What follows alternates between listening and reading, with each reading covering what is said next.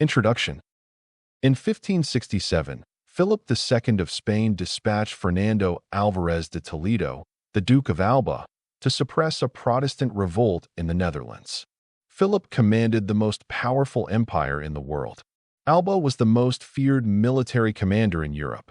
The force at his disposal was sufficient, by any rational military calculus, to reduce the revolt to silence within a season. Alba established what he called the Council of Troubles, named, by the people who lived under it, the Council of Blood.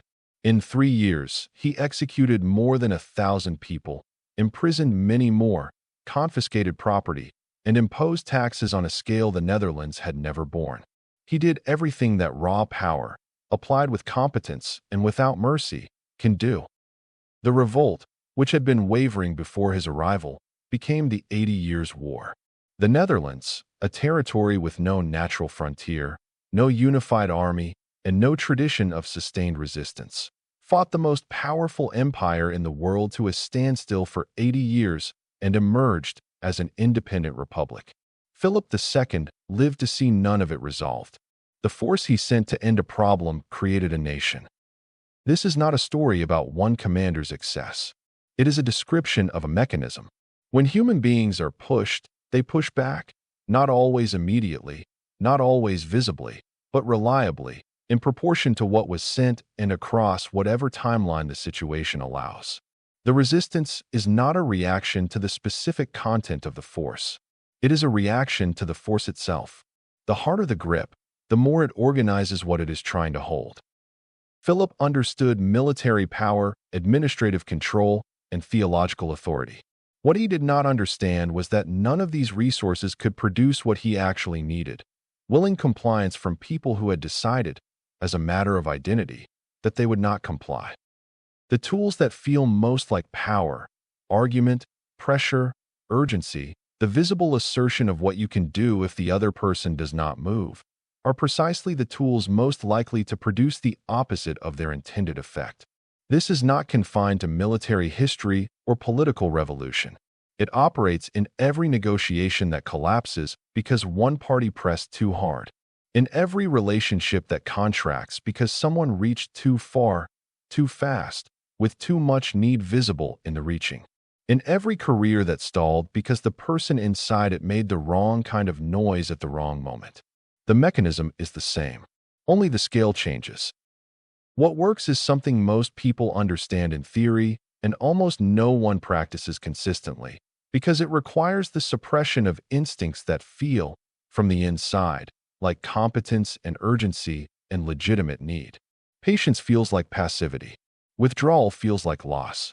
Restraint feels like weakness. Indirection feels like dishonesty. These instincts are not irrational. They were forged by situations in which speed and force and visibility genuinely decided the outcome. The problem is that most of what matters is not decided in those situations. Most of what matters is decided across time, in relationships, in the accumulated impression you leave in people who are watching how you move through the world when the pressure is on and the instinct is loudest. The instincts that feel like power are, across enough situations and enough time, the instincts that foreclose it. This book is about the other set, the laws that work because they move in the direction fear and ego refuse to go.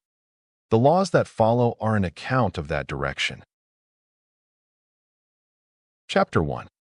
The Law of Reverse Desire. Want less to receive more. The year was 1674, and the court of Louis XIV had perfected the art of organized wanting. Versailles was, among its other functions, a machine for producing desire, in men, in women, in courtiers who had traded their dignity for proximity to the Sun King. Women dressed in colors that cost more than small estates. They smiled at angles practiced in mirrors.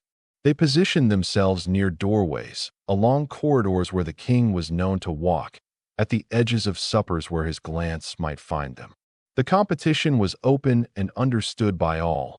Visible attention was the currency of power, and those who could attract the king's sustained gaze could, for a time, command almost anything. Among the women who circulated through this theater was one who did not appear to play by its rules. Françoise d'Albine, later known to history as Madame de Maintenon, had entered the king's household as governess to his illegitimate children, a position that carried neither glamour nor serious prospect. She was not young by Versailles standards, not conventionally striking in a court that had refined the measurement of beauty to something resembling a competitive sport. She did not angle for proximity. While other women organized their entire days around the possibility of a glance from the king, Maintenon gave her attention almost entirely to the children, to her correspondence, to her prayers.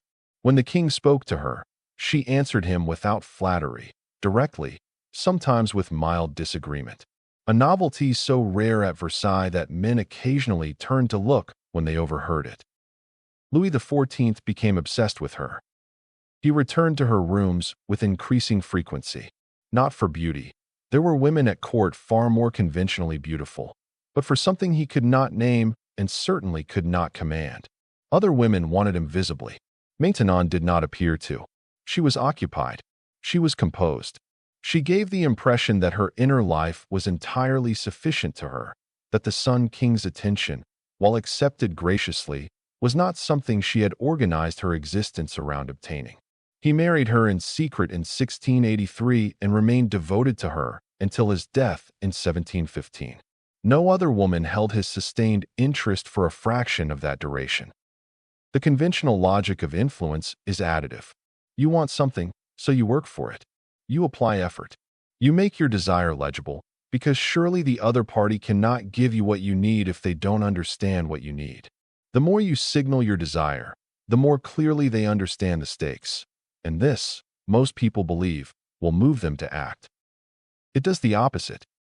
The moment another person senses that they have something you need, the dynamic shifts against you with the quiet certainty of a tide change. It is not that they become cruel, though some do, but that they become comfortable. The pressure to act is lifted. The urgency dissolves entirely.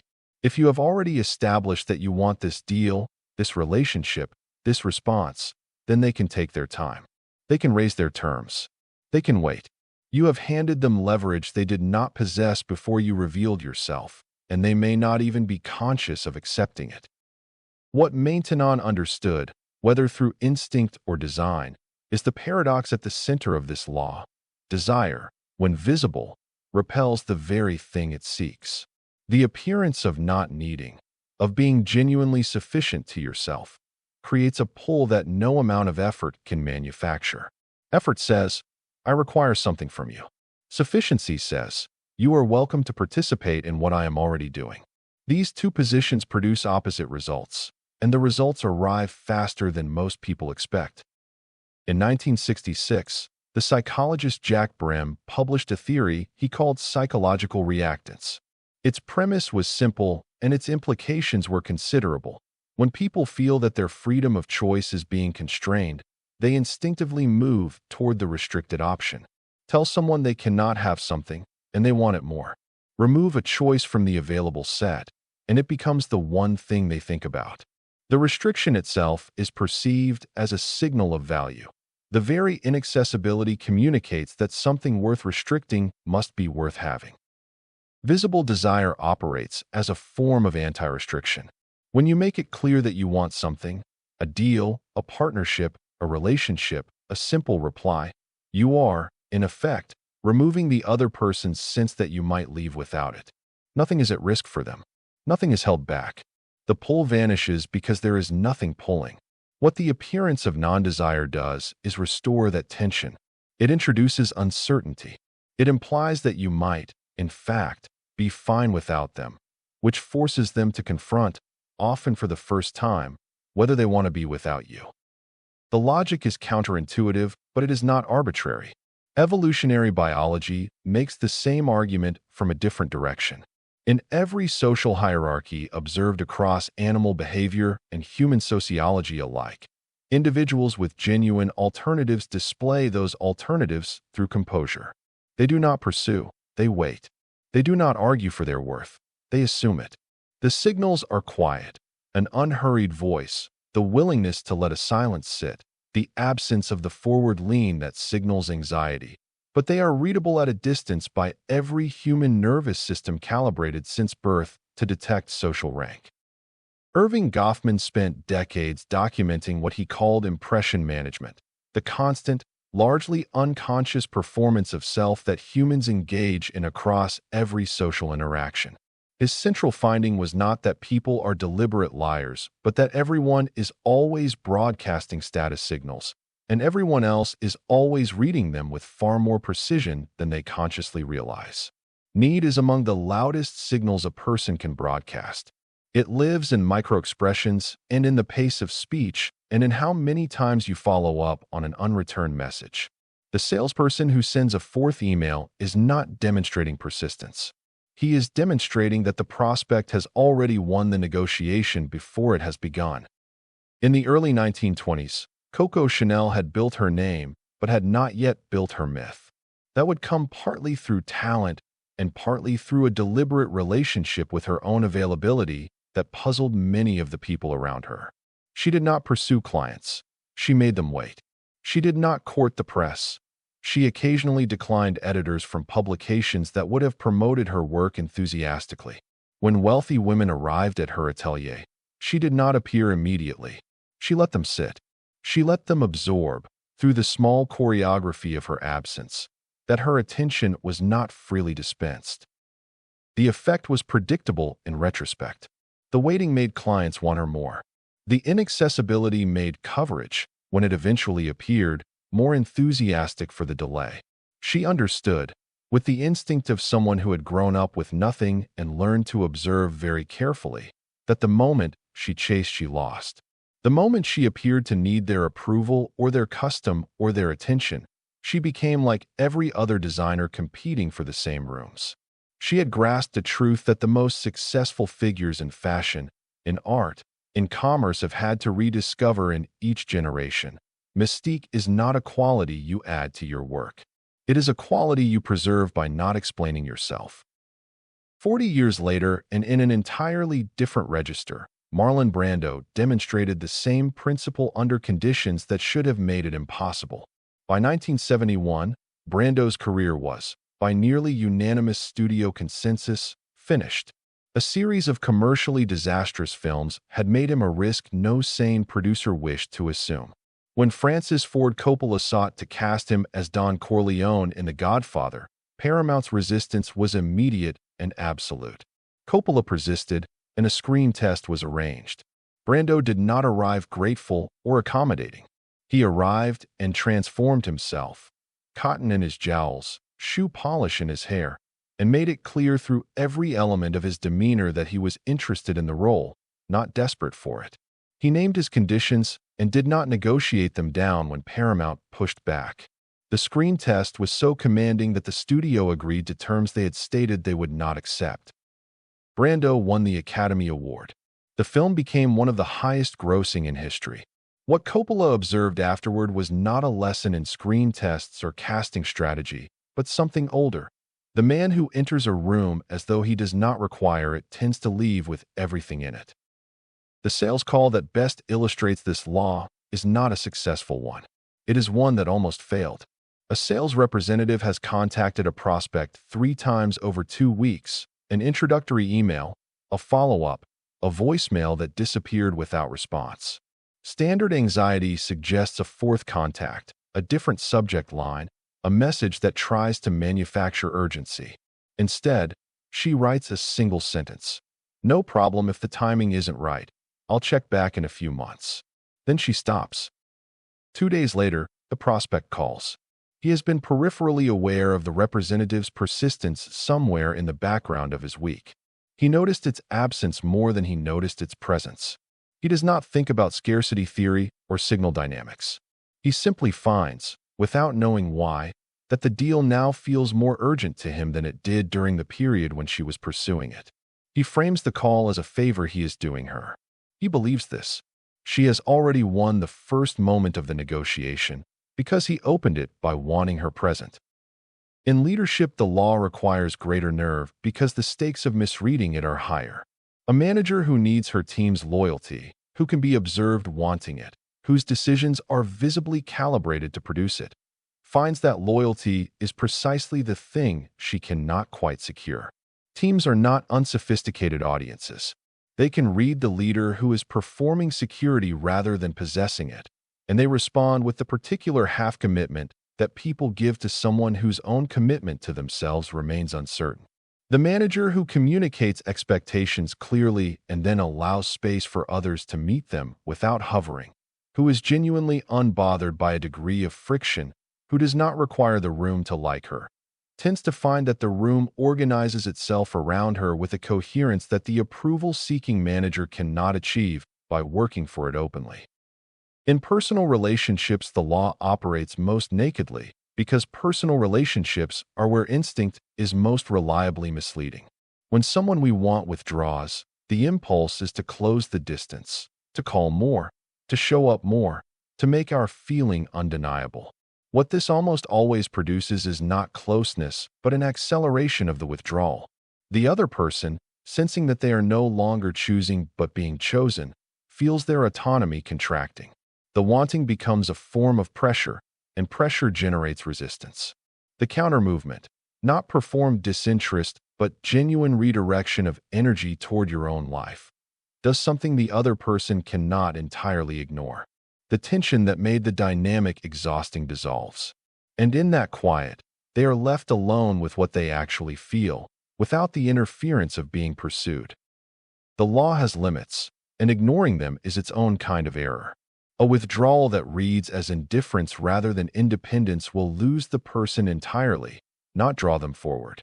The distinction is real and consequential. Genuine non-attachment communicates value, while performed non-attachment, the deliberate withholding, the transparent tactic dressed as composure, reads as manipulation to anyone with functional social intelligence.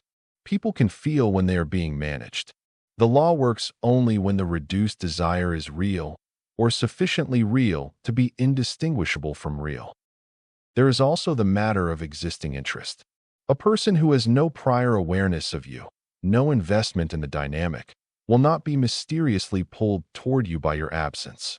The vacuum requires something to pull against.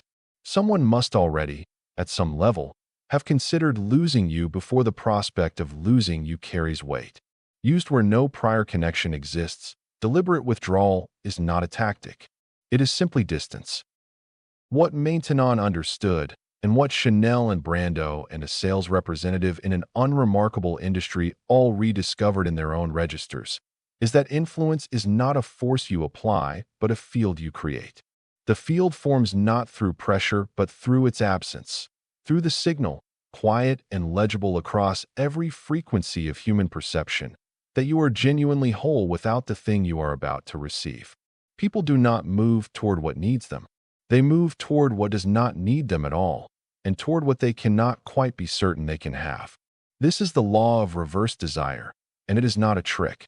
It is a consequence, as reliable and impersonal as gravity, of how human desire has always worked. Chapter 2. The Law of the Forbidden Fruit. Tell someone they cannot have it to make them want it. Rome, 1559. Pope Paul IV was confronting a problem that fire had failed to solve. For decades, the Church had responded to heretical texts with burning of books, occasionally of authors, and for decades the heresy had continued to spread, finding new readers in new cities, translated into languages that Rome could not easily reach. Something more systematic was required. That year, Paul IV published the first comprehensive index Librorum Prohibitorum, a catalog of books that Catholics were forbidden to read, own, or distribute under pain of excommunication. The logic was not unreasonable. If the dangerous ideas could be identified and declared off-limits, the faithful would be insulated from contamination. The wall, once built, would hold. What it functioned as, instead, was an advertisement. Booksellers in Venice, then the publishing capital of Europe and reliably resistant to Roman authority, reported something curious in the months following the index's publication. Titles that had moved slowly for years were suddenly requested by name. Works of obscure theology that had sat unremarked in back rooms were being carried out under cloaks. Printers who had considered certain manuscripts too marginal to warrant a second printing reconsidered their calculations almost overnight. The index had taken the vast, chaotic marketplace of European ideas and provided it with a curated guide to precisely the texts most worth seeking. The pattern held across the following 2 centuries without meaningful exception. Galileo's dialogue concerning the 2 chief world systems, condemned in 1633, circulated in translation across Protestant Europe within months of the condemnation. Machiavelli's works, suppressed in Catholic territories, were printed and reprinted in England and the Netherlands with a regularity that the original publishers never achieved in open markets. Descartes, Locke, Voltaire, the index reads, in retrospect, less like a register of prohibited dangers than like a reading list assembled by someone with excellent taste and a complete misunderstanding of how human beings respond to being told what they cannot have. The commercial instinct assumes that availability is attractive. Lower the barriers, reduce the friction, open the doors, and more people will come. This is true in certain dimensions of commerce. Friction costs transactions, and removing it increases them. But it is wrong about desire. Badly, systematically, persistently wrong. Desire does not respond to ease. It responds to resistance. When something is freely available, it carries an implicit signal that most people absorb without conscious thought. Others have considered this and passed on it, and it remains. When something is restricted, when access requires effort, qualification, the approval of a gatekeeper, or the transgression of a stated prohibition, it carries the opposite signal. Others want this. There is a reason it is being protected. The restriction itself is information, and the information it communicates is value. Most people understand this abstractly. They fail, with impressive consistency, to apply it, because applying it requires doing the thing that feels most counterproductive, constructing barriers instead of removing them. Saying no when yes seems like the obvious path to agreement, making the thing you want to offer appear difficult to reach. The instinct runs toward access. The law requires the opposite move, made without hesitation. Brehm's reactance theory, the finding that restricting a choice makes people want it more, explains the Church's index problem. But a separate and equally important body of research adds something that reactance alone cannot account for.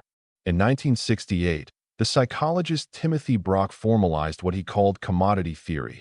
Any resource perceived as scarce will be evaluated as more valuable, independent of its actual intrinsic worth. Brock demonstrated this in controlled studies where people rated identical objects differently based solely on whether they had been told the object was rare or common. Nothing about the object changed. The perception of its availability changed, and perception was sufficient to alter judgment entirely. This is the mechanism beneath the mechanism. Reactance explains why people move toward what is forbidden, the instinct to reclaim threatened freedom. Commodity theory explains why they value it more once they are moving toward it. The 2 effects compound and reinforce each other in sequence. Restriction first triggers the desire to pursue, then elevates the subjective worth of what is being pursued. A book is more worth reading if it has been banned. An investor meeting is more worth taking if the round is nearly closed. A person is more worth knowing if they are difficult to reach. What makes this particularly powerful, and for those on the receiving end, particularly difficult to detect, is that the mechanism operates almost entirely below conscious awareness. People who experience scarcity do not think, "I am experiencing commodity theory." They feel, with a conviction that seems entirely their own, that this particular thing is worth having. The feeling generates its own justifications afterward. They find reasons why the scarce thing is superior. They recall its qualities more vividly than they recall the qualities of things that were freely available. They become, in some measurable sense, worse at objective evaluation, and they remain worse at it even when the restriction is later revealed to have been artificial. The phenomenon has been observed operating at scale in the modern era under the name the Streisand effect. In 2003, the photographer Kenneth Adelman posted aerial photographs of the California coastline as part of an environmental survey. Among 12,000 images, one showed Barbara Streisand's Malibu estate. Streisand sued for $50 million to have the image removed. Before the lawsuit, the photograph had been downloaded 6 times. In the month following the lawsuit, nearly 500,000 people downloaded it. The attempt to suppress the image was the only mechanism that gave it any value. The restriction was the publicity, and the publicity was indistinguishable from the restriction. In 1888, Cecil Rhodes consolidated control of the South African diamond mines under a single corporate entity, De Beers Consolidated Mines, and immediately confronted a problem that no previous merchant in the trade had been forced to solve at this scale. The mines were producing diamonds in quantities far exceeding what the market could absorb without a catastrophic collapse in price. Diamonds were only valuable insofar as they were perceived as rare. The ground beneath southern Africa was making that perception increasingly difficult to sustain. Rhodes's response was not to limit mining. It was to limit release.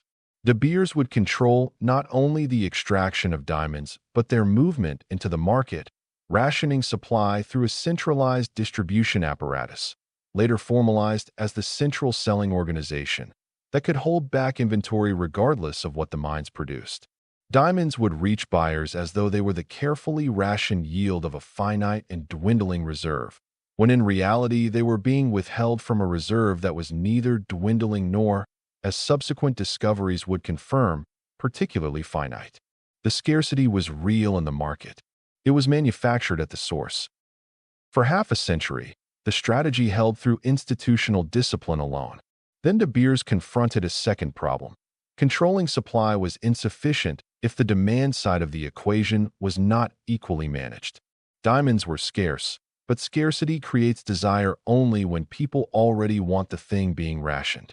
In 1947, De Beers commissioned the advertising agency NWAir, which produced the line, "A diamond is forever," and initiated a campaign of extraordinary precision, seeding diamonds into films, supplying them to celebrities for public appearances, establishing the explicit cultural equation between a diamond ring and the seriousness of a marriage proposal.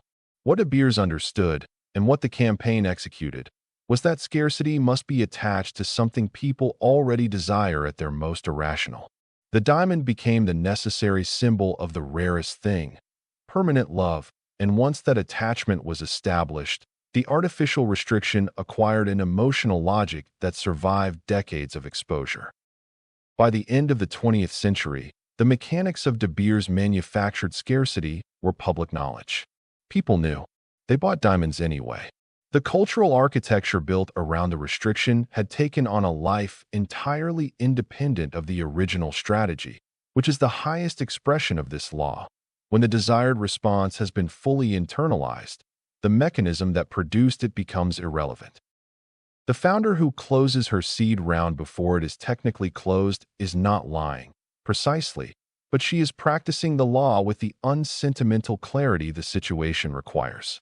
She has been pursuing capital for 3 months.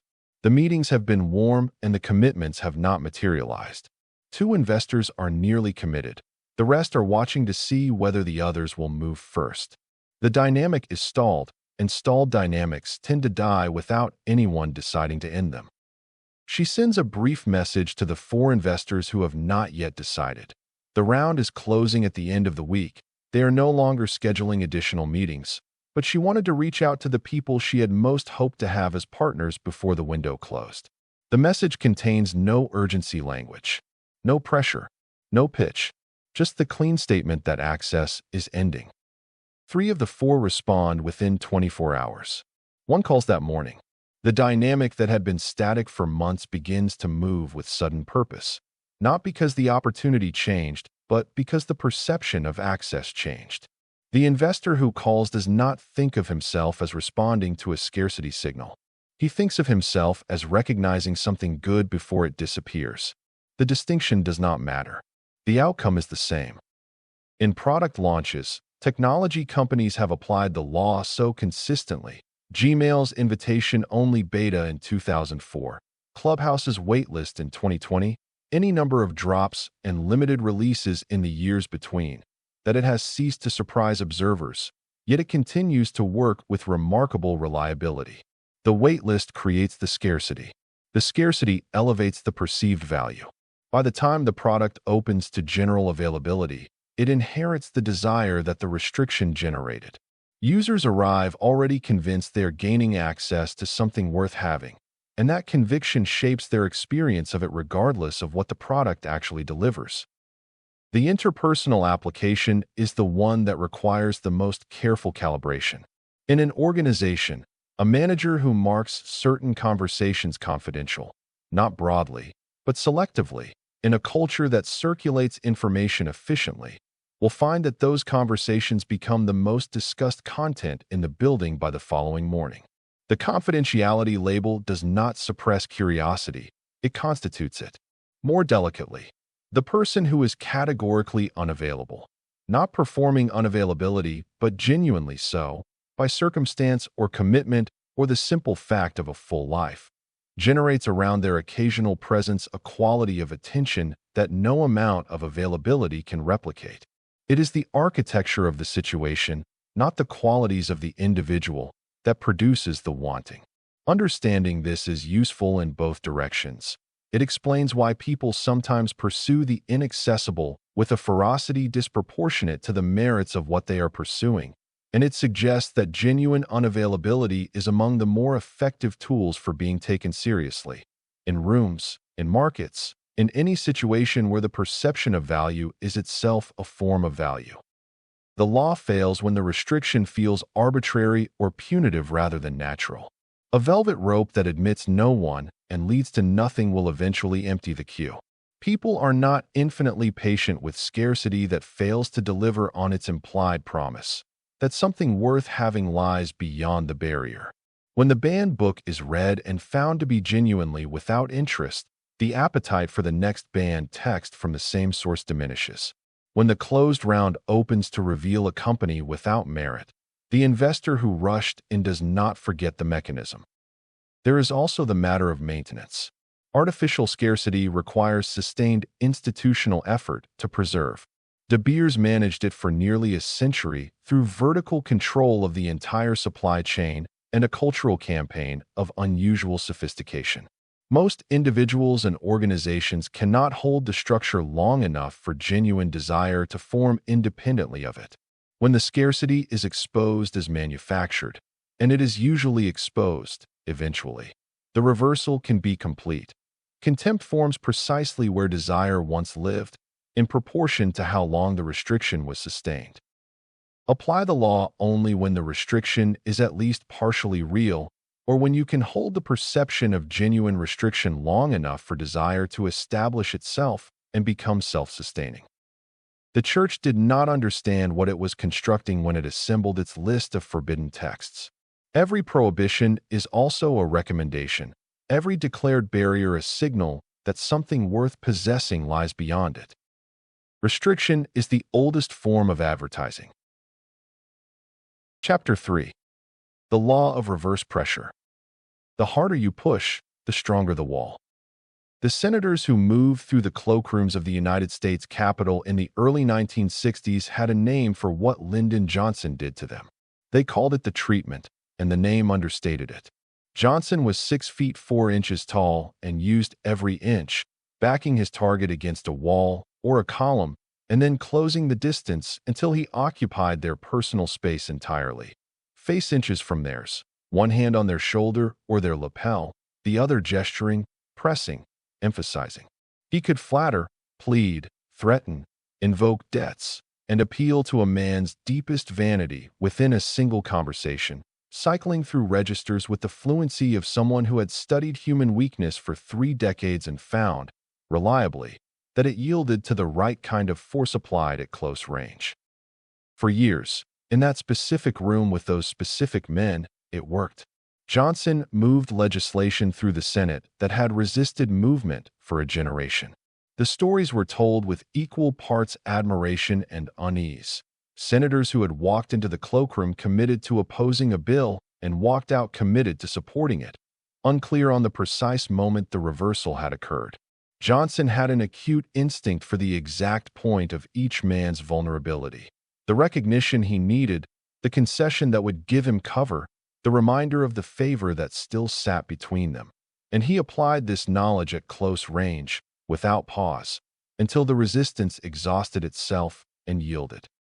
Then he became president, and the treatment, carried from the enclosed corridors of the Senate into the wider and far less manageable theater of foreign policy, revealed what it had always contained: a belief, never examined because it had never needed to be, that all walls yield if you press them hard enough.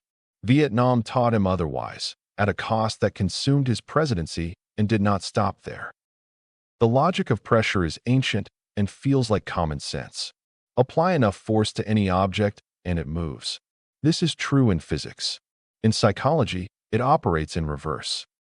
When someone pushes you toward a decision, a position, a concession you have not offered, the experience is not primarily cognitive. It is territorial.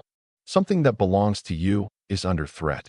And the first response to territorial threat is not rational evaluation of whether yielding might be correct. It is defense. The harder the push, the more urgent the defense. The more urgent the defense, the more deeply you commit to whatever position you are defending, because the act of defending it has now made it yours in a way it was not before the argument began. By the time the pressure has been applied and resisted, the person who was pushed frequently holds their original position with a conviction they did not possess when the pushing started. You gave them a reason to believe more strongly in exactly what you needed them to abandon. You built the wall you were trying to break through. The man who argues loudest rarely changes the mind in front of him. He simply provides it with an enemy. And enemies are among the most reliable structures for organizing a committed defense. Brehm's reactance principle, which has appeared in the two preceding chapters in different configurations, here operates in its most immediate and recognizable form. When another person applies direct pressure, the perceived threat to personal autonomy triggers an instinctive movement toward the restricted option. But where the previous laws engaged reactance through withdrawal or prohibition, this version of the mechanism is cruder and faster. The pressure is visible. The restriction is personal. The response arrives before reason has time to weigh in. Beneath reactance, something more durable and more difficult to circumvent is operating. In 2010, the political scientists Brendan Nyhan and Jason Reifler documented a phenomenon they called the backfire effect. In a series of controlled experiments, they presented subjects with accurate factual information that contradicted their strongly held political beliefs. The result was not revision. The subjects emerged from the encounter more committed to the contradicted belief than they had been before receiving the correction. The additional evidence, rather than producing an update, produced entrenchment. The confrontation itself, the experience of being corrected, of having one's position challenged, triggered a defensive consolidation that left the original belief more fortified than it had been. This happens because human beings do not hold beliefs the way databases hold records, as neutral information waiting to be overwritten by more accurate data. Beliefs are held in the body. They are connected to identity, to the social groups whose membership they signal, to the accumulated history of prior commitments. To change a position under pressure is not merely to update a fact. It is to concede that the person pushing you was right and you were wrong, which is a form of defeat, and most people will absorb considerable disconfirming evidence rather than accept it on those terms. Leon Festinger's work on cognitive dissonance completes the picture. When pressure forces a person to declare their opposition openly, to dig in not just privately, but in front of an audience, they have created a public commitment that now carries its own costs. They have told the room where they stand. To reverse that position is not just to change their mind. It is to be seen changing it, under pressure, by the people who watch them declare it. The cost of yielding has risen dramatically since the argument began, not because anything has changed about the underlying question, but because the pressure that was meant to produce agreement has instead produced a public performance of resistance that is now far more expensive to walk back. Jigoro Kano understood this without terminology. In the early 1880s, Kano was a small man who kept losing to larger opponents in traditional jiu-jitsu, where force was met with force and the stronger man almost always won. His insight, the founding principle of judo, was not a technique but a reversal of an assumption. Force does not need to be countered with force. It can be received and redirected. The larger man's momentum, if not met with resistance but extended and guided, carries him past his own target. The wall does not push back. It opens, and the man who was pushing falls through it. By 1965, Lyndon Johnson had committed American forces to Vietnam on a strategic logic that was, at its core, the logic of the Senate cloakroom scaled to geopolitical dimensions. Apply enough pressure to a resistant party, and it will yield. He escalated troop deployments in increments, each increment designed to signal resolve, to make the cost of continued resistance by North Vietnam exceed any conceivable benefit from holding out. The pressure was immense, sustained, and, in the terms Johnson understood pressure, should have been irresistible. The wall thickened with each push. North Vietnam did not respond to escalating American force by reconsidering its position. It dug in with greater commitment, absorbing casualties that would have ended most conventional military calculus, and reframed continued resistance as a matter of national survival rather than strategic adjustment. The very pressure that Johnson applied became, in Hanoi's formulation, evidence that capitulation would be fatal. He had given them the strongest possible reason to believe more deeply in what they were already doing. Meanwhile, within his own administration, advisors who had publicly endorsed escalation found themselves unable to revise that position without accepting the public cost of reversal. Cognitive dissonance did the rest. By 1968, the wall was not merely standing. It had been reinforced from both sides. Abraham Lincoln managed resistant men by refusing to build the wall in the first place. Edwin Stanton, whom Lincoln appointed Secretary of War in 1862, was brilliant, imperious, and openly contemptuous of the president he served. He had once described Lincoln publicly as a long-armed ape, and he did not go to lengths to conceal that his opinion had substantially improved upon taking office. Salmon Chase, the Treasury Secretary, spent a significant portion of his tenure running an informal campaign for the presidency while seated at Lincoln's cabinet table, leaking, maneuvering, and positioning himself against the man who had appointed him. Johnson would have applied the treatment to both. Lincoln did something that required considerably more discipline. He applied nothing. With Stanton, he deferred on military matters where deference was warranted, absorbed contempt without returning it, and gave Stanton no fixed resistance to organize his opposition against. Stanton, who had prepared to dominate an inexperienced politician, found instead that there was nothing to push against. The contempt he had held in reserve had no purchase on a man who did not appear to require his approval. Over time, the contempt lost its reason to exist. Stanton became, by the later years of the war, one of Lincoln's most capable and loyal allies. When Lincoln was shot, it was Stanton who sat through the night and delivered, at the moment of death, the words that history would keep. Chase's maneuvering was managed with the same studied indirection, never confronted, never met with a counterpressure that would have forced him to declare his opposition formally and defend it. Lincoln waited. Chase's own conduct eventually made his removal from the cabinet unavoidable on grounds so clear that no argument against it was possible, precisely because Lincoln had never made an argument that Chase could argue back against. The wall Lincoln refused to build never required demolition. The manager who has a resistant employee has almost always, by the time she recognizes the resistance as serious, already made it worse. She has explained the decision once, then explained it again with additional reasoning. She has held a second meeting. She has demonstrated patience. None of it has worked, and what began as reluctance has now hardened into a public position. The employee has expressed opposition to colleagues, has framed the decision as problematic in terms that others have heard, has invested his resistance with the social weight of having declared it. Every additional conversation is another push, and every push gives him another opportunity to defend the ground he has staked. She stops. She does not schedule a third meeting. She does not send a follow-up that re-explains the rationale. She does not ask a colleague to make the case informally, which is pressure applied through a proxy, in which the employee will identify immediately for what it is. Instead, she states the situation once, without argument. The decision stands. These are the consequences if implementation has not begun by Thursday. She is available if there are specific concerns that have not yet been raised.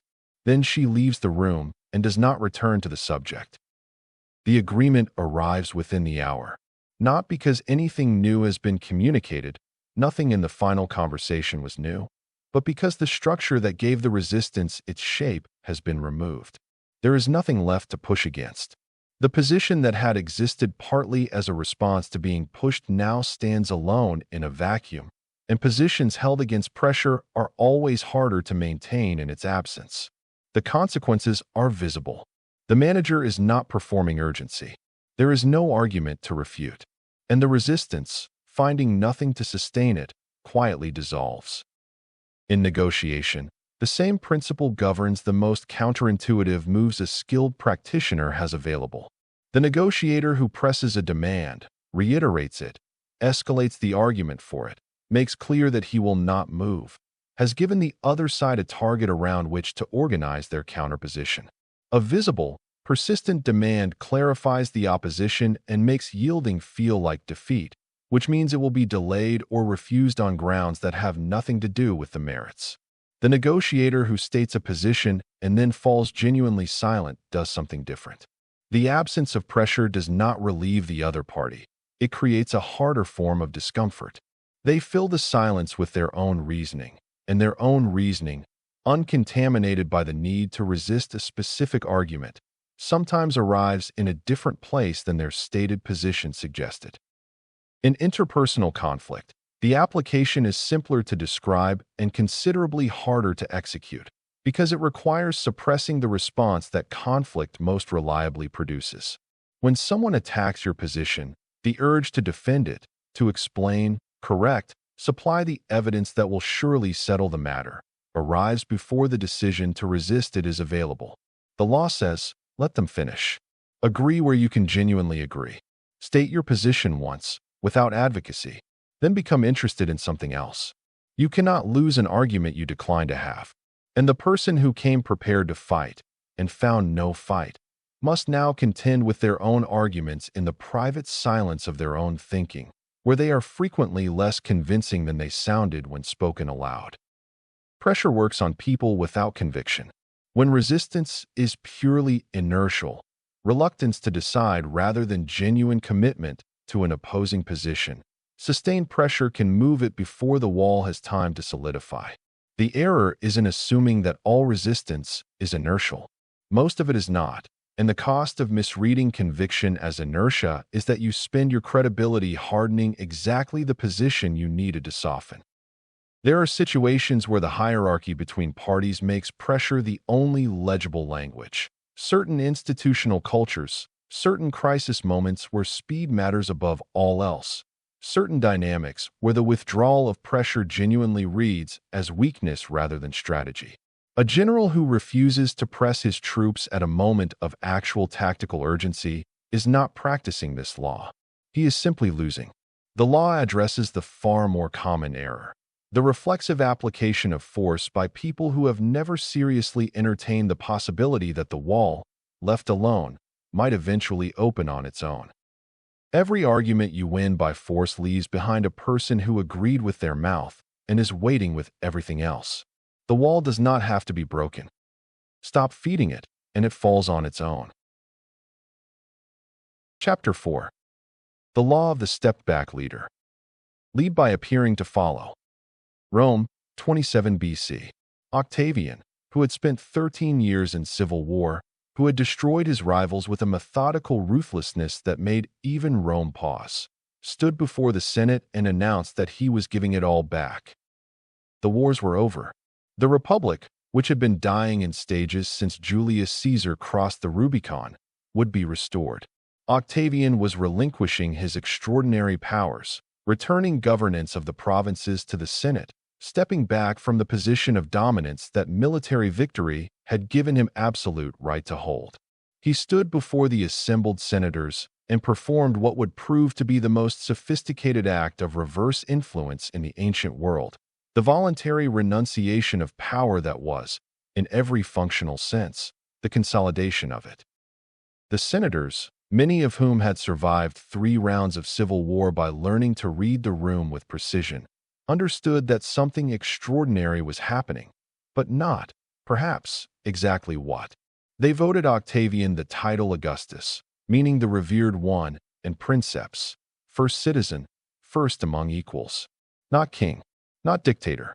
Those words had destroyed Julius Caesar, and Octavian had studied Caesar's in the way a surgeon studies a failed procedure. He would hold no title that required men to acknowledge they were subordinate. He would simply be first, which is an entirely different kind of power. For the next 4 decades, Augustus ruled with an absolutism that no Roman emperor after him fully equaled, not through declared dictatorship, but through the architecture of apparent deference. He consulted the Senate. He sought their opinions. He appeared, in every public occasion, to be doing what the Senate and the Roman people wished, while the Senate and the Roman people did precisely what he had already decided they would do. The performance was so complete that historians spent centuries debating whether it was performance at all. The assumption embedded in most ideas about leadership is that power flows from visibility. The leader who speaks, decides, commands, and is seen doing all 3 holds power. The leader who recedes, who defers, allows others to speak, appears uncertain of their own centrality, is weak. This assumption is wrong in the most expensive way possible. It is wrong precisely in the situations where being wrong costs the most. Visible, declarative leadership produces compliance. People do what the leader says because the leader said it, and for no other reason, which means they do it with the minimum investment required to satisfy the visible expectation. They feel managed. And managed people do not innovate, do not protect the enterprise as though it were their own, do not commit beyond the stated requirement. They wait to be told what to do next, because waiting has been established as the appropriate posture. The leader who steps back does something different. By allowing others to participate in direction, to feel that their judgment is operative in the outcome, she produces what visible leadership almost never generates: ownership. People defend what they help build with a ferocity they will not extend to what was handed to them. The step-back leader is not abdicating. She is distributing the one resource that makes any human enterprise actually function at the level it is capable of, the feeling, present in everyone involved, that what they are doing is partly theirs, and that they would lose something real if it failed. In the 1970s, the psychologists Edward Deci and Richard Ryan began documenting what they called self-determination theory, the finding that human beings have 3 core psychological needs that, when met, produce genuine motivation, competence, connection, and autonomy. Of the 3, autonomy proved most decisive in determining whether engagement was authentic or performed. When people feel their choices are genuinely their own, that they are acting from internal motivation rather than external direction, they work longer, persist through difficulty with greater resilience, produce more creative solutions, and remain committed to outcomes even when circumstances make that commitment inconvenient. When they feel controlled, even when the controlling direction is correct, the quality of engagement drops in ways that are measurable and consistent. The implication for leadership is direct and usually ignored. Every time a leader makes a decision the group could have made themselves, they withdraw a small amount of autonomy from the room. The withdrawal is rarely dramatic enough to notice in any single instance. Over time, it accumulates into a culture in which people have learned that their judgment does not ultimately determine anything, that the decision will come from above regardless of what they contribute, and they adjust their investment accordingly. They contribute less, not because they care less, but because contributing has been demonstrated, repeatedly, not to be decisive. The Harvard psychologist Daniel Wegner documented a related phenomenon he called transactive memory, the way functioning groups develop shared cognitive systems in which different members hold different knowledge and know which member holds what. High-functioning teams develop these systems organically when allowed to, with each person's genuine competence becoming part of the group's shared architecture. Leaders who direct too explicitly disrupt this. They replace organic competence distribution with a centralized system that is slower, more fragile, and dependent on the leader's continued presence to function, which means the organization becomes weaker the more they are needed. What social psychologists have labeled the IKEA effect adds a behavioral dimension to the same principle. People consistently rate objects they have assembled themselves as more valuable than identical objects assembled for them, even when the self-assembled version is visibly inferior. The effort invested and the sense of authorship that effort produces inflates perceived value independently of objective quality. In organizational life, a strategy the team helped develop will be implemented with more energy and defended with more loyalty than a better strategy handed down fully formed. The step-back leader structures the process so that other people's genuine contribution makes the outcome partly theirs, not as a technique, but as a way of ensuring that the outcome will survive contact with the world beyond the room where it was decided. Lao Tzu identified the principle in the 6th century BC with characteristic compression. A leader is best when people barely know he exists. When his work is done, his aim fulfilled, they will say, "We did this ourselves." He was not describing passivity. He was describing the highest expression of intentional leadership, the creation of conditions in which others become what the situation requires, without the leader's visible hand distorting the process of becoming. Augustus held Rome for 41 years. The mechanism he used, the performance of deference while maintaining the architecture of total control, was so complete that historians did not fully decode it until centuries after his death. He had studied Julius Caesar's in the way one studies a cautionary text. Caesar had been too visible. The title of dictator, the calendar renamed in his honor while he still lived, the crown that Mark Antony tried to place on his head at the Lupercalia festival. These were affronts to the Roman self-image, which required the fiction of republican self-governance even when that fiction had no operational connection to political reality. Caesar refused the fiction. It cost him everything. Augustus made the fiction his primary instrument of power. He kept the Senate meeting on a regular schedule. He made their formal approval a requirement for major decisions, and he attended their proceedings with the respectful attention of a man who regarded their deliberations as decisive. He consulted his advisors publicly, deferred to their expertise with apparent sincerity, and accepted their counsel in ways that were visible to anyone watching. The forms of the Republic were maintained with scrupulous care. Meanwhile, control of the army, the treasury, and the key provinces remained in his hands with an iron consistency that the theatrical deference of the Senate chamber did nothing to diminish. Most chose not to pay close attention to the gap between the performance and the reality. The performance was dignified. The alternative was another civil war, and Augustus took care to ensure that participating in the performance did not require men to visibly surrender their own. 20 centuries later, Dwight Eisenhower managed the American presidency with a structurally similar logic and received, for decades, none of the credit for it. Eisenhower cultivated with deliberate care the image of a genial, somewhat passive figure, a military man of limited political sophistication, content to play golf while the machinery of government operated around him. The press accepted this image because it confirmed what they already suspected about the gap between military and political intelligence. What the historian Fred Greenstein documented in his 1982 study, The Hidden Hand Presidency, was something else entirely. Eisenhower was among the most skilled political operators of the 20th century, managing his cabinet, Congress, foreign policy, and the emerging military-industrial complex with a precision that required constant attention and sophisticated maneuvering. He worked through intermediaries. He planted ideas in the minds of others and allowed them to present those ideas as their own. He structured processes so that conclusions he had already reached appeared to emerge from collective deliberation. His approval ratings remained high across 2 full terms. The disasters attached themselves to others. The achievements bore other people's names. Eisenhower governed as a stepped-back leader and left office with his power and reputation intact, in a way that the more visible, more declarative presidents of the following decades, who claimed ownership of every outcome, did not manage. The executive who attends every meeting makes herself the bottleneck of every decision. She is present because she cares about the outcomes, because she has relevant knowledge, because the process makes her uneasy when she cannot observe it. But her presence changes the process in ways that defeat her purpose.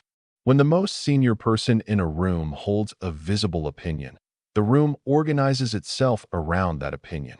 People who might have reached independent conclusions reach the same one faster, not because they were persuaded, but because the social arithmetic of the room made agreement easier than resistance.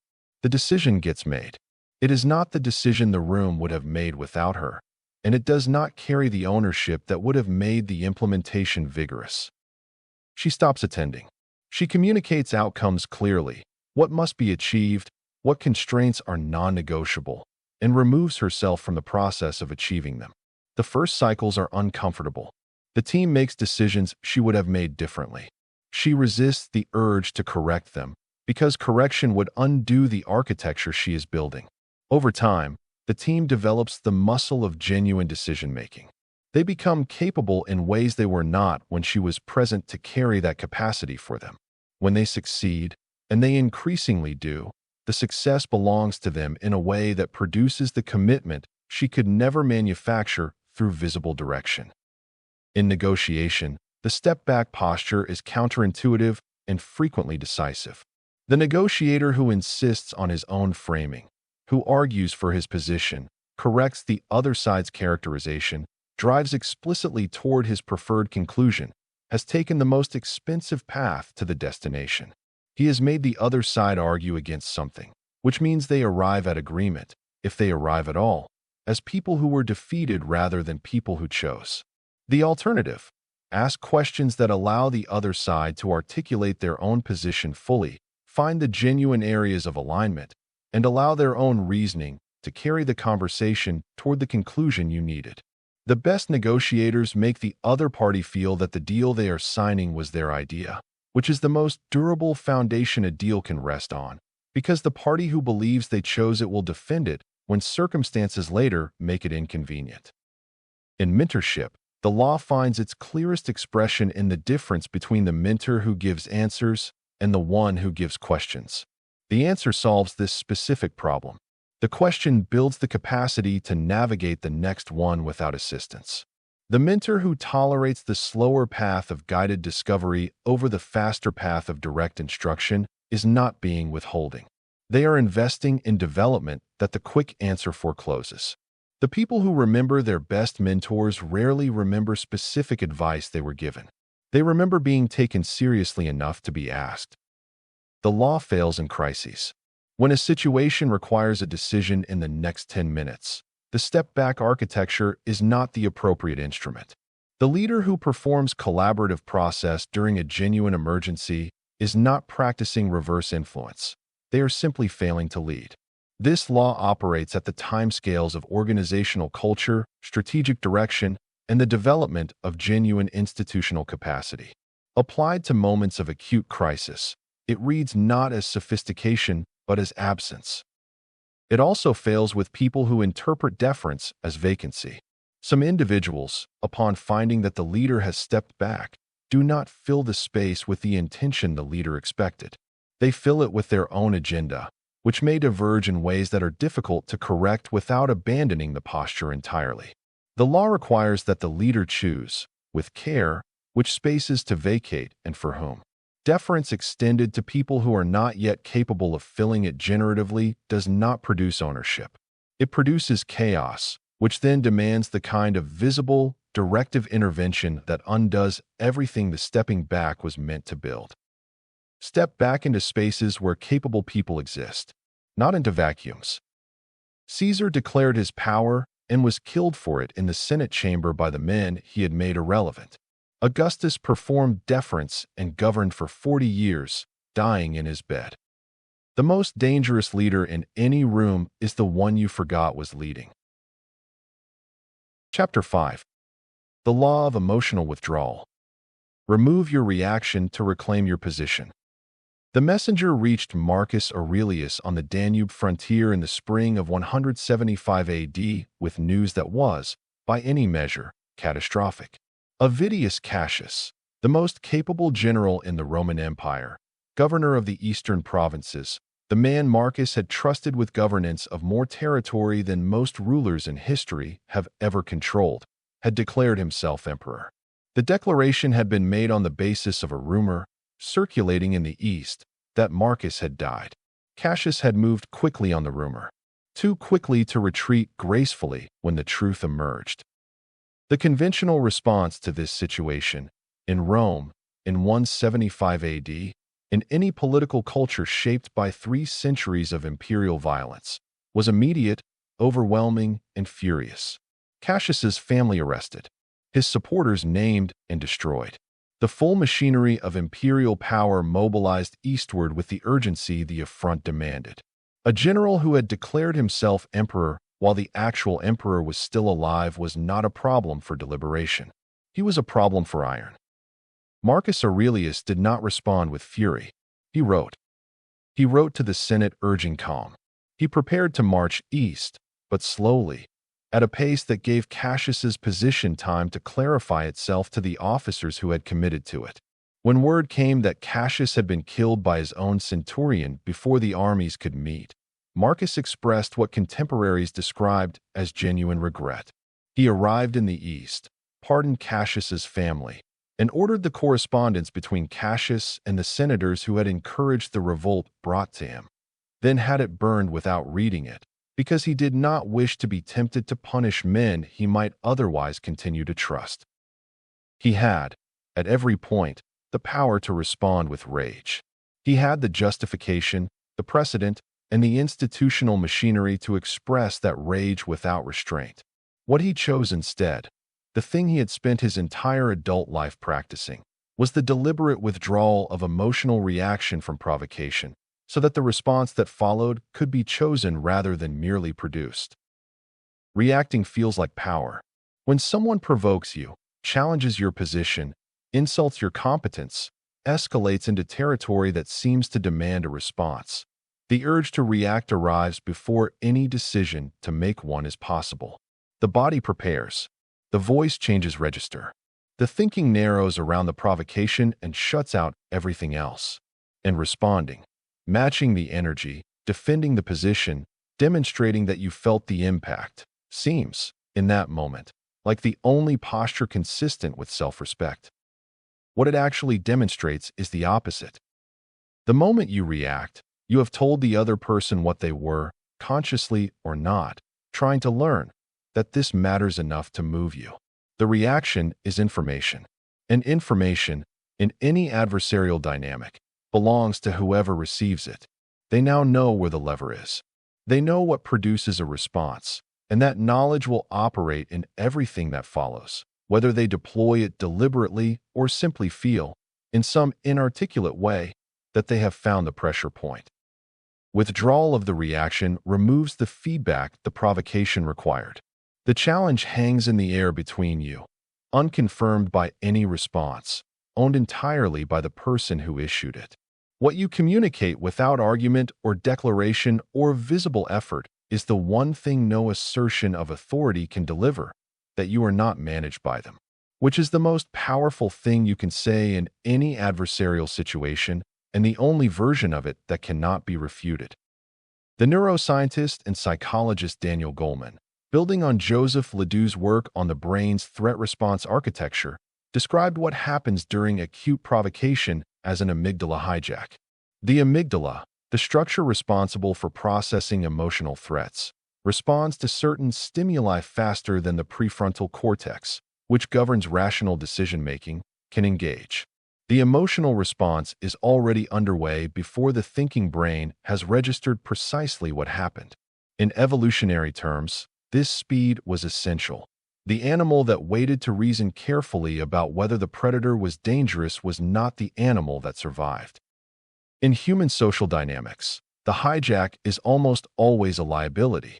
The reactive person is operating on the amygdala's timeline, responding to the most primitive reading of the situation, threat, status challenge, territorial violation, without access to the fuller context that even a few seconds of composure would have provided. They see the provocation, but not its purpose. They feel the impact but cannot assess whether it was accidental, calculated, or a test. The response that arrives under these conditions is generated by exactly the wrong instrument. The Stoics understood this without the vocabulary of neuroscience. Marcus Aurelius wrote, in his private journals, variations of the same observation across hundreds of entries. Between stimulus and response there is a space, and in that space lives the whole of what distinguishes a rational creature from an animal. The meditations are, among other things, the record of a man who recognized the amygdala's authority over him and practiced, for decades, its deferral. He was not suppressing his reactions. He was processing them nightly in private, on the page, so that the composure he brought to public situations was not a performance of calm, but the genuine article, built through accumulated practice rather than willpower applied in the moment. The social psychologists Elaine Hatfield, John Cacioppo, and Richard Rapson documented a related phenomenon they called emotional contagion, the largely unconscious tendency for people to absorb the emotional states of those around them through mimicry of facial expression, vocal tone, and posture. Emotions move between people the way weather moves through a room, by proximity, below the threshold of conscious awareness, faster than the decision to resist them. When one person in a group is angry, others become measurably more likely to experience anger. When someone panics, the panic spreads. The person who does not catch the emotion, who receives the transmission without retransmitting it, breaks the contagion cycle by their composure alone. They do not argue against the escalation. They simply fail to carry it forward.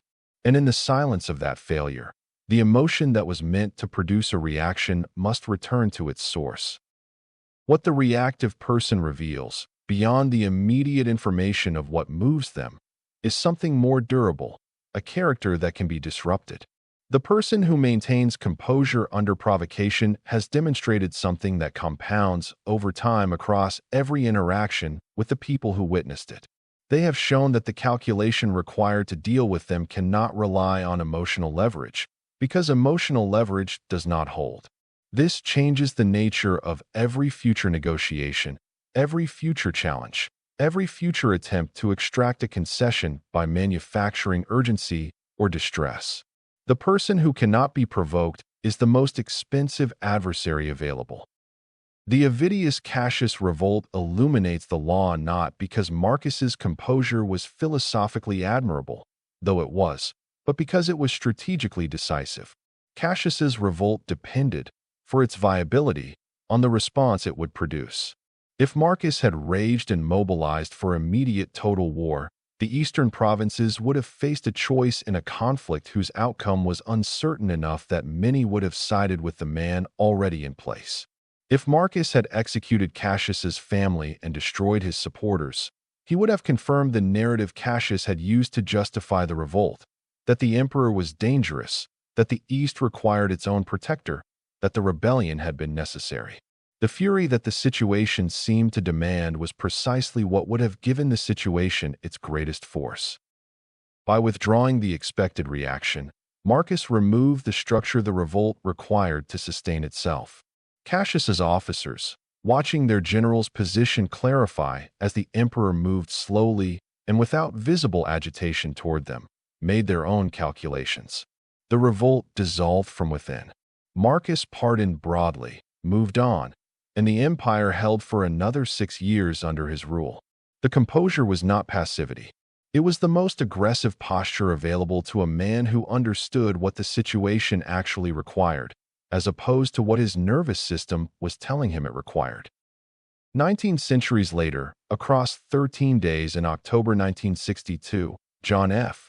Kennedy demonstrated the same architecture in a context where the stakes encompassed something larger than empire.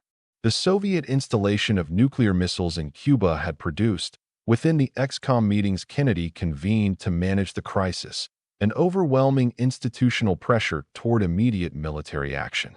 The Joint Chiefs were nearly unanimous. The missiles were an intolerable threat, the military window for effective action was closing, and hesitation would be read in Moscow as weakness that invited further provocation.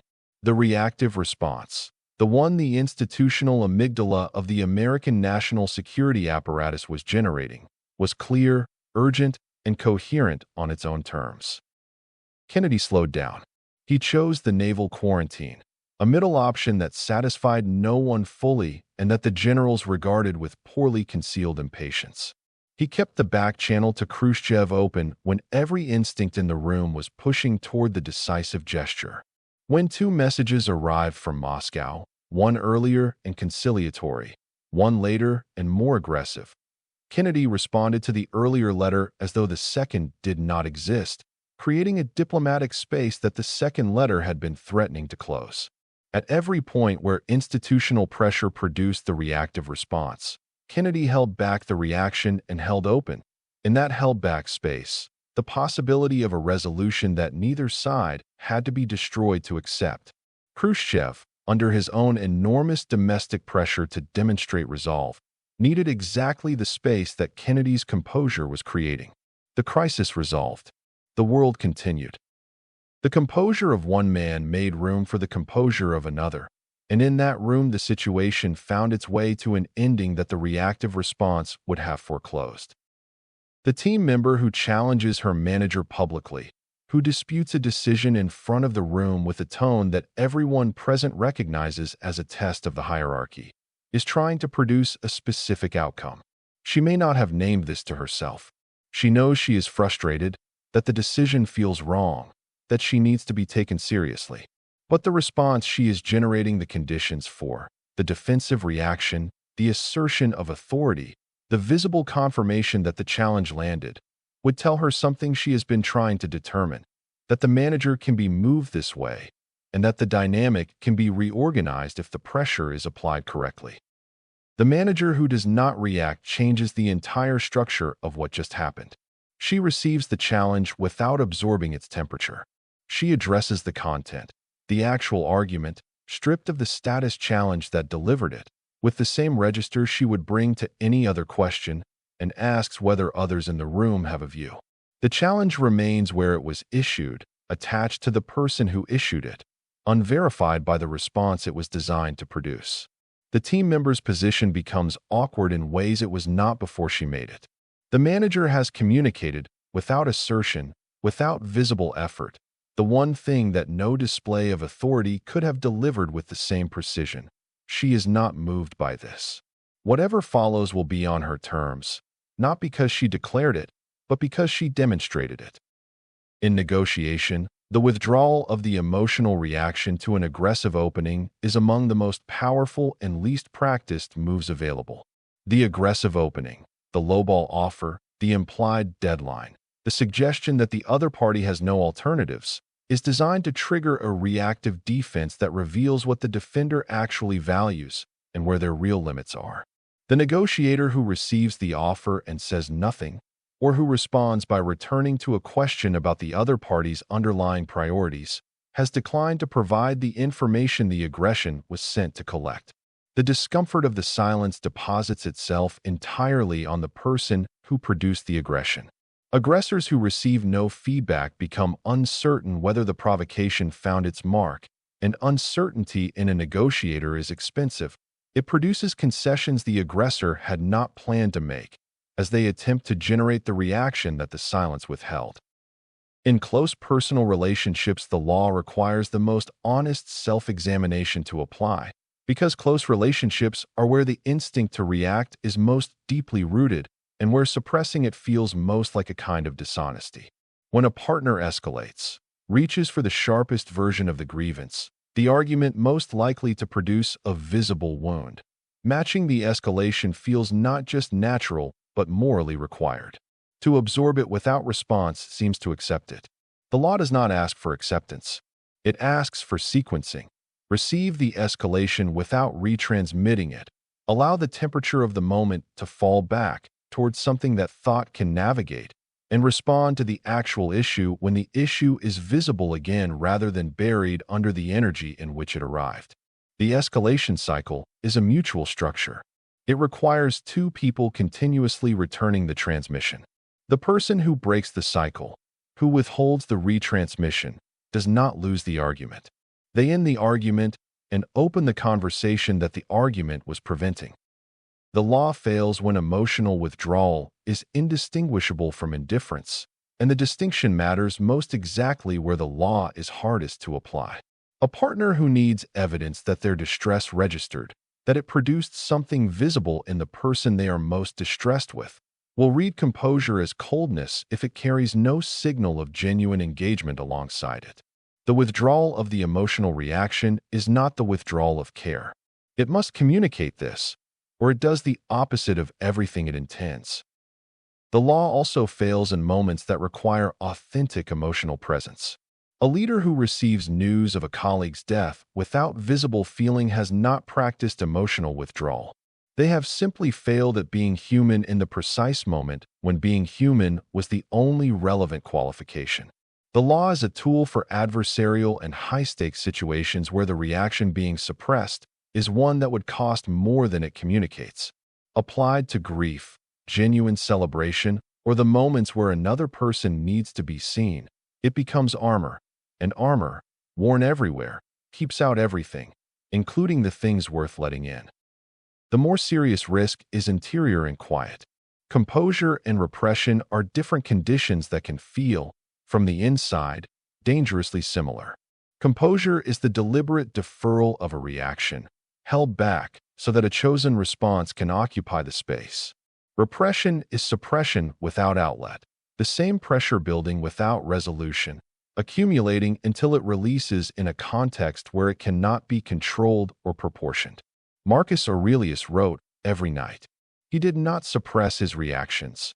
He processed them in private, thoroughly, so that what he brought to the public situation was genuine composure rather than a pressure chamber under a calm surface. The private accounting must happen somewhere. The composure you display in the room is only sustainable if the reaction you withdrew from it was genuinely metabolized, not simply stored. Every reaction is a confession about what can move you, where the lever sits, and who now knows where to reach. The person who holds the reaction holds the room instead, the position, the options, and everything the provocation was designed to take. Composure is not the absence of feeling. It is the decision not to let feeling decide. Chapter 6. The Law of Strategic Concession. Give a little to gain everything. November 1814. Paris has fallen. Napoleon is on Elba. The armies of four powers, Austria, Britain, Prussia, and Russia, have assembled in Vienna to divide the spoils of the most destructive war Europe had seen in a century, and France, the nation that started and lost that war, has been permitted to send a representative. What France has not been permitted to do is negotiate. The four great powers, meeting as the Quadruple Alliance, have made this clear from the outset. France will receive terms, not participate in shaping them. The only question is how punitive those terms will be.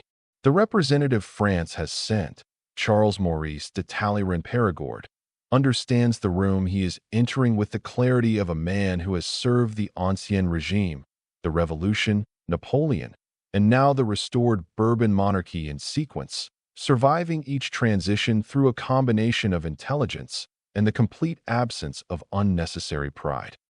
He begins by conceding everything. He concedes France's right to territorial acquisitions. He concedes the legitimacy of the alliance's authority. He positions France not as a power seeking its interests, but as a cooperative partner seeking to restore the European order that Napoleon's France had destroyed. He is deferential where other diplomats are assertive. He agrees where agreement costs him nothing.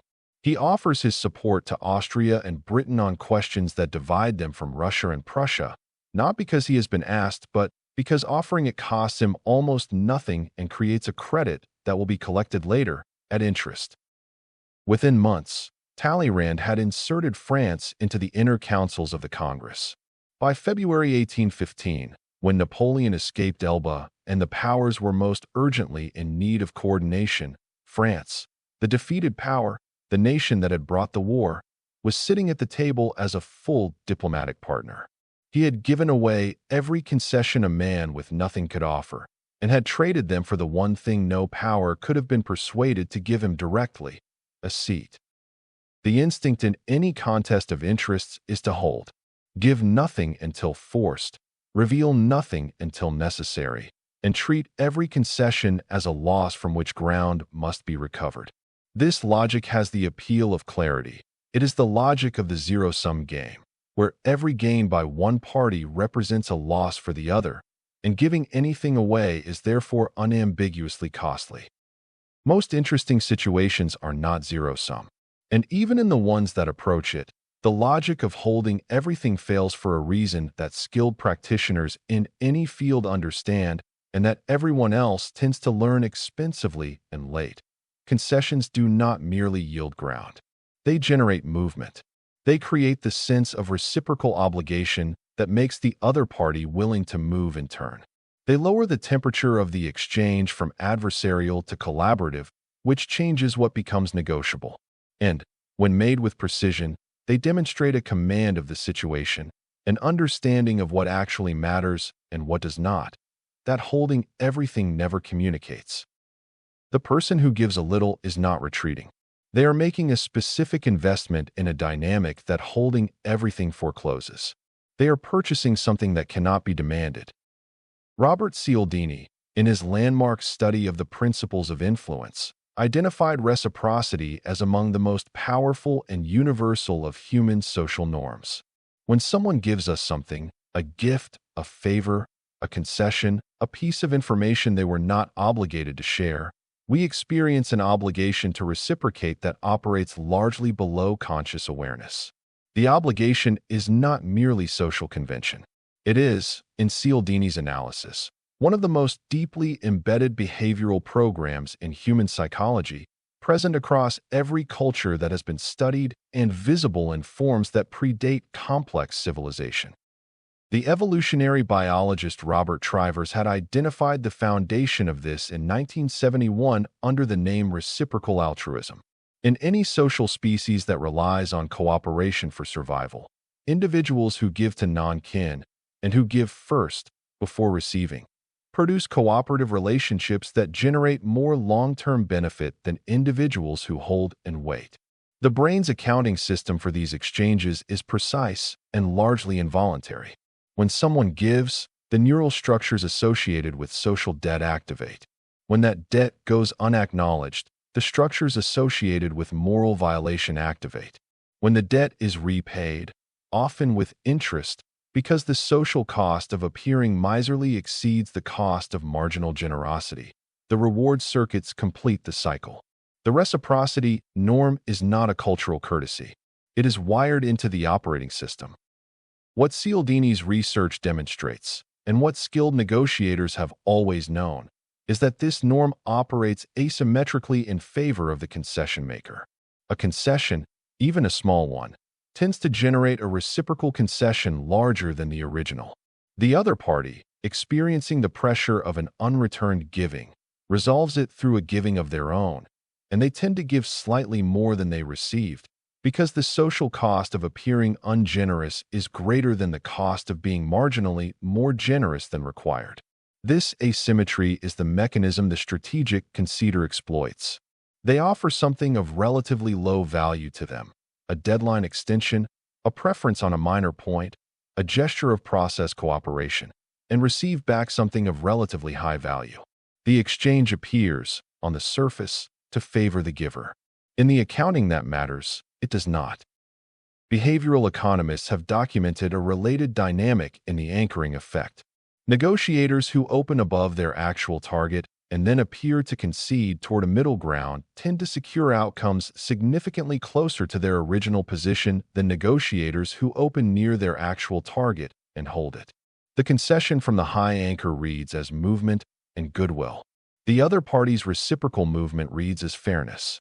Both parties leave believing the outcome was reasonable. The party who understood the architecture of the exchange shaped where the middle was located before the negotiation began. Friedman and Fraser, in their 1966 study of the foot-in-the-door technique, found that people who had agreed to a small initial request were substantially more likely to comply with a larger subsequent request than those who had received no prior request at all. The small concession of compliance, accepting a minor survey, agreeing to display a small sign, primed the respondent toward a broader pattern of agreement. The first giving created a self-concept that made subsequent giving feel coherent. You are the kind of person who says yes to this, and that identity, once established, does some of the work in every interaction that follows. Benjamin Disraeli arrived at the Congress of Berlin in June 1878 as a 74-year-old man suffering from gout and bronchitis, with the most formidable negotiating adversary in Europe waiting for him. Otto von Bismarck ran the Congress as host, and Russia had come expecting to preserve what it could of the Treaty of San Stefano, the prize of the Russo-Turkish War, which had given Russia a large Bulgarian client state, Aegean coastline access, and territorial gains that threatened to make it a Mediterranean power. Britain had threatened war if San Stefano stood. The Congress was the diplomatic alternative to that war, and Disraeli had arrived to ensure that the alternative served British interests as completely as the war would have. He did not begin by making demands. He began by making concessions. In the opening sessions, Disraeli offered agreement on language, on how certain territorial adjustments would be characterized, on procedural questions about the order in which matters would be discussed. He aligned with Russian positions on points of minor consequence. He communicated through every available diplomatic channel his genuine interest in a settlement that all parties could accept with their dignity intact.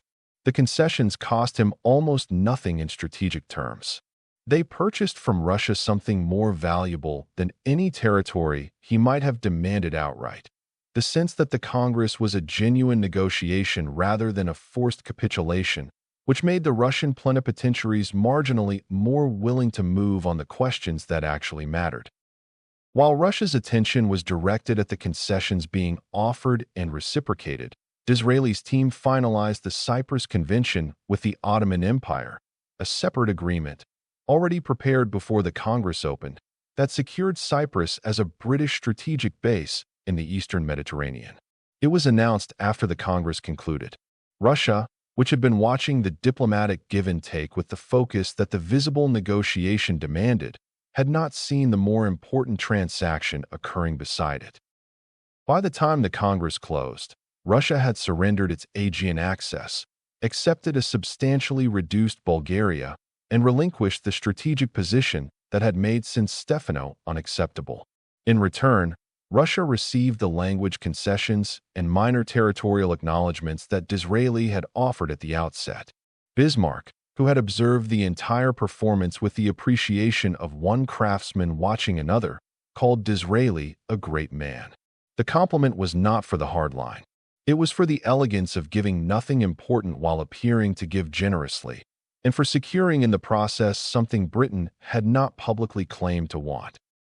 3 decades later, in October 1907, J.P. Morgan convened the leading bankers of New York in the library of his Madison Avenue mansion and explained to them, with the patience of a man who understood precisely what he was asking, that they were going to give away money.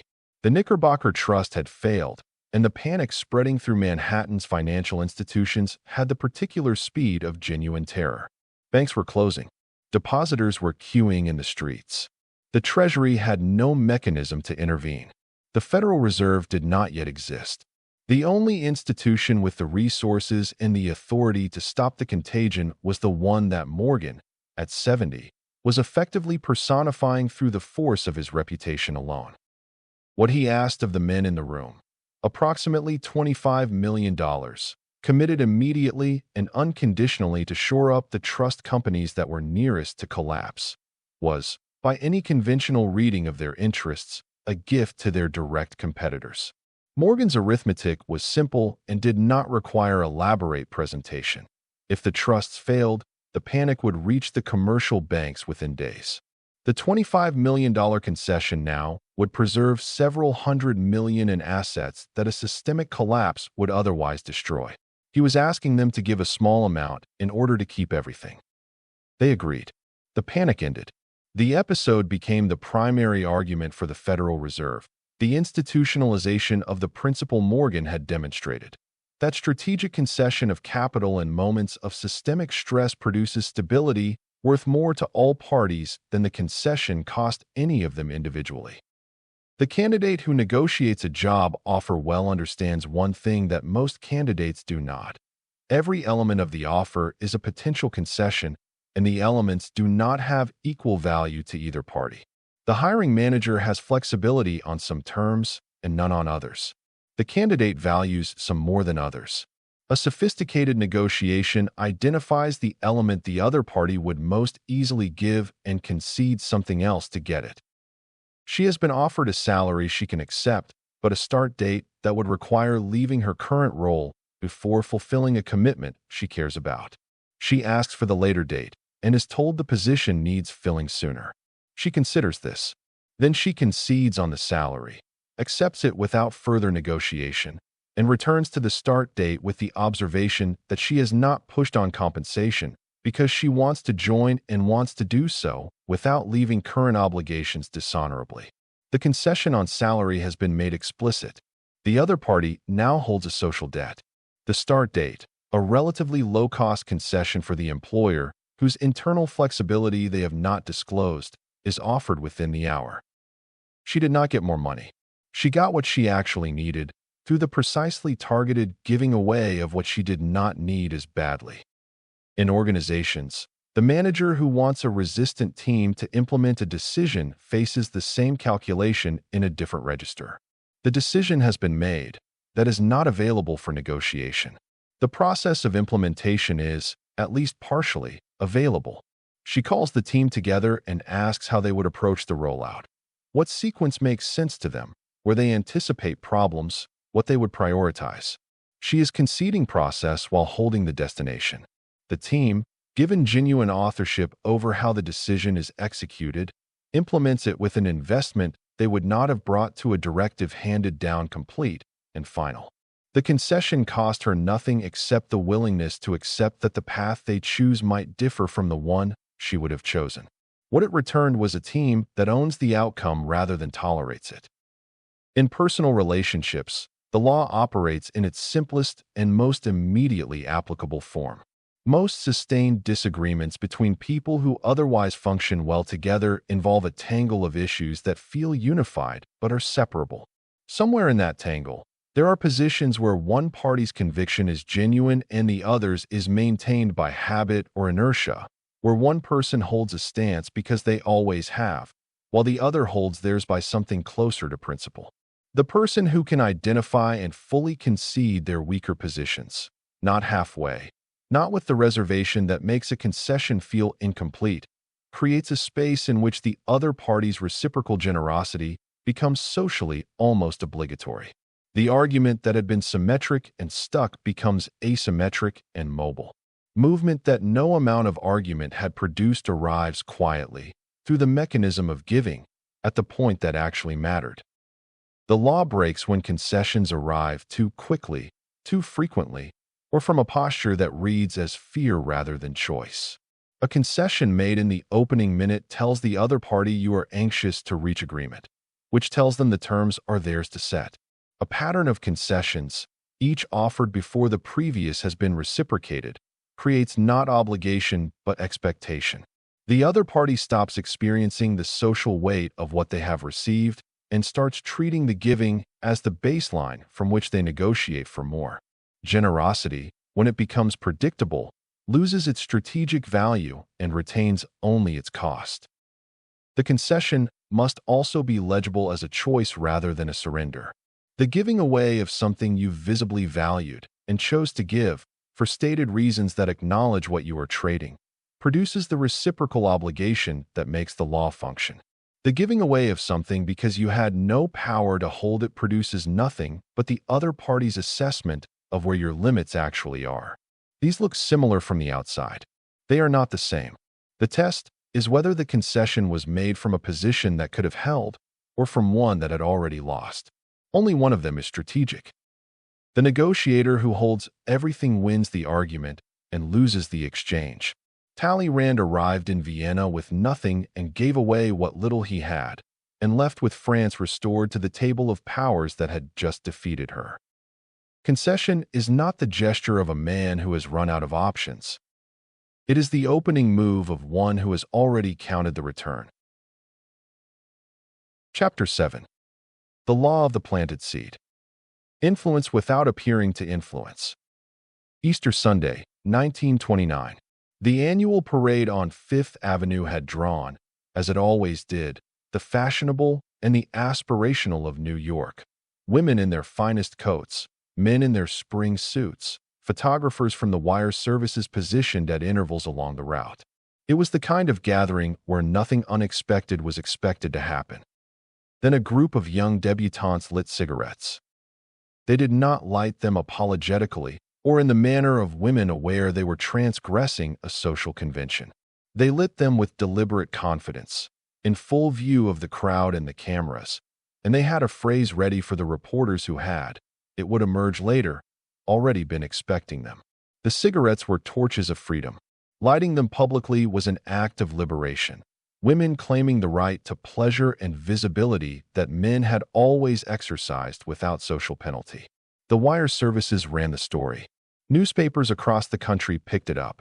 The scene was reported as a spontaneous expression of women's growing independence, a natural outgrowth of the suffrage movement, of the changing social landscape of the 20s, of women claiming public space on their own terms. Nothing about it was spontaneous. Every element had been designed weeks in advance by a 37-year-old man named Edward Bernays, working from his New York office on behalf of the American Tobacco Company, which had hired him to solve a specific commercial problem. Women did not smoke in public, and this restriction was costing the company roughly half the potential market. Bernays did not appear in any of the coverage. His name was in none of the wire reports. He had not walked with the debutantes, held a sign, or made a statement. He had simply created the conditions in which an idea could appear to arise spontaneously from the culture, take root in the culture's own terms, and produce the commercial result its participants were never aware they had been arranged to generate. The photographers had been called by Bernays' office 3 days before the parade. The direct approach to changing what someone believes is to tell them they are wrong, to explain your position, present the evidence, make the argument. This feels correct, even morally straightforward, because it respects the other person's rational agency and allows them to decide. It almost always produces resistance. The moment a person understands they are being persuaded, something engages that has less to do with the argument's merits than with their own sense of independence. To be persuaded by someone else's argument is to concede that another person saw the truth before you did, a small admission of intellectual subordination that most people will avoid instinctively, absorbing considerably more evidence in defense of the original belief than they will accept the social cost of revision. The argument that announces itself is, in this sense, partly defeated by its announcement. The planted seed takes an entirely different route. It does not persuade. It creates the conditions in which the other person persuades themselves, arrives at the conclusion through their own reasoning, from their own premises toward what feels like their own judgment. The conclusion, reached this way, is theirs. They will defend it, commit to it, and implement it with an energy they would never bring to an idea someone else handed them fully formed. The gardener disappears from the picture, which is precisely the point. Cognitive psychologists studying memory and learning documented a phenomenon they called the generation effect. Information that people actively generate themselves is retained significantly better than information received passively. The person who solves a problem remembers the solution differently than the person who is told it. The effort of generation creates a more durable encoding, but more than that, it creates a sense of authorship over the result. Applied beyond memory, the principle suggests that ideas people arrive at through their own reasoning carry a different cognitive and emotional status than ideas delivered from outside. They are not merely information. They are, in some functional sense, the person. Fritz Heider's attribution theory, developed in the late 1950s, mapped the broader mechanism. When people encounter an idea, they do not evaluate it in isolation. They evaluate it in relation to its source, and the source dramatically colors the evaluation. An idea from a competitor triggers defensive scrutiny. An idea from an authority figure triggers either deference or resistance depending on the relationship's history. An idea that appears to have no external source, that seems to arise from the person's own thinking, from their peers, from the ambient culture, bypasses the evaluative filters that any attributed source would trigger. It arrives through the back door before the guard is posted. Organizations have a well-documented name for the defense mechanism. The planted seed is designed to circumvent the not invented here problem. Research on corporate innovation has consistently found that technically superior ideas from outside an organization are rejected at higher rates than equivalent or inferior ideas originating internally. The content is not the problem. The attribution is. When an idea comes from outside, from a consultant, a rival department, a person of different status, it carries an implicit challenge to the competence of the people who did not think of it first. Accepting it requires a small concession of pride that people will, reliably and unconsciously, avoid making if any alternative is available. The planted seed removes the attribution entirely. The idea appears to originate inside. There is no outside to resist, because there is no outside visible. What the planter is doing, at a technical level, is separating the idea from the interest. Every directly stated argument carries visible markers of who benefits from its acceptance. The person making the argument is visibly trying to move you, and this visibility is itself information. Evaluate carefully, because someone has a stake in your conclusion. The planted seed arrives without those markers. No visible interested party. No agenda to discount. The evaluative response it triggers is fundamentally different, directed at the substance rather than the source, because there is no source to direct it at. The most sophisticated version of this technique does not plant a conclusion. It plants a question, specific enough to guide, open enough to feel genuine. A question that, if genuinely engaged with, carries the person through their own reasoning to the place the planter needed them to reach. The question is the instrument because it requires no one to change their position under external pressure. It only asks them to think, and thinking, given a well-formed question, produces the result. The person who answers honestly arrives at the end of their own answer to find they have changed their mind through no visible external influence whatsoever. They believe, and are in some important sense correct, that the conclusion is theirs. This is the highest expression of the law, and it requires considerably more preparation than stating the argument directly, because the question must be crafted with precision so that the path it opens leads where it needs to lead without feeling like a corridor. Bernays had read his uncle Sigmund Freud carefully, and what he extracted was not a therapeutic framework, but a set of tools for operating on the unconscious motivations that actually govern human behavior, which, Bernays concluded, are almost never the motivations people articulate when asked why they do what they do. His 1928 book Propaganda made this explicit with a candor that surprised its first readers. The conscious and intelligent manipulation of the organized habits and opinions of the masses is an important element in democratic society. He was not describing something he opposed. He was describing his method. The Torches of Freedom campaign was his most elegant operation, but not his most consequential. That distinction belongs to work he undertook for the Beechnut Packing Company in the early 1920s, hired to increase bacon sales. The direct approach, heavier advertising, was available and would have produced modest returns. Bernays chose differently. He contacted physicians across the country with a neutral survey. Did they recommend hearty or light breakfasts for their patients? The physicians responded, as he had calculated, in overwhelming favor of hearty breakfasts. He compiled the results, brought them to newspapers as a health news story. Physicians recommend hearty breakfasts, and mentioned, in a paragraph most editors retained without examination, that hearty breakfasts often included bacon and eggs. The story ran as health journalism. No one was advertising anything. The physicians had said what they genuinely believed. The reporters had reported accurately. Bacon sales increased through a mechanism no participant in the process could have identified as advertising, because none of them had been advertising. Bernays had arranged the conditions in which the culture persuaded itself. He called the method the the engineering of consent, and he was precise about why the engineer's visibility was fatal to the operation. The American Tobacco Company announcing that smoking is liberating would have been dismissed as commercial manipulation. Debutantes on Fifth Avenue carrying their torches of freedom was a social fact, reported by wire services, carrying the authority of observed reality rather than the authority of a company with something to sell. In the autumn of 1787, Alexander Hamilton, James Madison, and John Jay confronted a different version of the same problem. They had helped design a constitution for a new nation and needed the states to ratify it, but they were not disinterested parties. Hamilton was known to favor strong central government. Madison had been a principal architect of the document being debated. Arguments for ratification under their own names would be evaluated against those known positions and the interests those positions implied. Useful arguments, perhaps, but attributed arguments, filtered through every reader's awareness of who was making them and why.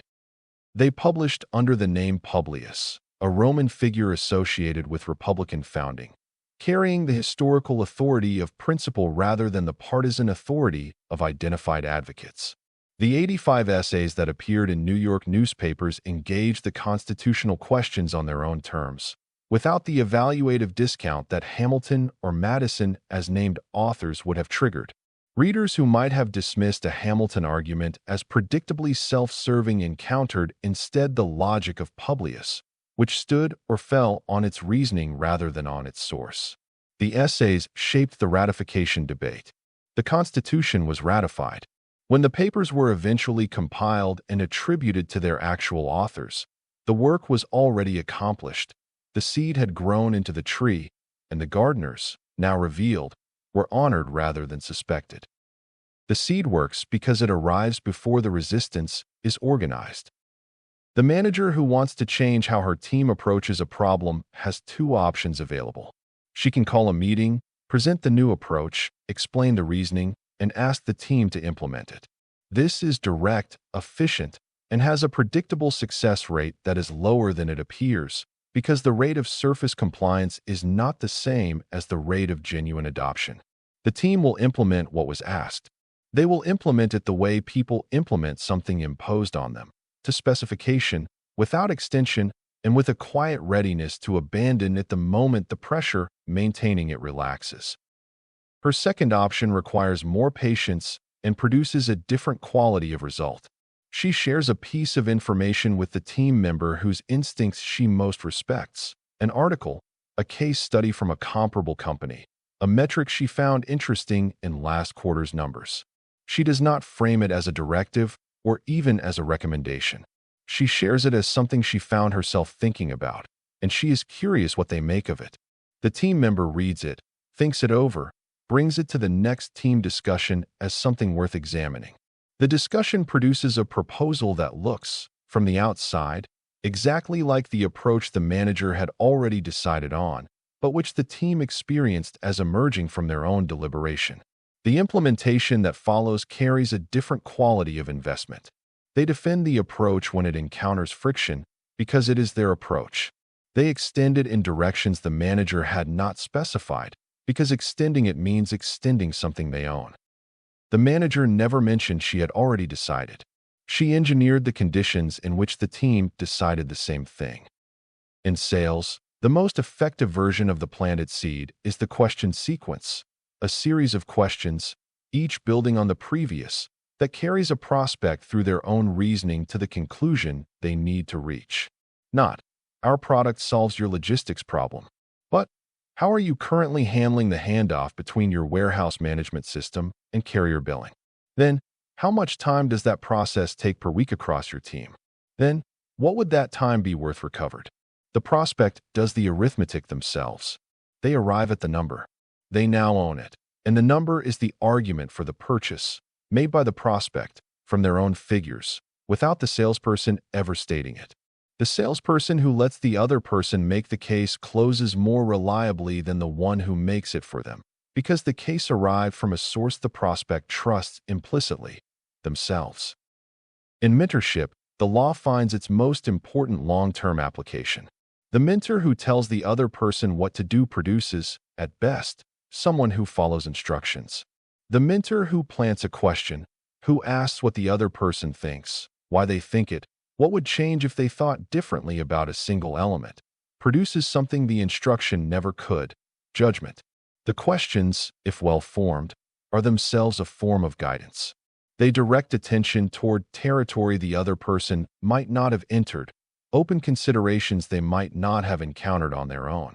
But the conclusions reached in that territory are genuinely theirs, arrived at through their own reasoning, and therefore held with a durability that inherited opinion never achieves.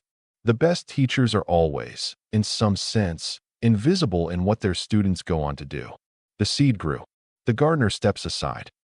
The planted seed, discovered, produces a reaction more severe than a failed argument. When someone realizes they were guided to a conclusion they believed was their own, that their reasoning was a channel someone else had cut, the violation is specific and intimate. It is not the anger of someone argued with and outmaneuvered. It is the anger of someone deceived at the level of their own thinking, which is the level people guard most carefully and trust most completely. This reaction tends to be proportional to the trust that existed before the discovery. The more the person believed in the relationship, the sharper the reversal. The law is therefore most safely applied in situations where the conclusion genuinely serves the other person, where, if the engineering were revealed, the revelation would be met with acknowledgement rather than accusation. The seed also carries no guaranteed destination. Ideas released into genuine deliberation grow in directions their planters did not always anticipate or intend. Bernays planted ideas that were adopted, extended, and used in ways he had not specified and would not have approved. The gardener who needs complete control over the harvest requires a greenhouse. A field grows what it grows. Bernays never appeared in the coverage of the Torches of Freedom Parade, and this was not an oversight. The idea that has no visible author cannot be opposed. There is no one to argue against, no interested party to discount, no agenda to reject. The most powerful sentence you will ever speak is the one the other person believes they said first. Chapter 8. The Law of the Mirror Dynamic. Reflect people back to themselves. William Ewart Gladstone was, by almost every available measure of intellectual and moral seriousness, the superior statesman. His briefings were thorough, his arguments careful, his commitment to the empire genuine. He was brilliant and principled and tireless, and he was entirely sincerely concerned with Queen Victoria's interests and with ensuring she understood what those interests required. He came to her as a man who had thought carefully about what was right and felt a duty to communicate it clearly. She found his company exhausting. She once complained, with a precision that Gladstone would have appreciated in any other context, that he addressed her as though she were a public meeting. Benjamin Disraeli was, by most of those same measures, the less rigorous man, more theatrical, more comfortable with the strategic deployment of charm, more interested in effect than in the austere satisfactions of principle. His briefings contained flattery. His letters to Victoria were elaborate performances of admiration. He named her the Fairy Queen. He received her opinions on matters of state with an attentiveness that more fastidious advisers found excessive, given the constitutional limits of her role. He seemed, to observers who valued clarity of mind over elegance of manner, to be wasting considerable intelligence on the management of a royal mood. She adored him. After his death in 1881, she placed primroses, his favorite flower, on his grave each year on the anniversary of his death. She kept his portrait close and spoke of him in private correspondence with a warmth she extended to almost no other public figure of her long reign. A woman who had dined with both men, asked to compare the experience, gave the answer that has been repeated for a century as the most efficient description of the difference between intelligence and influence. After sitting next to Mr. Gladstone, she felt that he was the cleverest man in England. After sitting next to Mr. Disraeli, she felt that she was the cleverest woman in England.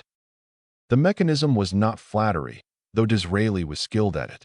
The mechanism was reflection.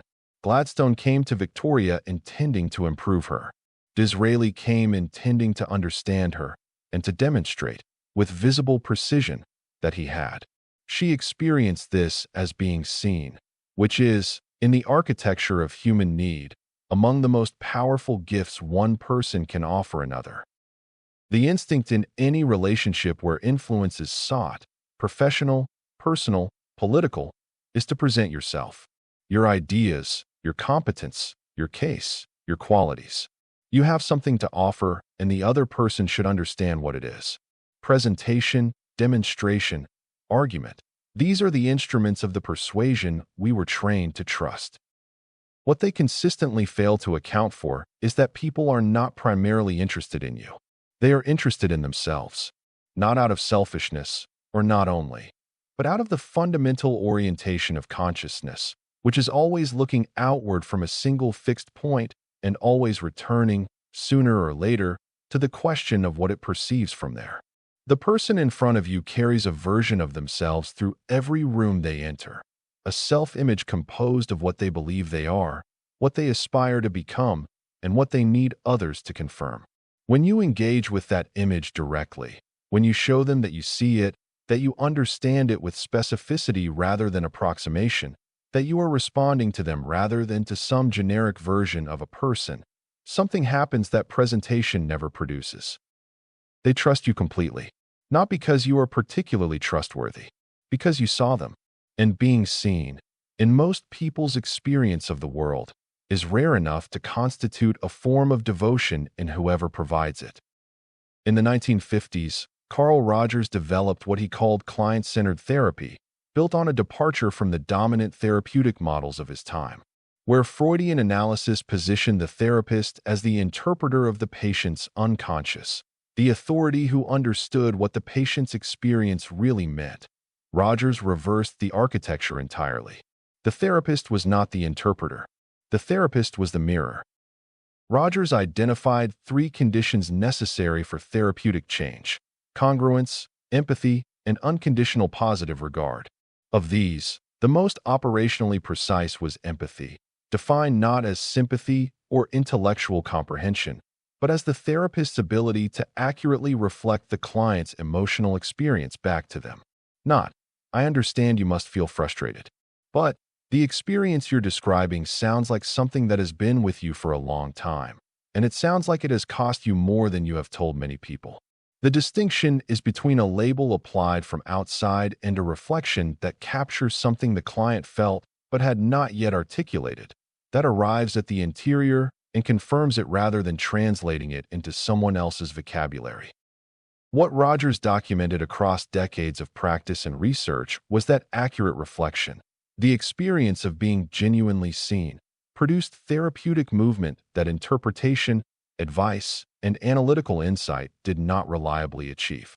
People changed not when they were told what was wrong, but when they felt understood at the level of what was actually happening inside them. The mirror did what analysis could not. It made the other person safe enough to look. The mechanism operates at a level that precedes any therapeutic framework. William Condon's research in the 1960s on what he called interactional synchrony found that people in genuine rapport naturally synchronize their micro-movements, postural shifts, gesture timing, vocal rhythm, at a rate too fast and too precise to be consciously controlled. The synchronization is both a signal of rapport and a cause of it. People in it feel understood before any specific verbal content has justified the feeling. The person who subtly and authentically mirrors another's body language, speech rhythm, and vocabulary activates a system the other person's nervous system was built to read as evidence of kinship, of shared orientation, of safety and proximity. Evolutionary biology makes the same argument from a different direction. Across social species, the individual who accurately reads the emotional state of another and reflects it, who demonstrates attunement rather than indifference, is the individual that group members move toward when threatened and return to when uncertain. The attunement signal predates language by a considerable margin. It is read before any verbal content is assessed, and it shapes how verbal content is received once it arrives. The person who has established attunement first can say things that would be rejected from an unattuned source. The mirror creates the conditions in which the message can land. The psychoanalyst Heinz Kohut added a developmental dimension through his concept of the mirroring self-object. The function, first served by the primary caregiver and needed throughout life, of having one's emotional experience reflected back accurately and without distortion. The infant who receives this develops a stable self. The adult who receives it from another person develops, depending on the depth of the experience, something between gratitude and devotion. People will construct elaborate rational explanations for why they trust and follow whoever reliably provides what Kohut was describing. The explanations are not false. They are simply not complete. Napoleon Bonaparte was, among his many qualities, a systematic student of what mattered to individual men. His memory for the personal details of soldiers he had encountered once, sometimes months or years before, struck contemporaries as nearly supernatural. The name, the regiment, the specific act of courage or wound received, the province they had come from, something about the family they had mentioned in passing. What appeared to be a feat of memory was, in its effect, something more consequential, proof, delivered personally and publicly, that the emperor had noticed each man specifically, had held him in his attention, had made him particular in the vast machinery of the Grande Armée rather than anonymous within it. Napoleon deployed this knowledge with theatrical precision.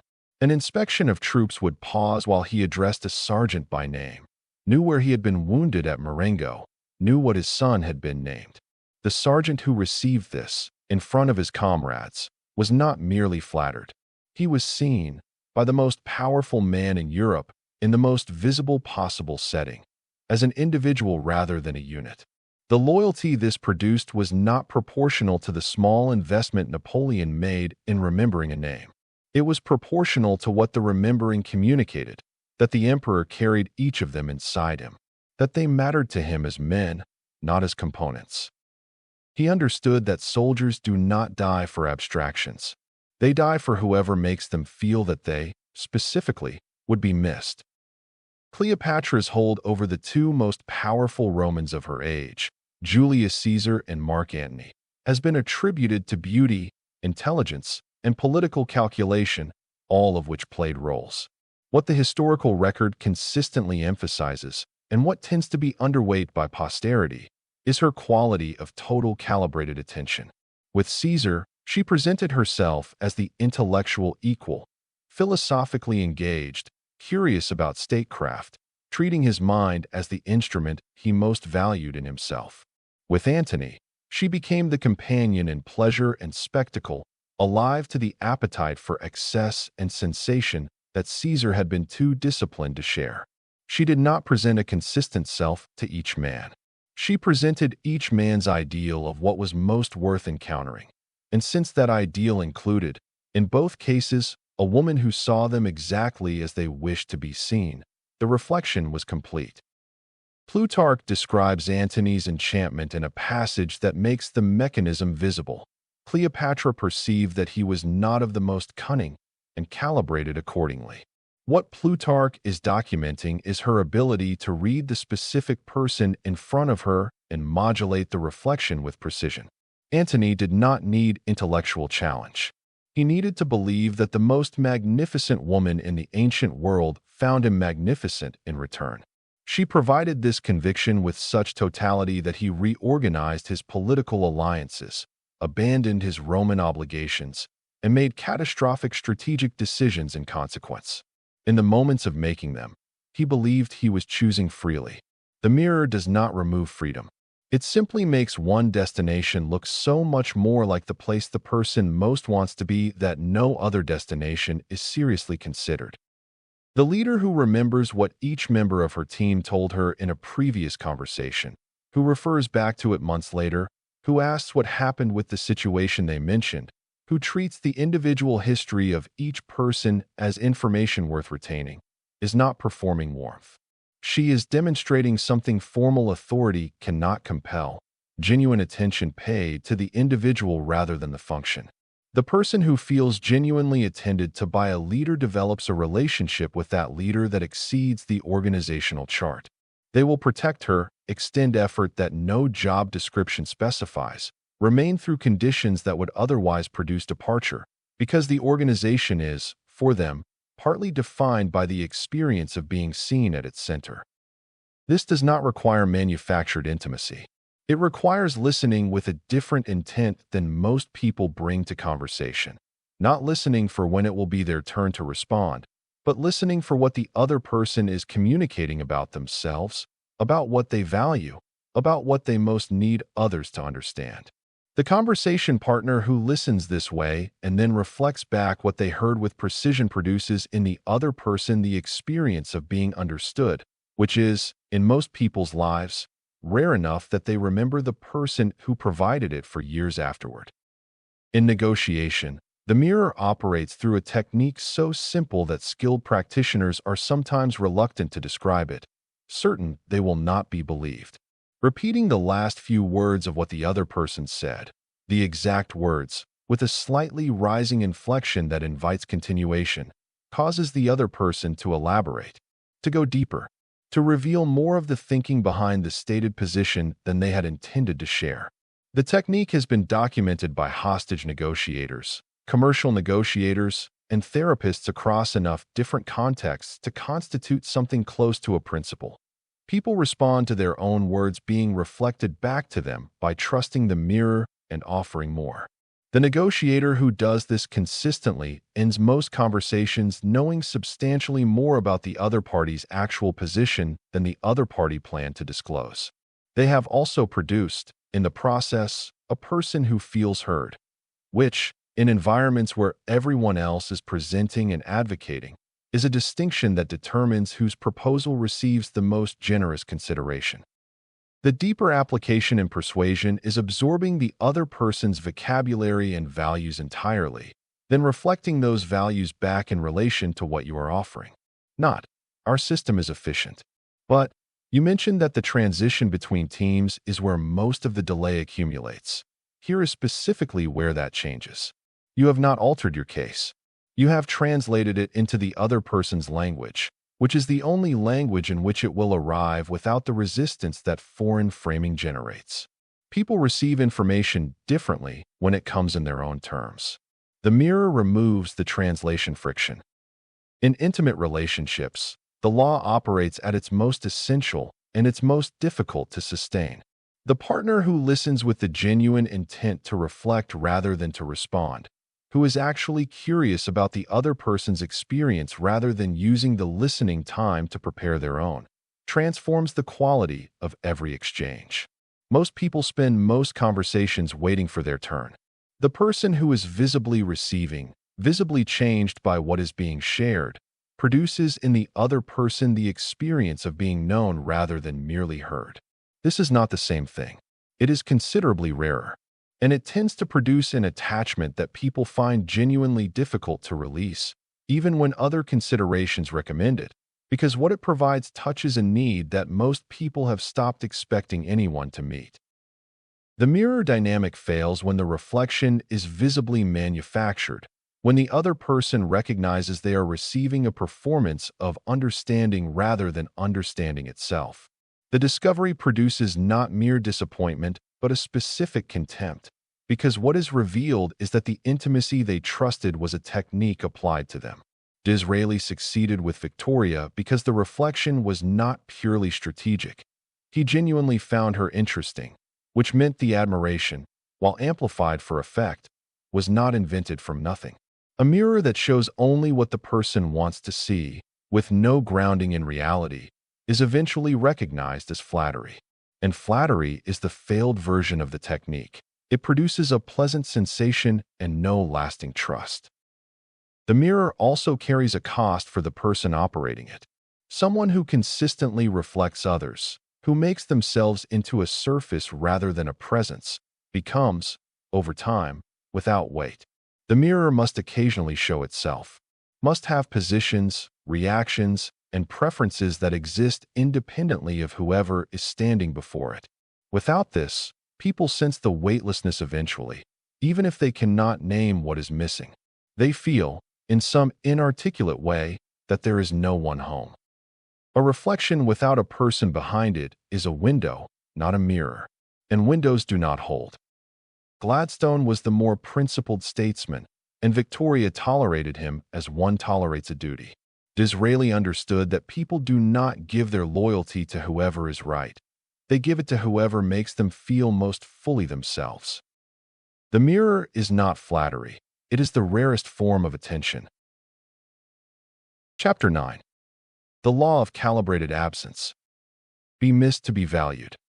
January 20th, 1946. Charles de Gaulle had been, for 5 years, the embodiment of French resistance. The man who refused the armistice, who broadcast from London when France fell, who marched down the Champs-Élysées while snipers were still active on the rooftops.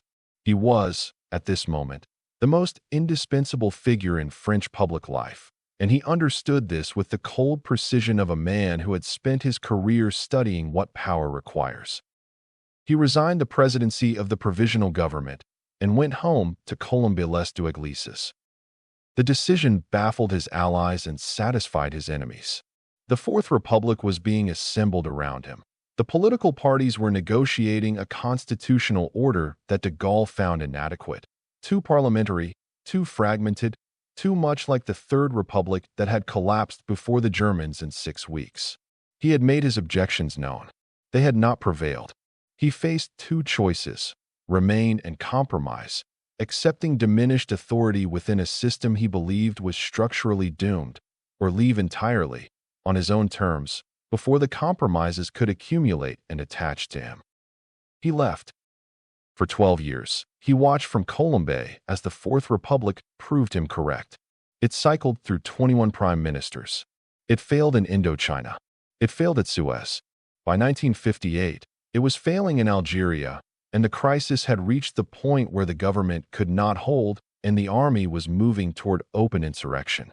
The politicians who had governed without de Gaulle for 12 years found themselves making the drive to Colombe that he had always known they would eventually make. He had not diminished in their absence. He had grown. The 12 years at Colombe had preserved something that daily presence in the compromised machinery of the Fourth Republic would have destroyed: the image of the man who was above it. His absence had done what no speech, no campaign, no political maneuvering could have achieved. It had kept him whole. Sustained presence dilutes value. The person who is always available, always in the room, always responsive, always visible, becomes part of the furniture. We stop registering what is perpetually there. The colleague who is continuously present, continuously contributing, continuously at hand fades into the background of the expected. Their absence would register. Their presence no longer does. Calibrated absence reverses this. It is not withdrawal from indifference, not disappearance without intention, but the deliberate management of one's own presence so that absence creates the perception that constant presence never could, the awareness of what is actually there, and what it would mean if it were gone.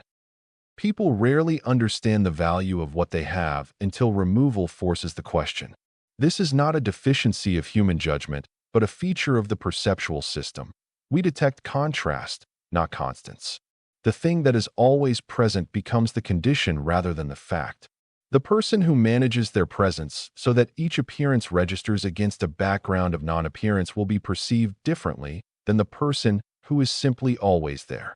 Not because they are more capable or more committed, because they are more visible in the only register that influence requires: the imagination of the people they have left behind.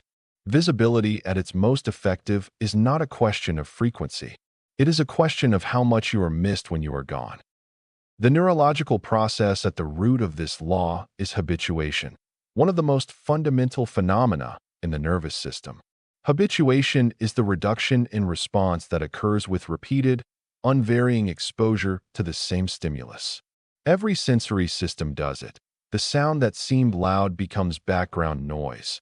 The smell that seemed strong becomes undetectable. The discomfort of a new chair resolves into the standard condition of sitting. The nervous system is economical. It stops devoting resources to stimuli that are not changing and therefore, by evolutionary logic, are not important. People are stimuli. Sustained, unvarying presence produces habituation in the same way that sustained, unvarying sound does. The colleague who is always in the room becomes the room. The partner who is always available becomes the condition of availability rather than a particular person choosing it. The leader who is always present provides so continuous a signal that the signal becomes noise. The nervous system, designed to detect change, stops detecting what does not change. This is not a failure of appreciation. It is the organism operating exactly as it was designed to. Absence introduces change. It breaks the habituation pattern and forces the perceptual system to re-register what had been background. This is why the loss of someone we saw every day but had ceased to truly see, a longtime colleague, a neighbor of many years, produces a quality of awareness about who they were that daily proximity never generated. The mind, having lost the stimulus, suddenly processes it with a clarity that chronic exposure had prevented. The absence does what the presence could not. It makes the thing visible. Daniel Kahneman and Amos Tversky's work on loss aversion gave this a quantitative dimension. The psychological response to losing something is approximately twice as powerful as the response to gaining the equivalent. This asymmetry means that the prospect of losing access to a person, even temporarily, produces a response disproportionate to what that person's presence was generating in the steady state. Absence activates loss aversion. The person who calibrates their withdrawal is, functionally, allowing others to experience the disproportionate reaction that loss triggers, without the permanence of actual loss. The Russian psychologist Bluma Zygarnik documented in the 1920s that people remember and think about interrupted or unfinished things significantly more than completed ones. The open loop generates more mental occupation than the closed. Applied to social dynamics.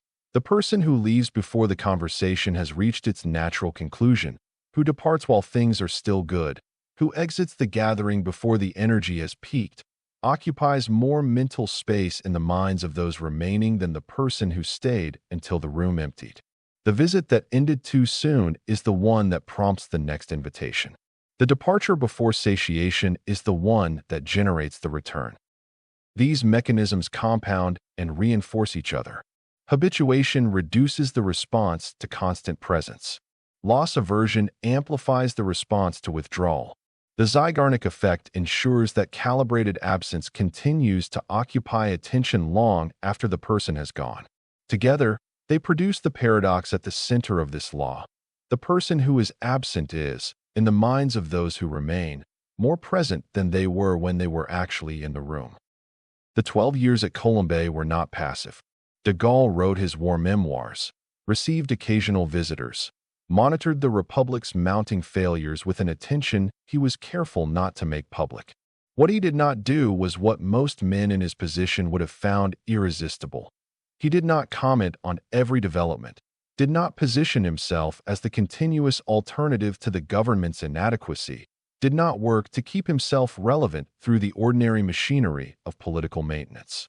He trusted the absence to do the work, because he understood that the work it would do was work no presence could replicate. The Fourth Republic obliged with its failures at a pace that rewarded his patience. Indochina fell in 1954 after 8 years of a war he had assessed correctly. Suez in 1956 exposed the hollowness of any great power claim the Republic might have entertained.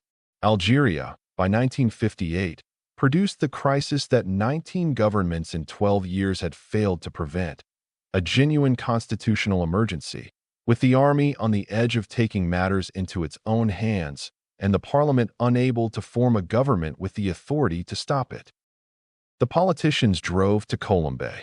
They arrived as men who needed something they could not produce among themselves. De Gaulle negotiated his return on terms he had specified before departing. A new constitution, a new republic, executive authority restructured as he had always believed it must be. The Fifth Republic, which still governs France, emerged from those negotiations. His absence had not merely preserved him. It had created the conditions in which his return was an event rather than a continuation, a founding rather than a resumption. No amount of continued presence in the Fourth Republic's political life could have manufactured what 12 years of patient absence had built. Greta Garbo applied the law in an entirely different register and with a finality that de Gaulle would have found excessive. She retired from Hollywood in 1941 at 36, at the peak of her fame, and did not return. No farewell performance, no explanation, no managed exit. For the following 49 years, until her death in 1990, she existed in New York City as a presence that was never seen, occasionally photographed at a distance on the street, never interviewed, never performing the celebrity maintenance that every other major star of her era accepted as the cost of relevance. She remained the most discussed actress of the 20th century for decades after her last film. The absence did not reduce the fascination.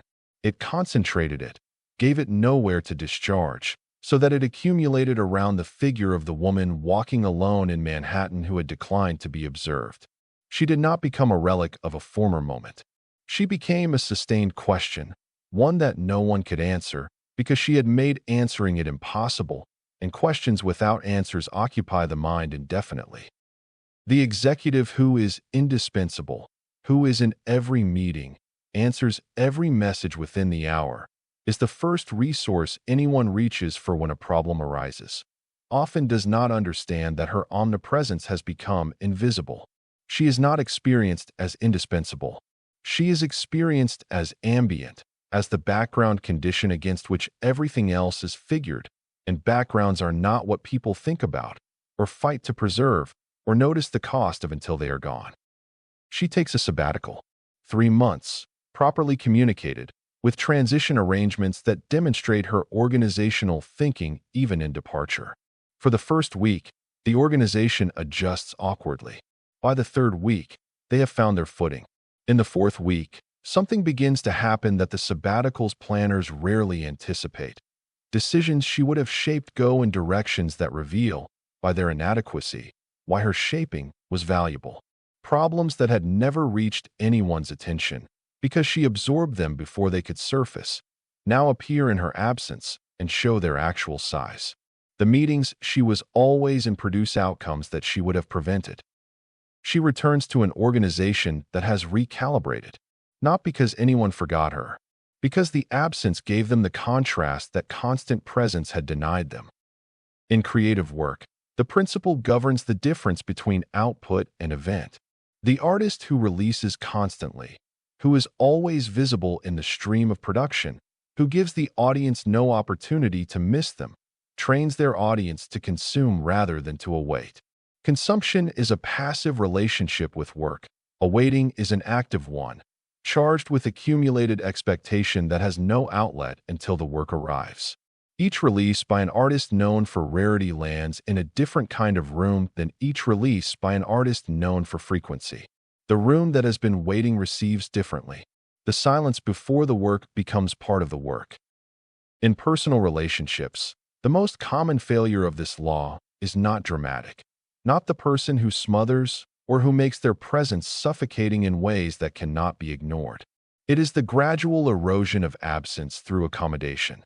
The friend, partner, or close colleague who becomes so consistently available, so reliably present, so steadily responsive that the relationship loses the rhythm that intermittent absence provides. All relationships require departure and return to maintain their vitality, not because people are capricious, but because habituation works on relationships as reliably as on any other repeated stimulus. The return is only charged if there was a leaving. The presence is only registered if there was an absence. This does not mean manufactured distance or performed unavailability, both of which are detectable and produce contempt rather than desire. It means genuine investment in a life that exists independently of the shared life, projects, interests, solitude, time with others, creating real absence rather than its simulation. The person who returns from something actual carries the energy of that reality back into the relationship. The person who performs absence returns empty. The difference is immediately perceptible even when the person perceiving it cannot name what they are noticing. The law requires a prior presence sufficient to establish what is being withdrawn. The person who was never fully present cannot be missed. They can only continue to be absent, which is a different condition entirely. Calibrated absence works in proportion to the value that was visible before the withdrawal. The departure no one notices was preceded by an arrival no one registered. And the remedy is not to time the departure more carefully, but to invest more genuinely in the presence that makes departure meaningful. Absence also has a duration beyond which it ceases to be calibrated and becomes simply permanent. De Gaulle waited 12 years because the Fourth Republic needed 12 years to exhaust itself, and he had the patience and the strategic clarity to understand the arithmetic. Most situations do not offer this structural legibility, and most people misjudge the duration, staying away long enough for others to adapt rather than long enough to be summoned back. Adaptation is the enemy of the law. Once people have organized their lives around your absence, the absence has become the condition, and returning is no longer a return but an intrusion. The window between too short and too long is narrower than it appears, requires continuous judgment, and cannot be determined by any formula that does not account for the specific people and the specific dynamic involved. The person who disappears without leaving something worth waiting for will not be waited for. De Gaulle understood that continued presence in a compromised republic would have made him ordinary, and ordinary men are not summoned back to save nations. He allowed the absence to do what presence would have destroyed. We do not value what is always there. We value what we are afraid to lose. Chapter 10. The Law of the Agreed-Upon Frame. When the definition to win the debate. Chicago, August 1924. The question was settled before Clarence Darrow rose to speak. Nathan Leopold and Richard Loeb had confessed to the kidnapping and murder of 14-year-old Bobby Franks. They had waived the right to a jury trial, so there would be no deliberation about guilt. The only question remaining before Judge John Caverly was sentencing: would the defendants hang, or would they not? The state wanted them hanged. Public opinion wanted them hanged. The evidence, if anything, recommended it with unusual clarity. Premeditated, cold, carried out by two young men of exceptional education and opportunity who had done it, as they explained without apparent remorse, to see if they could. Darrow had exactly one instrument available to him. He could not contest the facts. He could not contest the law.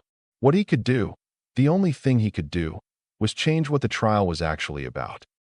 He spoke for 12 hours across 3 days. He did not discuss the evidence. What he addressed, with the systematic patience of a man who had decided to move the entire terrain before making a single argument on it, was the question of what the court was actually deciding.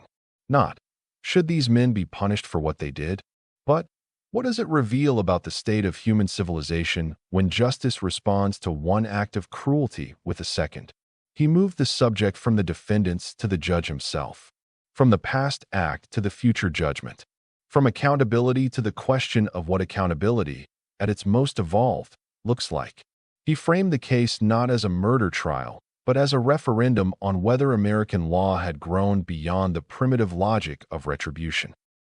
Judge Caverly sentenced both men to life imprisonment rather than death. He cited the arguments around capital punishment as a factor in the decision.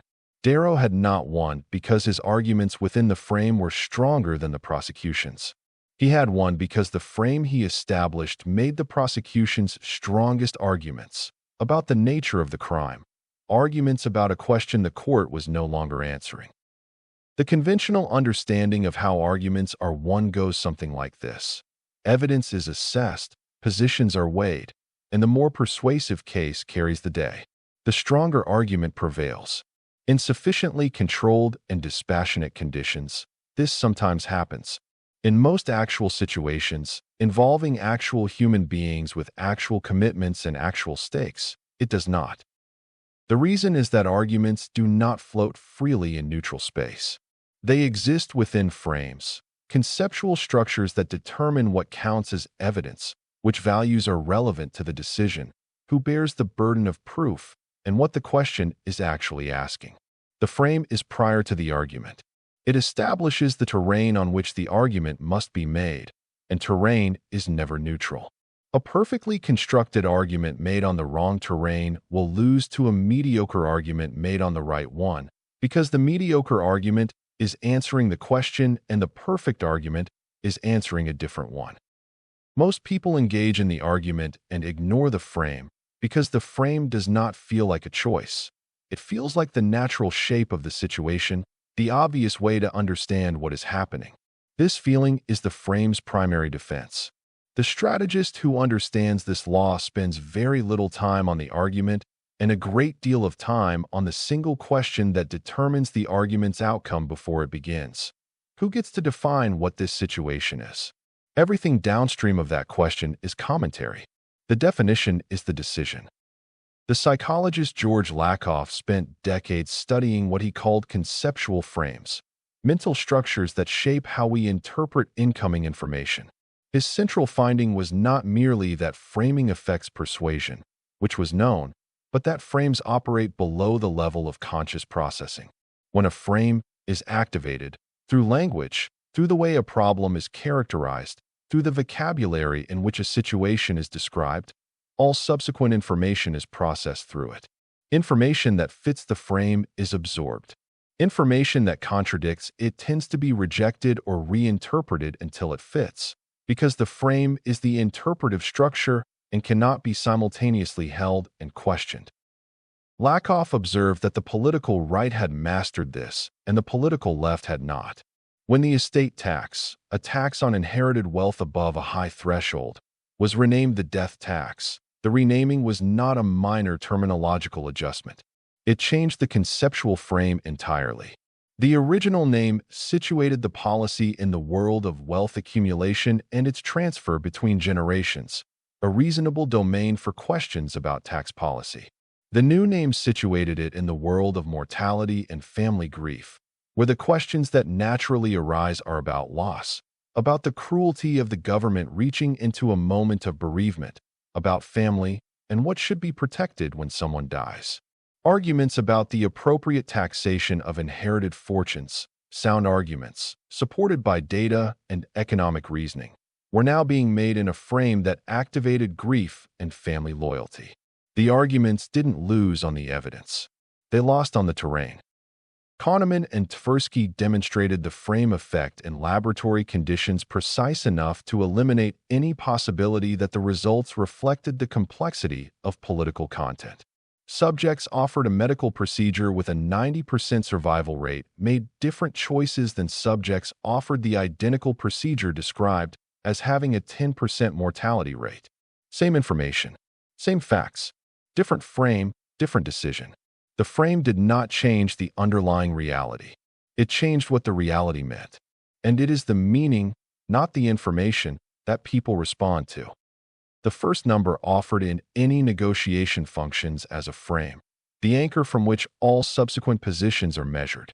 The asking price for a house shapes what a counteroffer looks like even when both parties know the asking price was chosen strategically.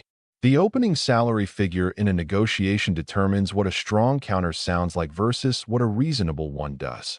Move the anchor and you move the entire range of likely outcomes, without changing a single fact about what is being exchanged. The frame is not decoration applied to the argument. It is the structure inside which the argument has meaning at all.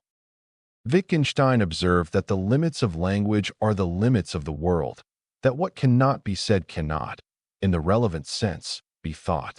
The person who controls the language in which a situation is described controls the available thoughts about it. This is why every significant political conflict is, at one level, a battle over definitions. What does freedom mean? What does justice mean? What does this specific event mean, and who gets to say so? The party that wins the definition does not have to win the subsequent debate. The subsequent debate takes place on ground they have already chosen. Abraham Lincoln understood, by the summer of 1862, that the Civil War was being lost in its crucial international dimension on a question of framing. The Union had presented the conflict as a constitutional dispute, a legal question about whether states could secede from a federal union. This characterization was accurate. It was also strategically catastrophic. A war over constitutional structure was, in European eyes, a domestic political dispute, and European powers intervened in domestic political disputes when they had economic interests in doing so. Britain's textile industry had a powerful economic interest in Confederate cotton, and the Confederacy had been actively soliciting British diplomatic recognition with arguments that the Union's framing did nothing to counter. Lincoln reframed the war. The Emancipation Proclamation of January 1, 1863 was, as a practical instrument, deliberately limited. It exempted the border states that remained in the Union, exempted Confederate territories already under Union control, and applied only to states in active rebellion, where the Union had no immediate power to enforce it. As a practical document, it freed relatively few enslaved people on the day of its issuance. As a frame, it changed everything. From the moment the proclamation took effect, the war could no longer be described in European terms as a constitutional dispute over federal authority. It was a war over slavery. Britain had abolished slavery in its empire 3 decades earlier. Its working class had followed the American abolitionist movement with genuine and deep sympathy.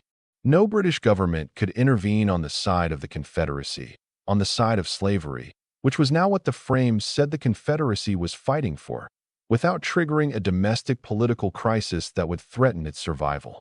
Lincoln had made British intervention nearly impossible without firing a shot at Britain, without making any concession to British interests, without any argument about British policy at all. He had changed the definition of what the war was, and the changed definition removed his enemy's most powerful potential ally from the board. The tobacco industry managed the health debate across the second half of the 20th century through a frame strategy applied with cold institutional discipline and the complete absence of moral standing.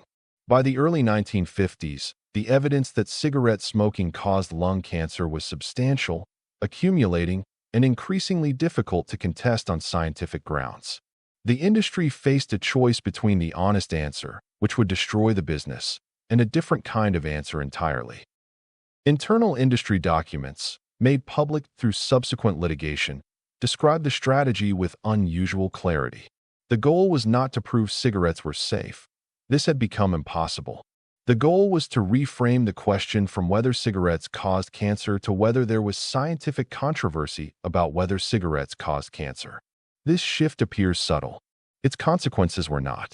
Policy that responds to settled science carries one kind of justification. Policy that intervenes in genuine scientific controversy requires a different and substantially higher threshold, because the normal expectation is that genuine uncertainty should be resolved through further research rather than preemptive regulation. The industry funded research designed to produce ambiguous results. It elevated scientists whose findings were outliers to positions of sustained media prominence. It deployed the vocabulary of scientific caution. More research is needed. Findings remain inconclusive, to activate the frame of legitimate debate in conditions where the scientific community had largely reached a conclusion. The frame held for decades. It did not hold because the arguments within it were stronger than the arguments against it. It held because the frame itself determined what kind of argument was needed to shift policy, and the required argument was one the public health community struggled to make in terms that the frame did not immediately reabsorb. The sales conversation that fails on price almost never actually fails on price. It fails because the conversation was framed as a cost discussion, and in a cost discussion, lower is always better. The salesperson who accepts this frame, who responds to price objections by defending the number, offering concessions, and comparing line items, has agreed to fight on the worst possible terrain. Every defense of the price is an argument that you should pay more for something the buyer is already uncertain about. Every concession confirms that the price was negotiable, which means it was probably wrong to begin with. The available reframe. This conversation is not about cost, but about consequence. What does the current situation cost, in operational terms, in time, in the compounding effects of the problem that isn't being solved? Once the conversation is about the cost of inaction rather than the price of action, the number on the invoice is being compared not to the buyer's budget, but to the cost of the alternative. This is a different calculation that produces different decisions, and the seller who establishes it before the number is ever mentioned has changed what the number means.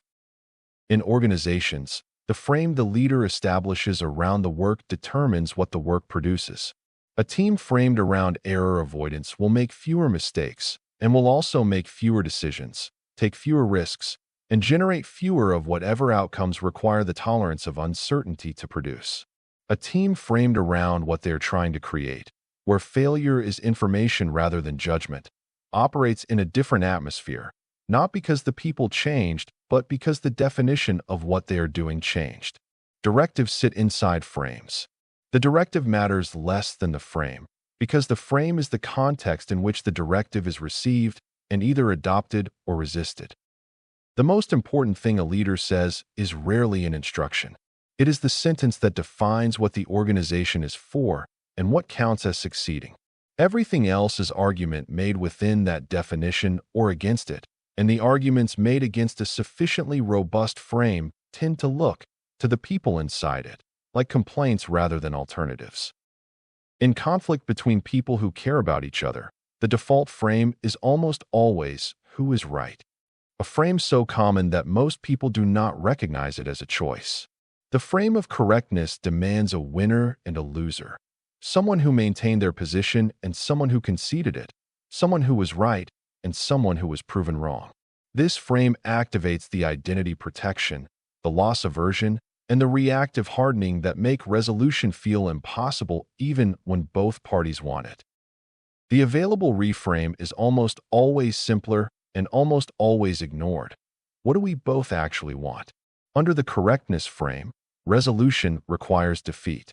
Under the intention frame, resolution is the alignment of two people who are moving toward compatible outcomes and disagreeing about the path.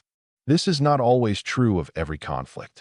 It is true often enough that the reframe resolves arguments the original frame had made irresolvable, not because the underlying facts changed, but because the question being answered changed first. Frames collapse when they exclude too much of reality for too long. The tobacco industry's doubt frame eventually failed not because better arguments defeated it, but because the accumulation of deaths produced a social reality no conceptual structure could indefinitely contain. Frames bend under the weight of persistent contradictory experience and break when that experience becomes personally relevant to enough people simultaneously. The frame that depends on public ignorance will hold only as long as the ignorance does. Frames also fail when they are named. The moment someone in a conversation identifies the frame, says explicitly that the discussion is being framed as X when it is actually Y, the frame loses its invisibility, and transparent frames have substantially diminished power. What was a river becomes a cage, and cages produce resistance. The strategist identified as a framer loses the frame's primary advantage, the ability to shape how a situation is perceived before the audience understands that their perception is being shaped. Named manipulation is not influence. It is provocation. Apply the frame closest to genuinely true. The closer to reality the frame is, the longer it holds without maintenance. And the frame that holds long enough to become the consensus understanding of a situation is no longer, at that point, a frame at all. It is simply how things are. Darrow did not argue about what his clients had done. He argued about what the court was about to reveal about itself, and on that terrain the prosecution had nothing. He won the question before he made the argument. The debate is always downstream of the definition. Chapter 11. The Law of the Reversed Expectation. Surprise to create impact. Kinshasa, Zaire. October 30th, 1974. George Foreman was 25 years old, undefeated, and had spent the previous several weeks dismantling training partners with a ferocity that had quietly convinced most observers that Muhammad Ali was going to be seriously hurt in this fight. Foreman had knocked out Joe Frazier, the man who had beaten Ali, in 2 minutes of the second round. He had knocked out Ken Norton, who had broken Ali's jaw. Those who had stood near him when he punched described the experience not as being hit, but as being moved by something geological. The consensus among everyone who understood boxing was that Ollie could not absorb Foreman's power and had no option but to dance, to use speed and lateral movement to keep himself out of range until something changed. For weeks, Ollie had been saying he intended to dance, float like a butterfly.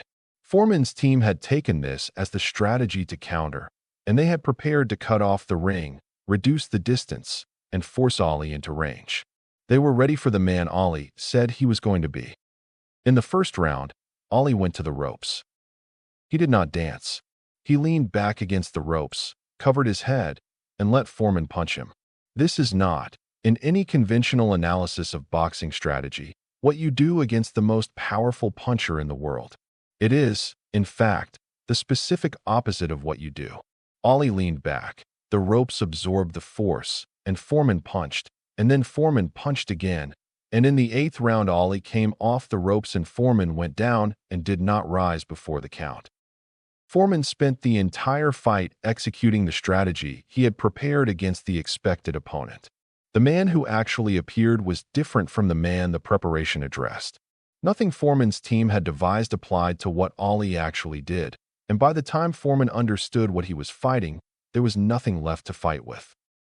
Every person we encounter holds expectations about what we will do, formed from what people in our position have done before, from what we have done in previous encounters, from what the situation conventionally demands.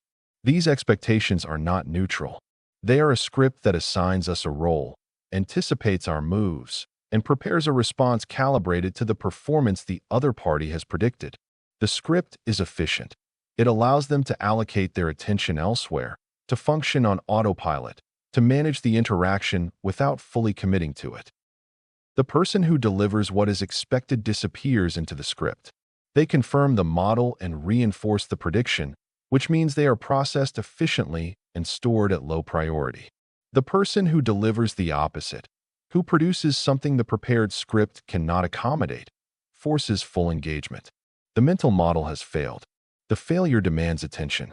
And in that moment of demanded attention, the unexpected person has more influence over what happens next than the expected person ever could, because they have arrived in a space the other party had not prepared to occupy. Most people deliver what is expected because it is safer, because the cost of deviation is visible and the cost of confirmation is invisible, because the script is comfortable for everyone involved. This is not always wrong, but it is consistently costly in the specific dimension of impact, the capacity to leave a mark, to create movement, to be remembered as an event rather than processed as a continuation. The brain is, at its most fundamental level, a prediction machine. It is continuously building models of what will happen next and allocating processing resources according to those predictions. When a prediction is confirmed, the confirming information is handled efficiently and with minimal resource expenditure. The brain has already done most of the work of processing it because it anticipated it. When the prediction fails, when the expected event does not occur and something else does, the brain generates what neuroscientists call a prediction error, a signal that triggers heightened attention, reallocation of processing resources, and the release of dopamine in the mesolimbic system. This is not a figure of speech. The dopamine release associated with prediction error is measurable, has been documented consistently across decades of research in humans and animals, and is the neurological basis of surprise. The unexpected event is not merely noticed more than the expected one. It activates reward circuitry in ways that the expected event does not reach. This is why surprise produces disproportionate emotional responses in both directions. The pleasant surprise is more pleasant than an equivalent anticipated pleasure, and the unpleasant surprise produces a sharper response than an equivalent anticipated discomfort. The system is calibrated to the unexpected because evolutionary survival depended on an organism that reallocated resources when its model of the world turned out to be wrong. The social psychologist Judy Burgoon formalized the behavioral dimension through what she called expectancy violation theory. When someone's behavior violates another person's expectations, the violation triggers an evaluation that tends to be more extreme than the expected behavior would have produced. Positive violations, behaviors that are better than expected, or simply different enough from expectations to force recalibration, are experienced as more positive than straightforwardly positive behavior delivered in the expected register. The surprise amplifies the signal. Predictable goodwill produces baseline warmth. Unexpected generosity produces something closer to devotion. The contrast effect adds a perceptual layer to the same mechanism. We perceive everything in relation to its background, and the sharper the contrast between figure and ground, the more vivid the figure appears. The reversed expectation creates its own contrast. The background is what was expected, and the figure is the thing that arrived instead. The larger the gap between the two, the more intensely the figure registers. Lincoln's 2-minute address at Gettysburg lands against the background of Everett's 2-hour oration and every prior expectation about what a major address at a national commemoration would sound like. Against that background, each of Lincoln's sentences occupies a different kind of silence, the silence of full attention rather than the patient waiting for conclusion that a long speech produces. There is an additional mechanism operating specifically in the domain of credibility.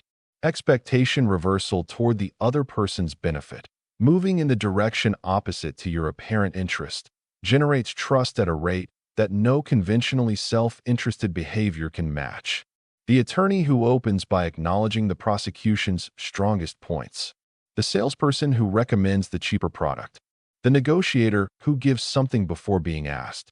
Each violates the expected pattern so completely that it signals an absence of the role-playing that characterizes most professional interaction. The person who is clearly not playing the role the situation assigns them can be trusted in a way that role-players cannot, because their behavior has no conventional explanation except the uncomfortable possibility that they actually mean it. In July 1971, Henry Kissinger disappeared from public view during a scheduled visit to Pakistan and reappeared 36 hours later, having secretly flown to Beijing and met with Zhou Enlai. The announcement that followed, that Richard Nixon, the man who had constructed his entire political identity on anti-communism, would visit the People's Republic of China, produced a response in American political life that no other diplomatic development of the century approached. The reversal of expectation was so complete that the normal vocabulary of political critique did not apply. Nixon had spent 20 years weaponizing anti-communism against every opponent within reach. He had used it to destroy Alger Hiss, to defeat Helen Gahagan Douglas, to establish himself as the most reliably hawkish figure in the Republican Party. He was the last person alive who could be credibly accused of softness toward communist governments, and this was exactly why he was the only person who could open relations with China without the accusation following him. A Democratic president making the same gesture would have been destroyed by the right. A moderate Republican would have faced the same charge on a smaller scale. Nixon's extreme prior position had created a unique space in which the reversal of that position was too surprising to be processed through the available explanatory framework. He flew to Beijing in February 1972. The trip produced a communiqué, a framework for normalized relations, and a geopolitical realignment that altered the strategic balance with the Soviet Union by removing the assumption that China and the United States were permanently opposed. The strategic outcome was significant. What made it achievable was expectation reversal operating at the highest level of political practice. The man most identified with anti-communism shaking hands with Mao Zedong. The image so far outside any prepared model that it had to be accepted as a new category of event and therefore could not be fully countered. In November 1977, Anwar Sadat flew to Jerusalem and addressed the Israeli Knesset. No Egyptian leader had entered Israel. No Arab leader had spoken before the Israeli parliament. The expectation, solidified across 30 years of war and stated hostility, was so absolute that when Sadat announced his intention to go, Israeli intelligence initially concluded the reports must be false. When the reversal was confirmed as real, the impact was not primarily diplomatic. It was psychological. Sadat had communicated, in a single gesture that no accumulation of negotiating sessions could have replicated, that he was prepared to offer the recognition that Israel had always understood as the precondition for any genuine peace. He did this not by stating it, but by doing the thing that made it self-evident. The violated expectation was the entire argument, delivered in a form no counterargument could reach, because you cannot argue against an action that has already occurred and whose meaning is its occurrence. Camp David followed within a year. The treaty followed after that. The business presentation that makes an impression is almost never the one that conforms to the expected format. The expectation in professional presentation contexts is specific and durable: slides, executive summary, data, recommendation, questions. The audience has attended hundreds of presentations structured this way and has developed, through repetition, an efficient processing mode for the format, a way of receiving content that does not require full engagement because the shape of the experience is already known. They are physically present and cognitively elsewhere because the format does not demand that they arrive. The presenter who violates the format forces a different kind of attention, not because unconventional form is inherently superior, but because the existing processing mode has failed and a new one must be constructed. This takes resources. The construction of the new mode is full engagement, and full engagement is what persuasion requires to work. A genuinely good idea presented conventionally can lose to a good enough idea presented unexpectedly, not because the audiences were irrational, but because the conventional presentation was processed at the level of attention it received and the unconventional one received more.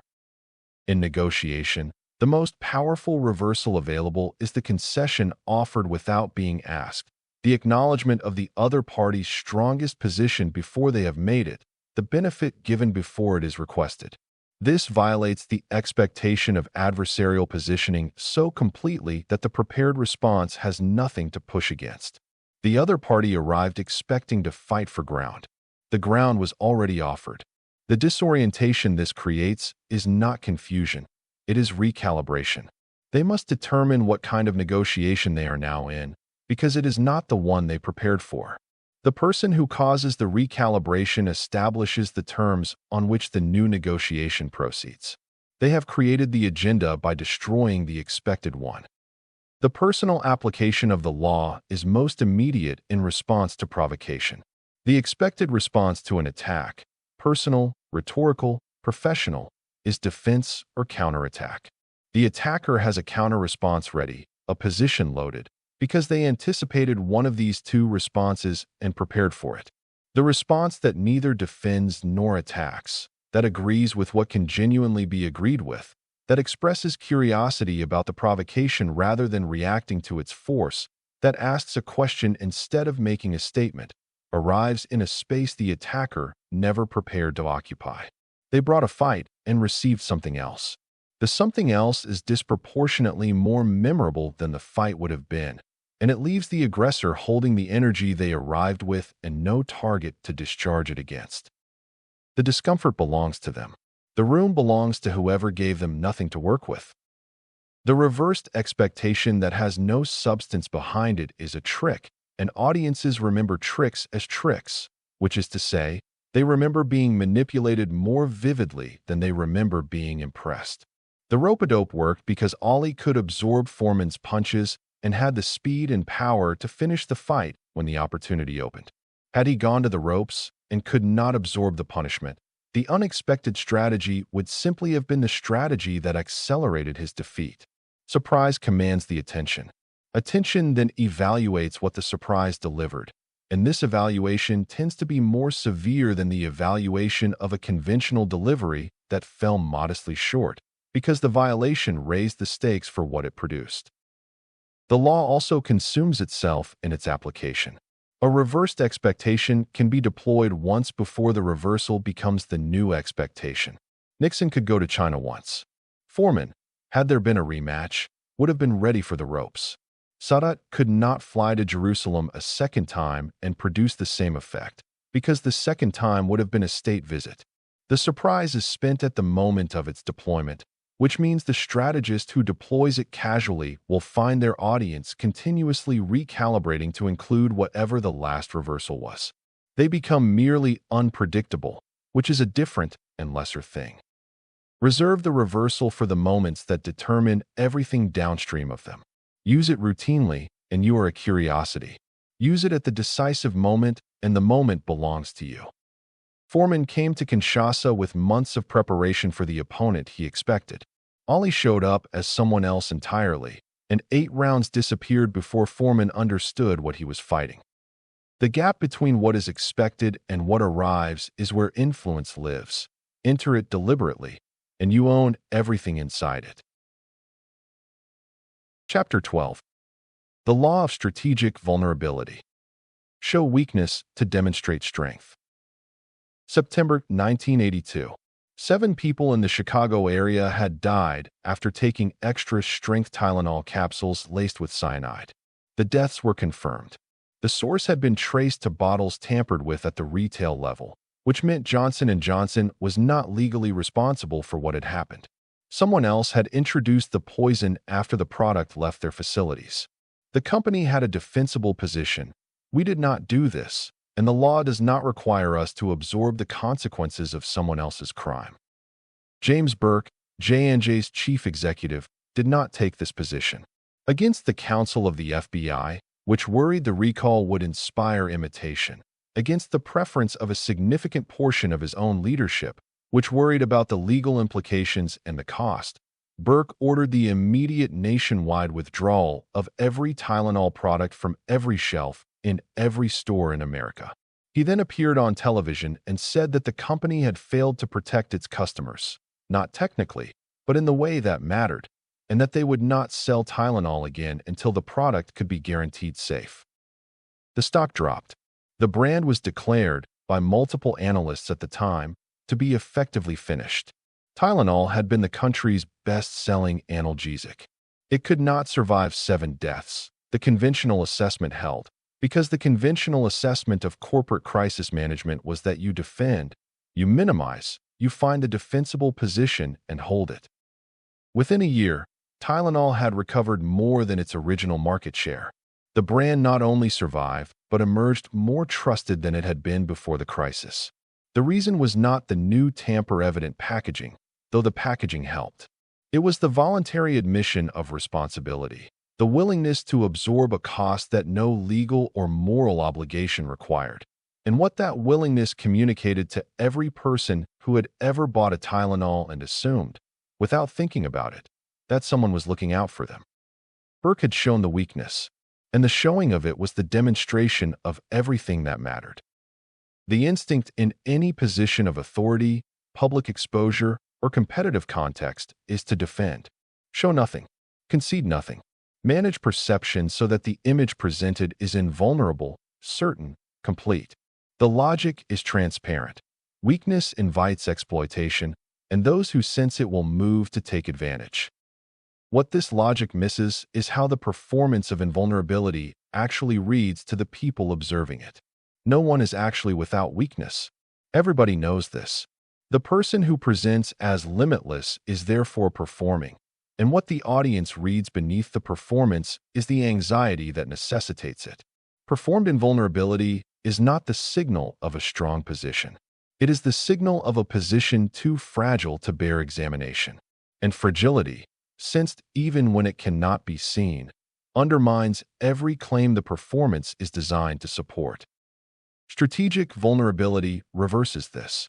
The person who can afford to show weakness is demonstrating, through the demonstration itself, that their position does not depend on its concealment.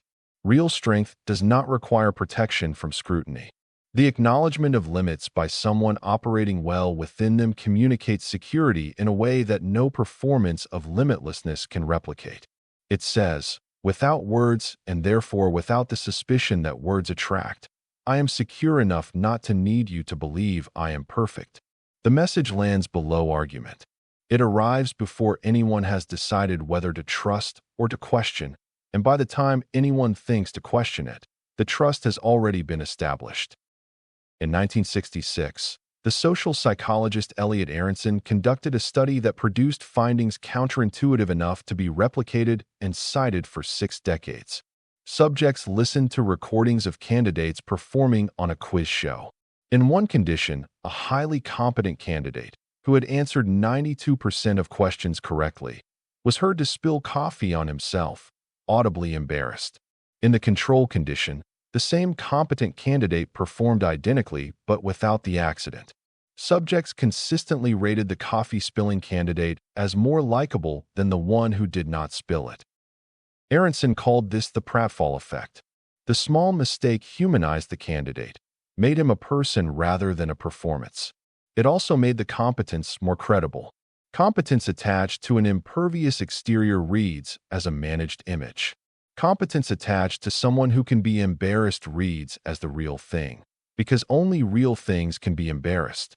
The vulnerability, rather than undermining the established ability, authenticated it.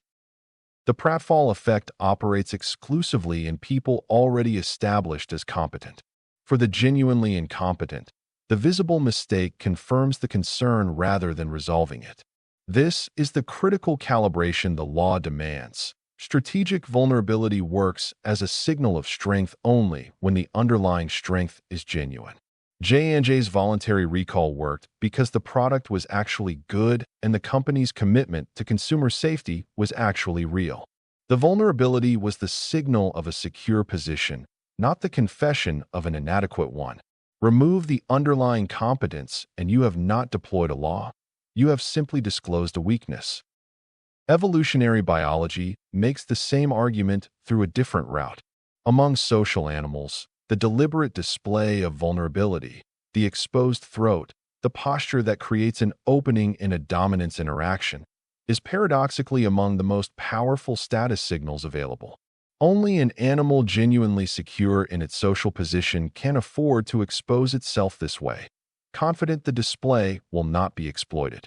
The display therefore communicates the security directly, through the willingness to take the risk. The animal that exposes its throat is telling every observer, I am so certain of my position that I can do this. The animal that never exposes anything is telling them something different, and every observer reads the difference. The Stoic philosophers wrote at length about this dynamic in human social life, because they observed it constantly in the political culture of Rome. The senator who arrived at every debate performing absolute certainty was less trusted than the one who could acknowledge where his knowledge ended. The advisor who never admitted error was suspected of managing his record rather than improving his judgment.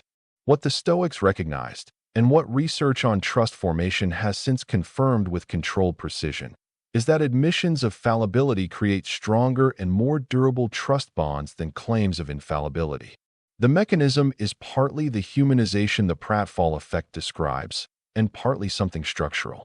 If a person always claims certainty, their certainty provides no information. It is the default, indistinguishable from the false. If a person admits uncertainty when they are genuinely uncertain, their expressions of certainty become meaningful signals, worth something precisely because they are not automatic. The researcher Breen Brown spent a decade interviewing people about the role of vulnerability in their personal and professional lives and found, consistently, that the capacity to tolerate and disclose genuine vulnerability correlated with higher quality relationships, more effective leadership, and greater creative output. Her explanation for this was not primarily strategic. She was not describing a technique, but a disposition. The people who could be vulnerable were people who had stopped requiring the performance of invulnerability, which freed them from the enormous energy expenditure that performance requires. That freed energy went somewhere. It went into actual work, actual relationship, actual judgment rather than the management of an image that real people see through anyway. On June 4, 1940, Winston Churchill stood before the House of Commons and described Dunkirk without managing the description. He called it what it was, a colossal military disaster. The British Expeditionary Force had been driven to the sea. The material of 9 divisions had been abandoned on the beaches. The Allied position in France had broken down. These were not ambiguous facts susceptible to favorable interpretation, and Churchill did not attempt to interpret them favorably. He then spoke the passage that has been repeated ever since. The beaches, the landing grounds, the fields and streets, the hills, the never surrendering, with a conviction that derived its force directly from what had preceded it.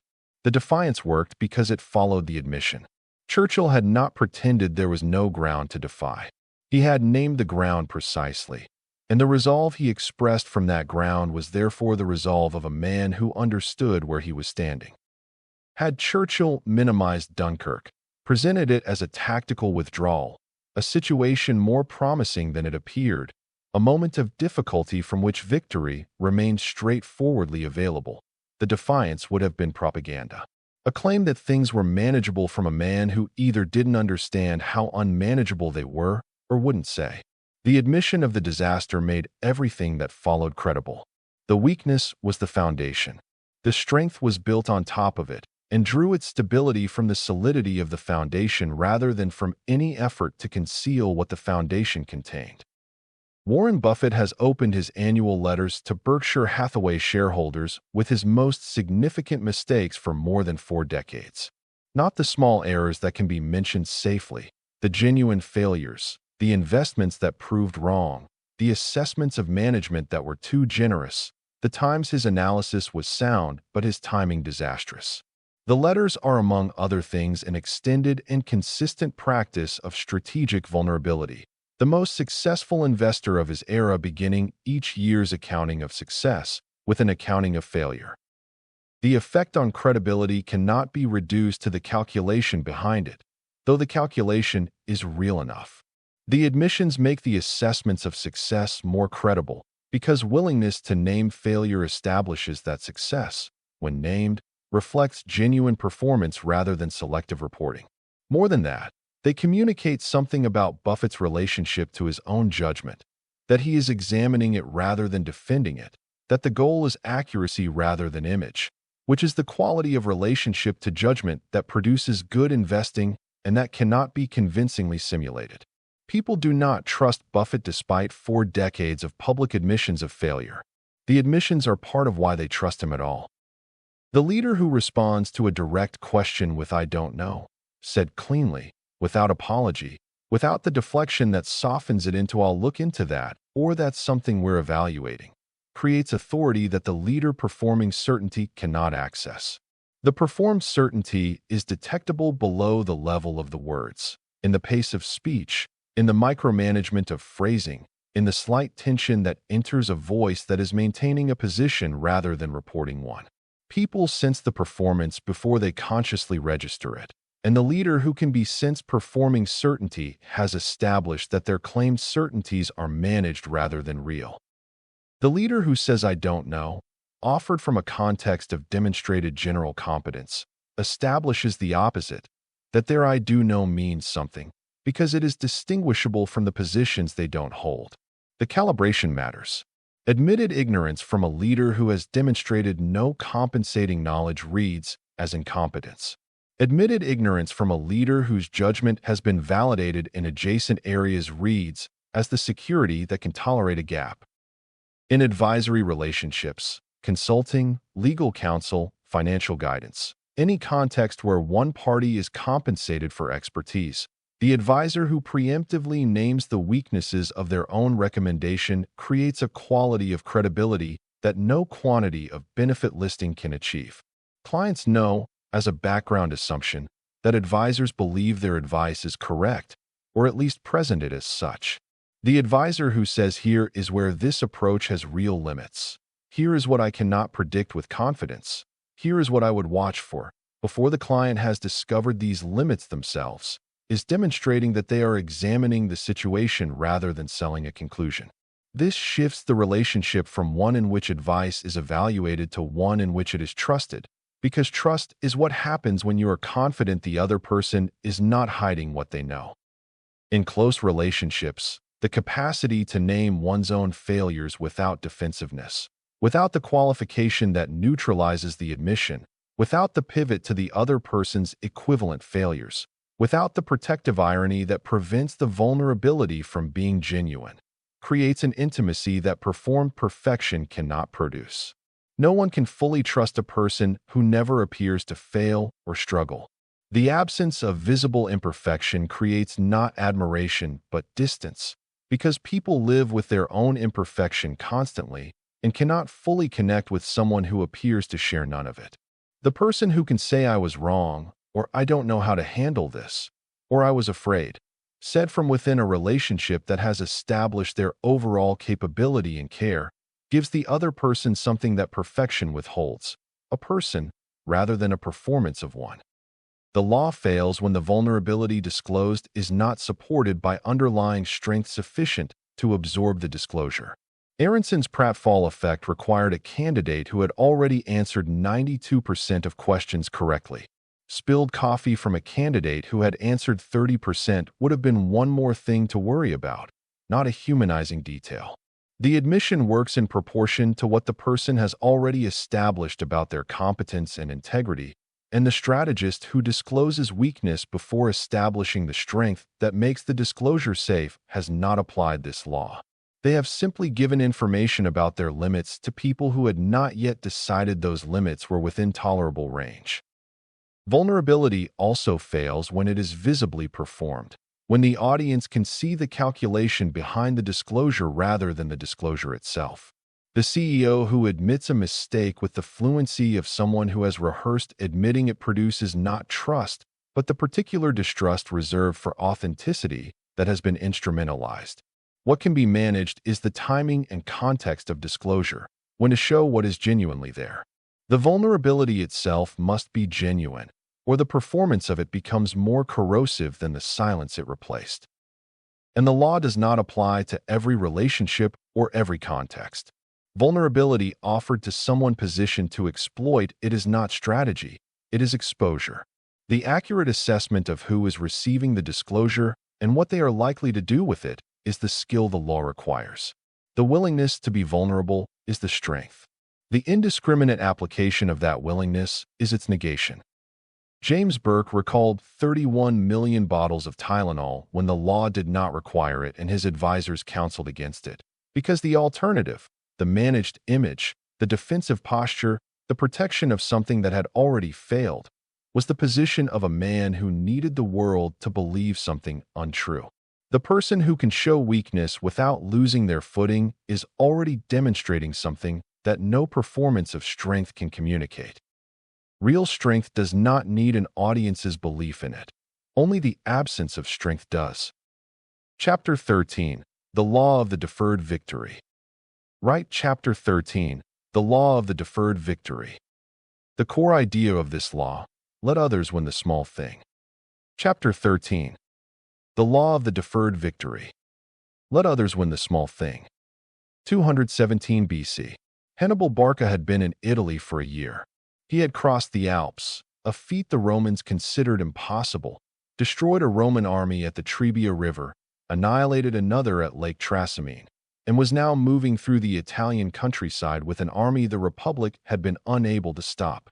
The Senate, in the extremity of the crisis, appointed a dictator, Quintus Fabius Maximus Verrucosus. Fabius looked at Hannibal's army and decided not to fight it. This decision was more radical than it appears. Every Roman military tradition, every aristocratic value in the culture, every expectation of what a dictator appointed in an emergency was supposed to do demanded engagement. You did not allow an enemy army to march through your territory burning farms and taking provisions. You did not shadow an invader from the hills and refuse battle. This was not how Rome had built the greatest military empire of the ancient world. Fabius did it anyway. He followed Hannibal's movements at a distance, harassed foraging parties, cut off small detachments, denied information about the terrain, but refused, consistently and under increasing political pressure, to bring on the pitched battle that every voice in Rome was demanding. He earned the nickname the Romans gave him with contempt, Cunctator. The delayer, his own master of horse, Minucius, won a minor engagement that appeared to vindicate the aggressive approach, and the popular assembly elevated Minucius to co-dictator in Fabius's place. Rome had had enough of a man who would not fight. The consuls of 216 BC, Aemilius Paulus and Terentius Varro, took the Roman army to Cannae and offered Hannibal the decisive engagement he had spent a year seeking. What happened at Cannae is the worst single-day military defeat in Roman history. 50,000 soldiers died in a matter of hours. One consul was killed on the field. The army that had been sent to end the Fabian strategy was gone before the afternoon. Fabius survived as the architect of what eventually worked: patient attrition, the refusal to give Hannibal what he required, the willingness to look like the man who was afraid to fight while being, in fact, the only man who understood what winning actually required, and what it required was not winning every day. The desire to win operates as a reflex in competitive human beings, triggering in small situations with the same urgency it produces in consequential ones. The manager who must prevail in every meeting. The partner who must be correct in every argument.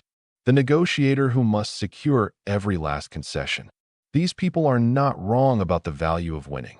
They are wrong about which things are worth winning. Every small victory in a competitive dynamic costs something beyond the immediate exchange. It costs the other party's willingness to give the next thing, because they have already given the last one and feel the deficit. It costs the relationship's capacity to sustain cooperation, because every win registers as a loss for someone who will remember it and factor it into every subsequent exchange. And it costs the winner something more private: the vigilance required to win continuously, the energy required to protect each one position, the brittleness of a self-image whose confidence depends on the unbroken record. The strategist who can lose a small thing gracefully, who can let another person be right, take the credit, claim the status point, walk away from the negotiation feeling they got the better of the exchange, is not demonstrating weakness. They are demonstrating the security of someone who has decided, with clarity, what they are actually playing for. And what they are playing for is not the current moment. It is the position that the current moment either builds toward or forecloses, and every small win spent on the wrong moment is a resource that cannot be recovered when the right one arrives. Robert Axelrod's Tournament of the Repeated Prisoner's Dilemma, run in 1980 as a competition among strategies submitted by researchers across disciplines, produced a result that simplified decades of game theory into a single, uncomfortable finding. The winning strategy, submitted by Anatole Rappaport, was called tit for tat. It was also the simplest: cooperate on the opening move, then do exactly what the other player did on the previous move. Never defect first. Always reciprocate defection. Always return to cooperation the move after the defection has been answered. Tit for tat outperformed every more sophisticated strategy across enough iterations of the game. Strategies that defected aggressively won individual interactions and fell apart across the relationship because they trained their opponents to defect in response, and then both sides were losing. The cooperative strategy built cumulative advantage that aggressive strategies spent their energy trying to overcome without ever quite succeeding. Across time, cooperation, interrupted only by proportional response to aggression, and forgiving immediately after, produced outcomes that dominance could not. The game theory result maps onto human social dynamics with uncomfortable precision. The person who wins every small interaction leaves behind, in the person consistently outmaneuvered, a debt that accumulates. Not a debt of gratitude, but of resentment. The specific resentment of someone who has been outpositioned repeatedly and has no recourse except withdrawal from the game entirely. Consistent winning produces, across a long enough timeline, opponents who have concluded the contest is not worth continuing and have directed their energy elsewhere. The winner has won themselves into an empty room. Roy Baumeister's research on ego depletion added a resource dimension to the same observation. Baumeister documented that self-regulation, including the sustained competitive performance that winning every interaction requires, draws on a cognitive and emotional resource that is genuinely depleted by use and requires recovery. The person who must win every exchange is spending this resource continuously, leaving less available precisely when the exchanges that actually matter arise. The counterintuitive consequence: the person who gives themselves permission to lose small things conserves the capacity for the large ones, not as a matter of virtue, but of resource management.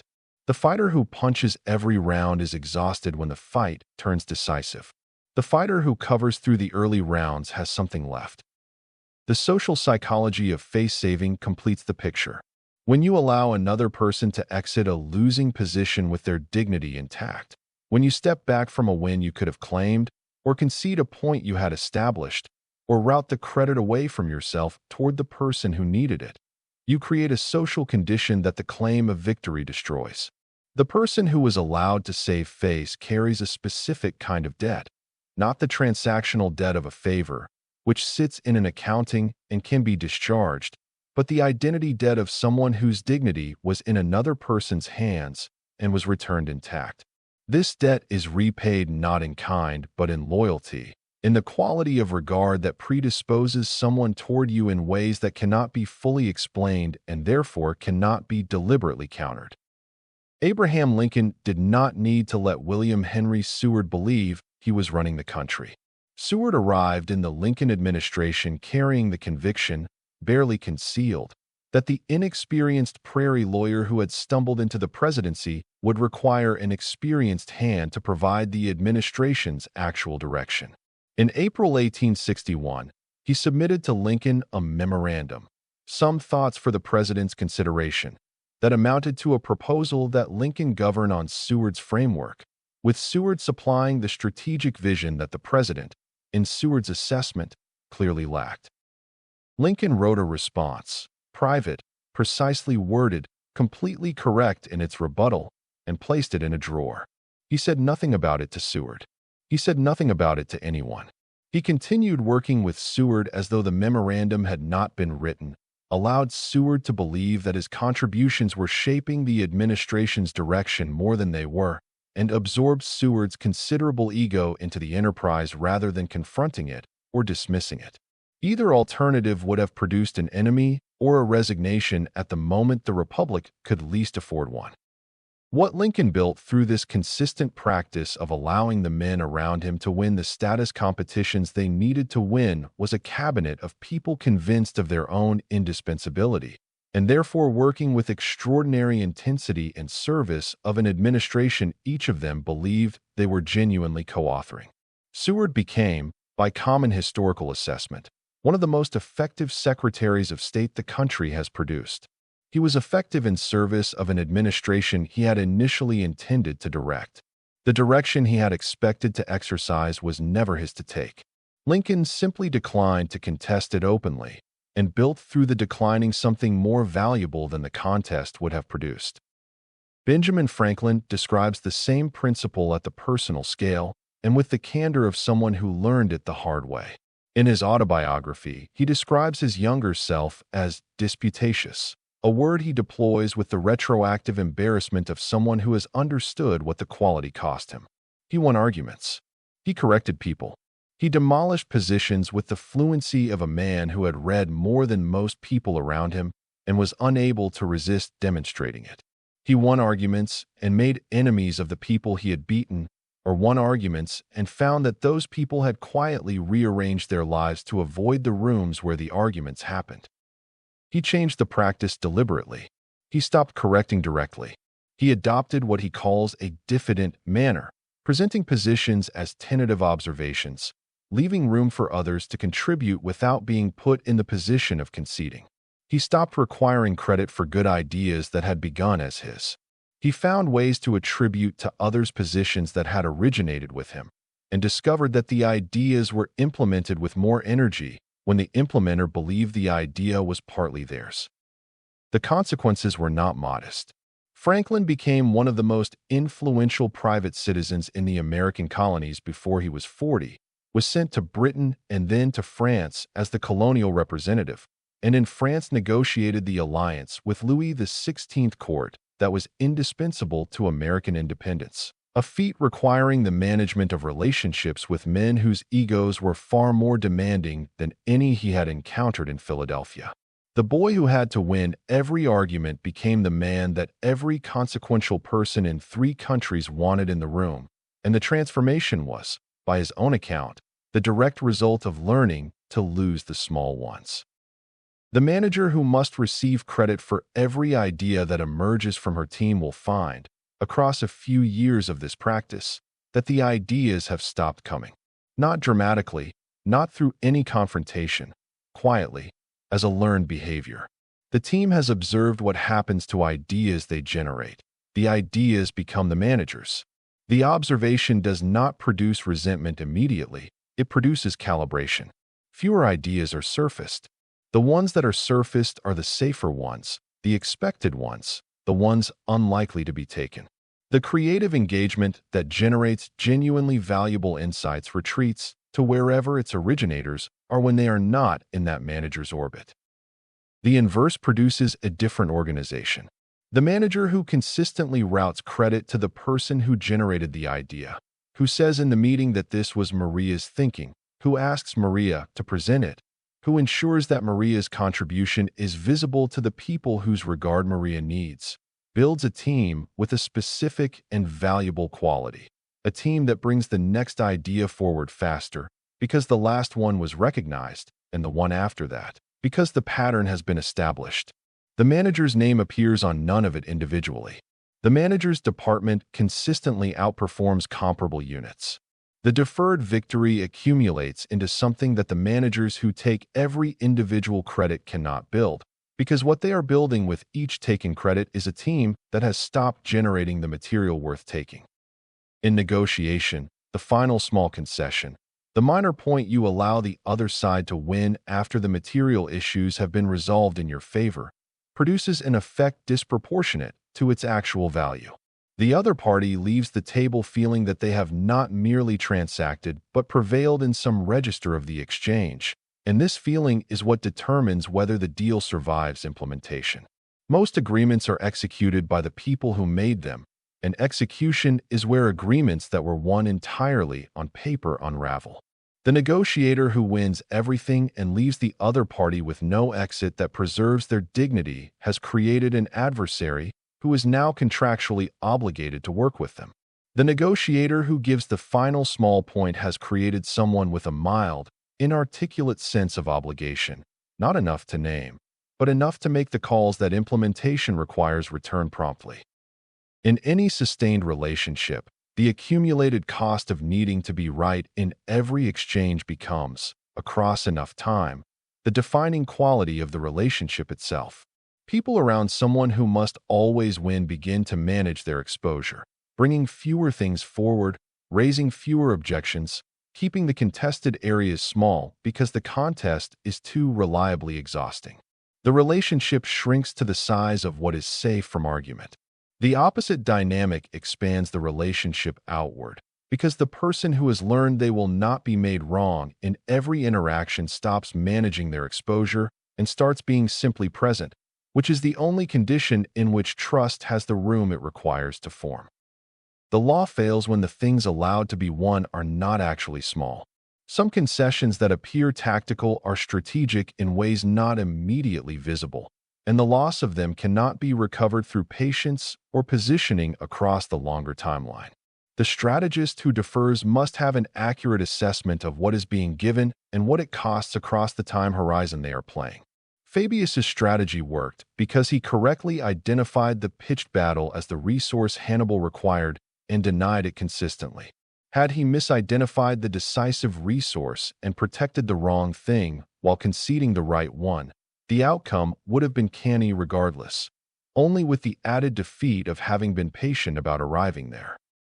The law also fails when consistent deference reads not as strategy, but as the absence of one, when others interpret the pattern of yielding as uncertainty about what one actually wants, or as leadership that cannot identify what matters enough to defend.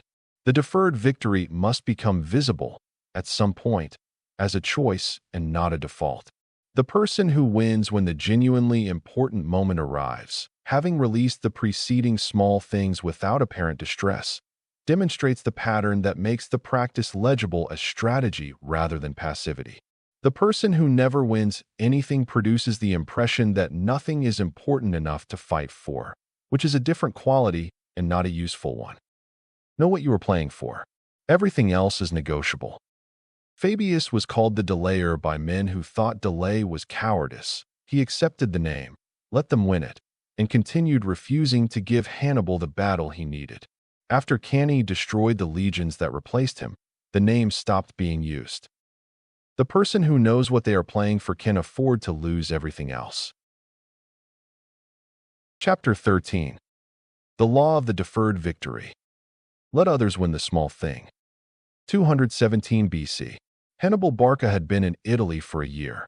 He had crossed the Alps, a feat the Romans considered impossible, destroyed a Roman army at the Trebia River, annihilated another at Lake Trasimene, and was now moving through the Italian countryside with an army the Republic had been unable to stop. The Senate, in the extremity of the crisis, appointed a dictator, Quintus Fabius Maximus Verrucosus. Fabius looked at Hannibal's army and decided not to fight it. This decision was more radical than it appears. Every Roman military tradition, every aristocratic value in the culture, every expectation of what a dictator appointed in an emergency was supposed to do demanded engagement. You did not allow an enemy army to march through your territory burning farms and taking provisions. You did not shadow an invader from the hills and refuse battle. This was not how Rome had built the greatest military empire of the ancient world. Fabius did it anyway. He followed Hannibal's movements at a distance, harassed foraging parties, cut off small detachments, denied information about the terrain, but refused, consistently and under increasing political pressure, to bring on the pitched battle that every voice in Rome was demanding. He earned the nickname the Romans gave him with contempt, cunctator, the delayer. His own master of horse, Minucius, won a minor engagement that appeared to vindicate the aggressive approach, and the popular assembly elevated Minucius to co-dictator in Fabius's place. Rome had had enough of a man who would not fight. The consuls of 216 BC, Aemilius Paulus and Terentius Varro, took the Roman army to Cannae and offered Hannibal the decisive engagement he had spent a year seeking. What happened at Cannae is the worst single-day military defeat in Roman history. 50,000 soldiers died in a matter of hours. One consul was killed on the field. The army that had been sent to end the Fabian strategy was gone before the afternoon. Fabius survived as the architect of what eventually worked: patient attrition, the refusal to give Hannibal what he required, the willingness to look like the man who was afraid to fight while being, in fact, the only man who understood what winning actually required, and what it required was not winning every day.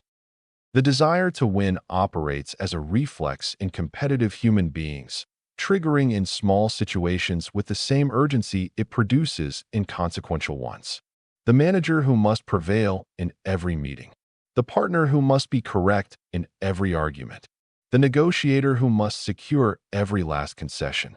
These people are not wrong about the value of winning. They are wrong about which things are worth winning.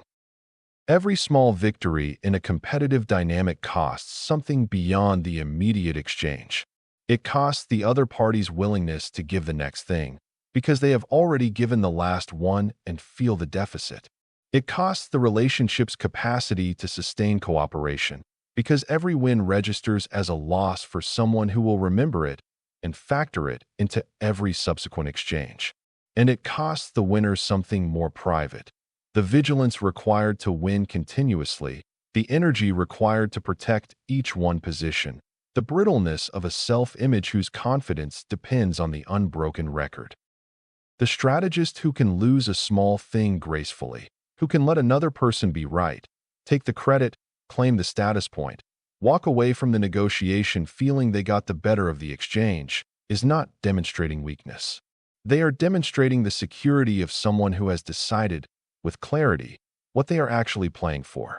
And what they are playing for is not the current moment. It is the position that the current moment either builds toward or forecloses, and every small win spent on the wrong moment is a resource that cannot be recovered when the right one arrives. Robert Axelrod's Tournament of the Repeated Prisoner's Dilemma, run in 1980 as a competition among strategies submitted by researchers across disciplines, produced a result that simplified decades of game theory into a single, uncomfortable finding. The winning strategy, submitted by Anatole Rappaport, was called tit for tat. It was also the simplest: cooperate on the opening move, then do exactly what the other player did on the previous move. Never defect first. Always reciprocate defection. Always return to cooperation the move after the defection has been answered. Tit for tat outperformed every more sophisticated strategy across enough iterations of the game. Strategies that defected aggressively won individual interactions and fell apart across the relationship because they trained their opponents to defect in response, and then both sides were losing. The cooperative strategy built cumulative advantage that aggressive strategies spent their energy trying to overcome without ever quite succeeding. Across time, cooperation, interrupted only by proportional response to aggression, and forgiving immediately after, produced outcomes that dominance could not. The game theory result maps onto human social dynamics with uncomfortable precision. The person who wins every small interaction leaves behind, in the person consistently outmaneuvered, a debt that accumulates. Not a debt of gratitude, but of resentment. The specific resentment of someone who has been outpositioned repeatedly and has no recourse except withdrawal from the game entirely. Consistent winning produces, across a long enough timeline, opponents who have concluded the contest is not worth continuing and have directed their energy elsewhere. The winner has won themselves into an empty room. Roy Baumeister's research on ego depletion added a resource dimension to the same observation. Baumeister documented that self-regulation, including the sustained competitive performance that winning every interaction requires, draws on a cognitive and emotional resource that is genuinely depleted by use and requires recovery.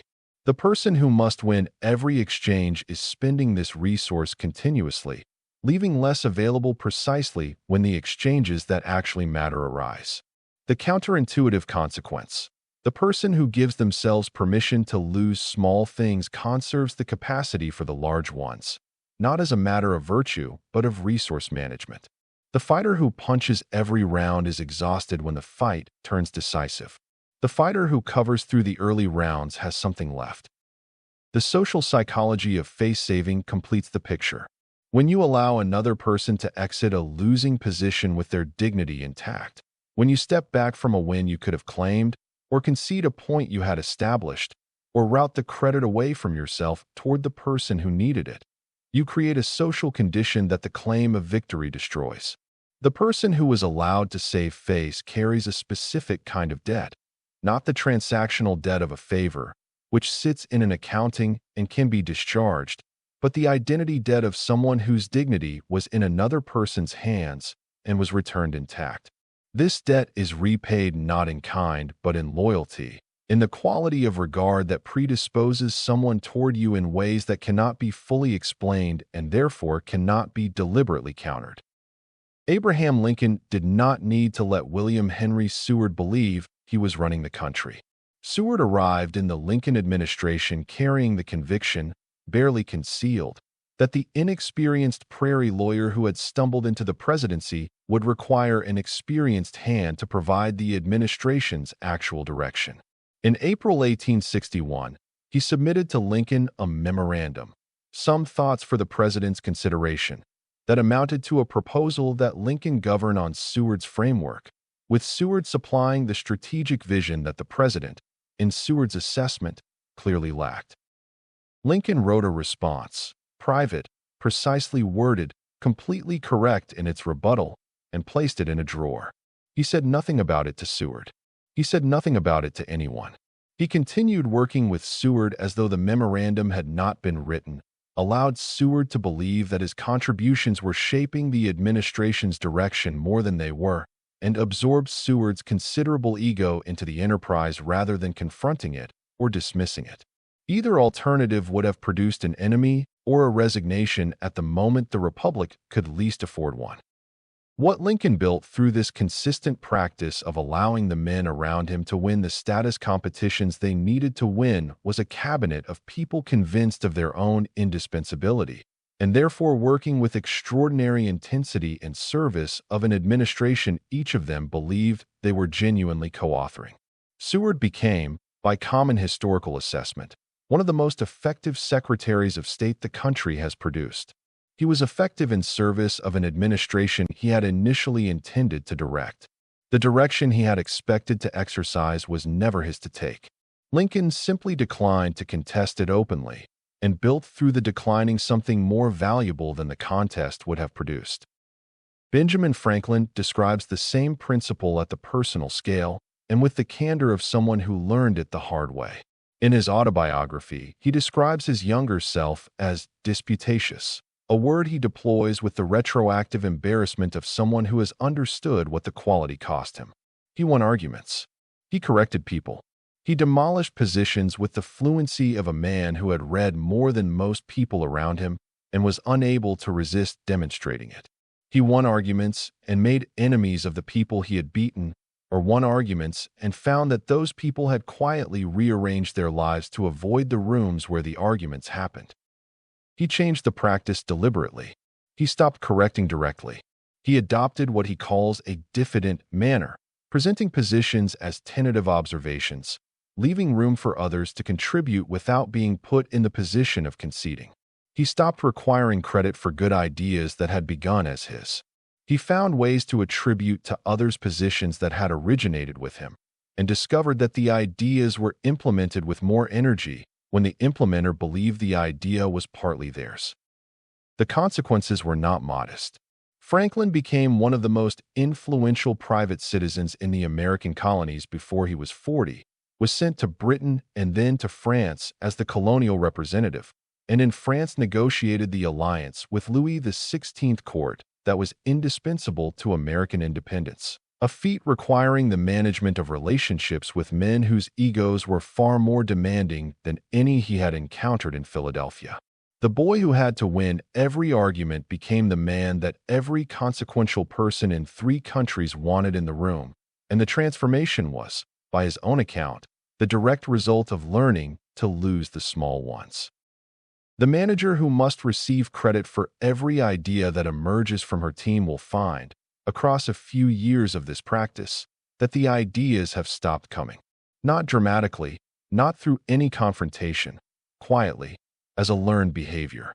The team has observed what happens to ideas they generate. The ideas become the managers. The observation does not produce resentment immediately, it produces calibration. Fewer ideas are surfaced. The ones that are surfaced are the safer ones, the expected ones, the ones unlikely to be taken. The creative engagement that generates genuinely valuable insights retreats to wherever its originators are when they are not in that manager's orbit. The inverse produces a different organization. The manager who consistently routes credit to the person who generated the idea, who says in the meeting that this was Maria's thinking, who asks Maria to present it, who ensures that Maria's contribution is visible to the people whose regard Maria needs, builds a team with a specific and valuable quality, a team that brings the next idea forward faster because the last one was recognized, and the one after that, because the pattern has been established. The manager's name appears on none of it individually. The manager's department consistently outperforms comparable units. The deferred victory accumulates into something that the managers who take every individual credit cannot build, because what they are building with each taken credit is a team that has stopped generating the material worth taking. In negotiation, the final small concession, the minor point you allow the other side to win after the material issues have been resolved in your favor, produces an effect disproportionate to its actual value. The other party leaves the table feeling that they have not merely transacted but prevailed in some register of the exchange, and this feeling is what determines whether the deal survives implementation. Most agreements are executed by the people who made them, and execution is where agreements that were won entirely on paper unravel. The negotiator who wins everything and leaves the other party with no exit that preserves their dignity has created an adversary who is now contractually obligated to work with them. The negotiator who gives the final small point has created someone with a mild, inarticulate sense of obligation, not enough to name, but enough to make the calls that implementation requires return promptly. In any sustained relationship, the accumulated cost of needing to be right in every exchange becomes, across enough time, the defining quality of the relationship itself. People around someone who must always win begin to manage their exposure, bringing fewer things forward, raising fewer objections, keeping the contested areas small because the contest is too reliably exhausting. The relationship shrinks to the size of what is safe from argument. The opposite dynamic expands the relationship outward, because the person who has learned they will not be made wrong in every interaction stops managing their exposure and starts being simply present, which is the only condition in which trust has the room it requires to form. The law fails when the things allowed to be won are not actually small. Some concessions that appear tactical are strategic in ways not immediately visible, and the loss of them cannot be recovered through patience or positioning across the longer timeline. The strategist who defers must have an accurate assessment of what is being given and what it costs across the time horizon they are playing. Fabius's strategy worked because he correctly identified the pitched battle as the resource Hannibal required and denied it consistently. Had he misidentified the decisive resource and protected the wrong thing while conceding the right one, the outcome would have been canny regardless, only with the added defeat of having been patient about arriving there. The law also fails when consistent deference reads not as strategy, but as the absence of one, when others interpret the pattern of yielding as uncertainty about what one actually wants, or as leadership that cannot identify what matters enough to defend. The deferred victory must become visible, at some point, as a choice and not a default. The person who wins when the genuinely important moment arrives, having released the preceding small things without apparent distress, demonstrates the pattern that makes the practice legible as strategy rather than passivity. The person who never wins anything produces the impression that nothing is important enough to fight for, which is a different quality and not a useful one. Know what you are playing for. Everything else is negotiable. Fabius was called the delayer by men who thought delay was cowardice. He accepted the name, let them win it, and continued refusing to give Hannibal the battle he needed.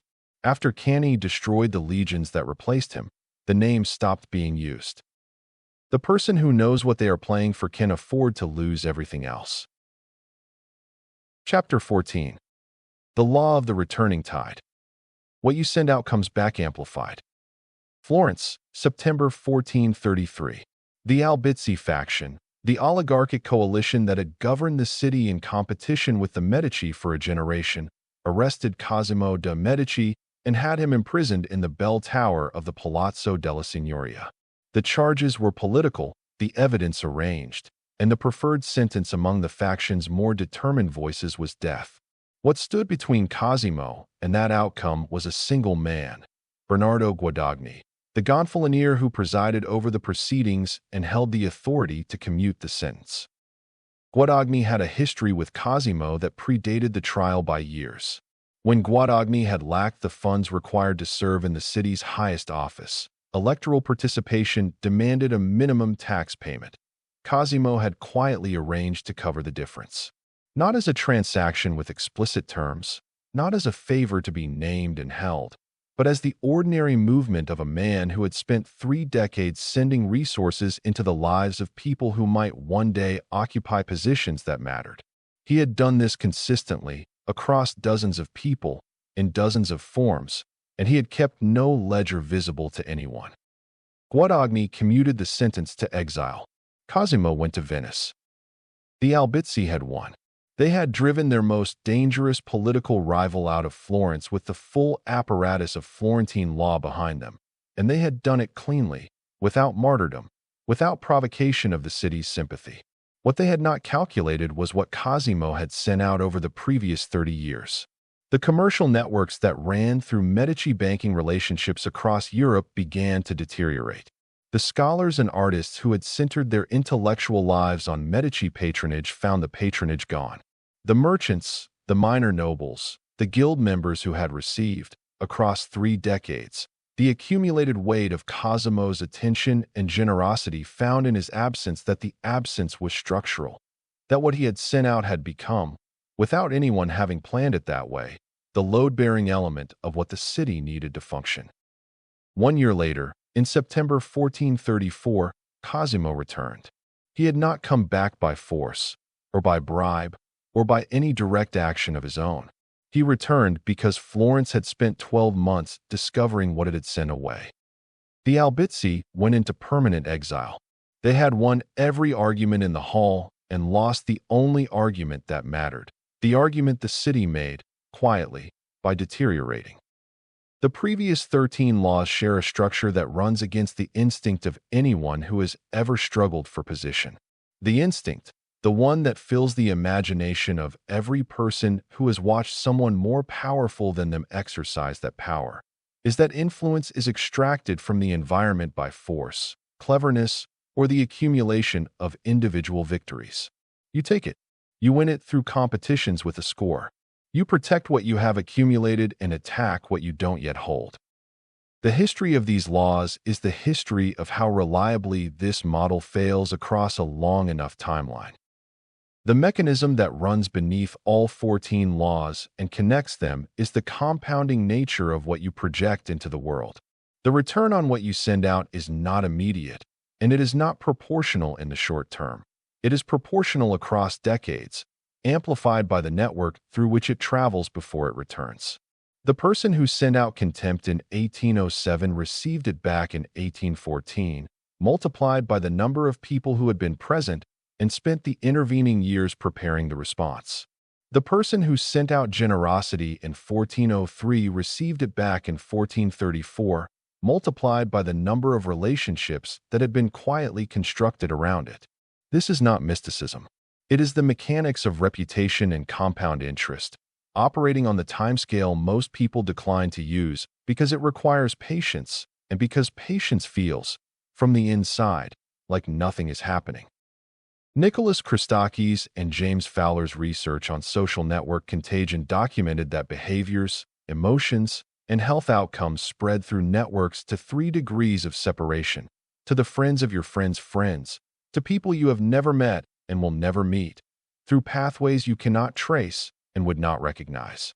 What you project enters the network and travels through it, reaching and shaping people who have no direct relationship with you, whose return signal arrives through equally invisible channels. The practical consequence is that what you send out is not sent to the individuals you intend. It is sent into the network, which multiplies it before returning it. Reputation is not something you construct directly. It is the accumulated return signal of what you have sent out, arriving through pathways that have compounded it before you receive it. Adam Grant's research on organizational performance documented this dynamic at the institutional scale. In any organization, Grant found, the lowest performers were disproportionately what he called givers, people who contributed freely to others' success, and who were therefore depleted by those who received without reciprocating. But the highest performers were also disproportionately givers.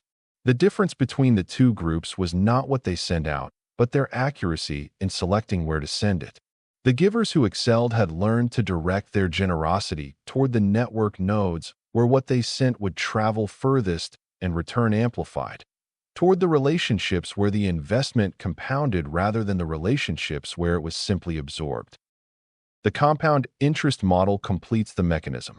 A small, consistent investment in the quality of what you project, the reliability, the attentiveness, the generosity of interpretation brought to ordinary encounters across years, produces returns that feel disproportionate to the investment for the same reason that small amounts of money invested consistently produce wealth that feels disproportionate to the original deposit. The return is not on any individual exchange. It is on the accumulated pattern across enough iterations that the network has had time to multiply it. The person who operated with integrity in 1990 is not merely trusted by the people they treated well.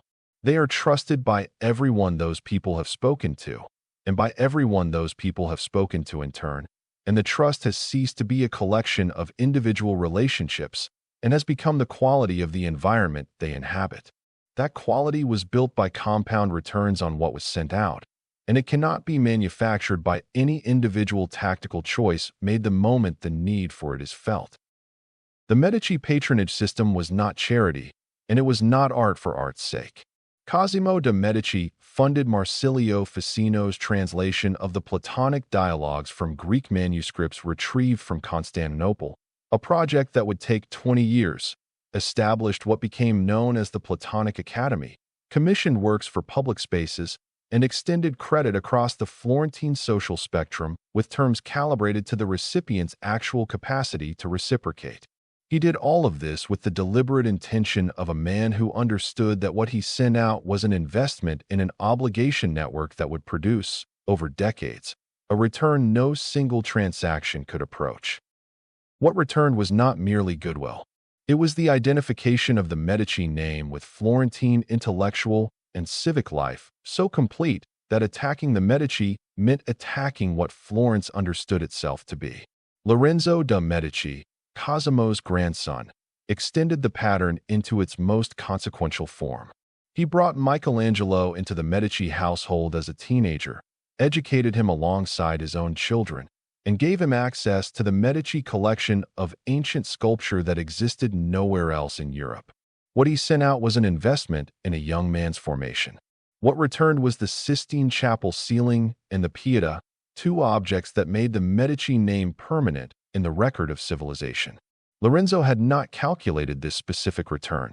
He had sent out generosity with the consistency of a man who understood the mechanism, and the mechanism had produced returns on a scale that no calculation could have projected. Napoleon at Tilsit, in July 1807, sent out the opposite. After destroying the Prussian army at Jena the previous year, he met with the Prussian king and queen to settle the terms of peace. He kept the royal court waiting in the summer heat. He granted Queen Louise an audience she had been told might recover some Prussian territory, listened to her request, and refused it. He reduced Prussia to a rump state, installed his brother on a new throne to its west, and conducted the entire proceeding with the contempt of a man who had stopped believing the people he had defeated would ever be in a position to return anything. The Prussian generals who attended those sessions, Gneisenau, Scharnhorst, Blücher, spent the next 7 years rebuilding their army from the ground up. They reorganized its command structure, retrained its officer corps, and built the military institution that would become one of the most formidable in European history, motivated by a specific and unambiguous purpose that needed no articulation among men who had sat in that anteroom. Gebhard Leberecht von Blücher was 72 years old at Waterloo. He arrived in the early evening, after Wellington's position had held with nothing to spare, and his Prussian army's appearance made Napoleon's defeat complete and irreversible. What Napoleon sent out at Tilsit returned at Waterloo with 7 years of Prussian preparation multiplying it, in the form of the coalition that finished him and sent him to an island from which there was no return. The manager who consistently routes credit to its source and absorbs blame downward sends out a signal that returns in a form no individual tactical decision can produce. The discretionary effort of people who have decided that this is a place worth exceeding the minimum. Discretionary effort is not purchased by salary and not compelled by authority. It is the return on a specific projection, the projection of a leader who has demonstrated, across enough instances, that the people around them are not instruments of the leader's success, but the center of it. That return does not appear on any metric immediately. It appears after the compound has run long enough to become visible as the gap between a team that performs adequately and one that performs beyond what its resources suggest possible. The advisor who recommends against their own interest, who says, in the client meeting, that the product they are selling is not what this particular client needs, and directs them elsewhere, sends out a signal of alignment that no pitch deck and no marketing effort can manufacture. The signal travels through the network. The client tells people about it, because the behavior is unusual enough to be memorable, and the people they tell carry a disposition toward the advisor before any direct contact has occurred. What returns is a specific and valuable quality of relationship. People who arrive already having concluded that this advisor's interest and their own run in the same direction, which is the condition under which trust operates without the overhead of verification. This quality of relationship cannot be purchased. It is built by compound returns on signals sent, over years, into the right nodes of the network. In personal relationships, what you send out across 10 or 20 years becomes the relationship itself. No single argument decides its quality, and no single act of generosity creates it. The accumulated pattern of what was projected, the attentiveness or the distraction, the habit of interpreting ambiguity generously or the reflex of suspicion, the quality of presence brought to ordinary moments, is what the relationship is made of at the level below any individual exchange. The person who sent out, across 20 years, the consistent habit of attention and the willingness to extend the more favorable interpretation and habits, at 20 years, a different relationship than the person who sent out the habit of distraction and the reflex of suspicion. Both are living in the return on what was sent. The compound has simply run, and the relationship is what it produced. The law operates against the person who mistakes its appearance for its substance. Projected generosity, calculated to create obligation, managed so that the debt is understood by the recipient as a debt, is a recognizable posture, and people with enough experience in the world identify it and discount it accordingly. The man who gives and keeps score will eventually reveal the accounting, and when he does, every prior act of apparent generosity is retrospectively converted into a transaction. The social debt that was supposed to bind becomes the evidence of manipulation, and what follows is not loyalty, but the specific resentment of someone who has been managed rather than regarded. What that person sent out, the appearance of generosity with the structure of transaction beneath it, returns as the organized distrust of people who have concluded they were never actually seen, only used. The law also does not protect indiscriminate projection. Generosity sent into relationships that treat it as a resource to extract, that receive it without reciprocating and continue to receive it because the sender does not discriminate or adjust, returns as exploitation rather than loyalty. The returning tide carries what you sent, but it does not sort the recipients or guarantee the return. You must send into the network with accuracy toward the nodes where what you project will travel and multiply, and withdraw from the nodes where it is simply absorbed. This is the discipline inside the law, not merely to send, but to pay close attention to where the tide is actually going, and to stop sending where it goes nowhere and returns nothing.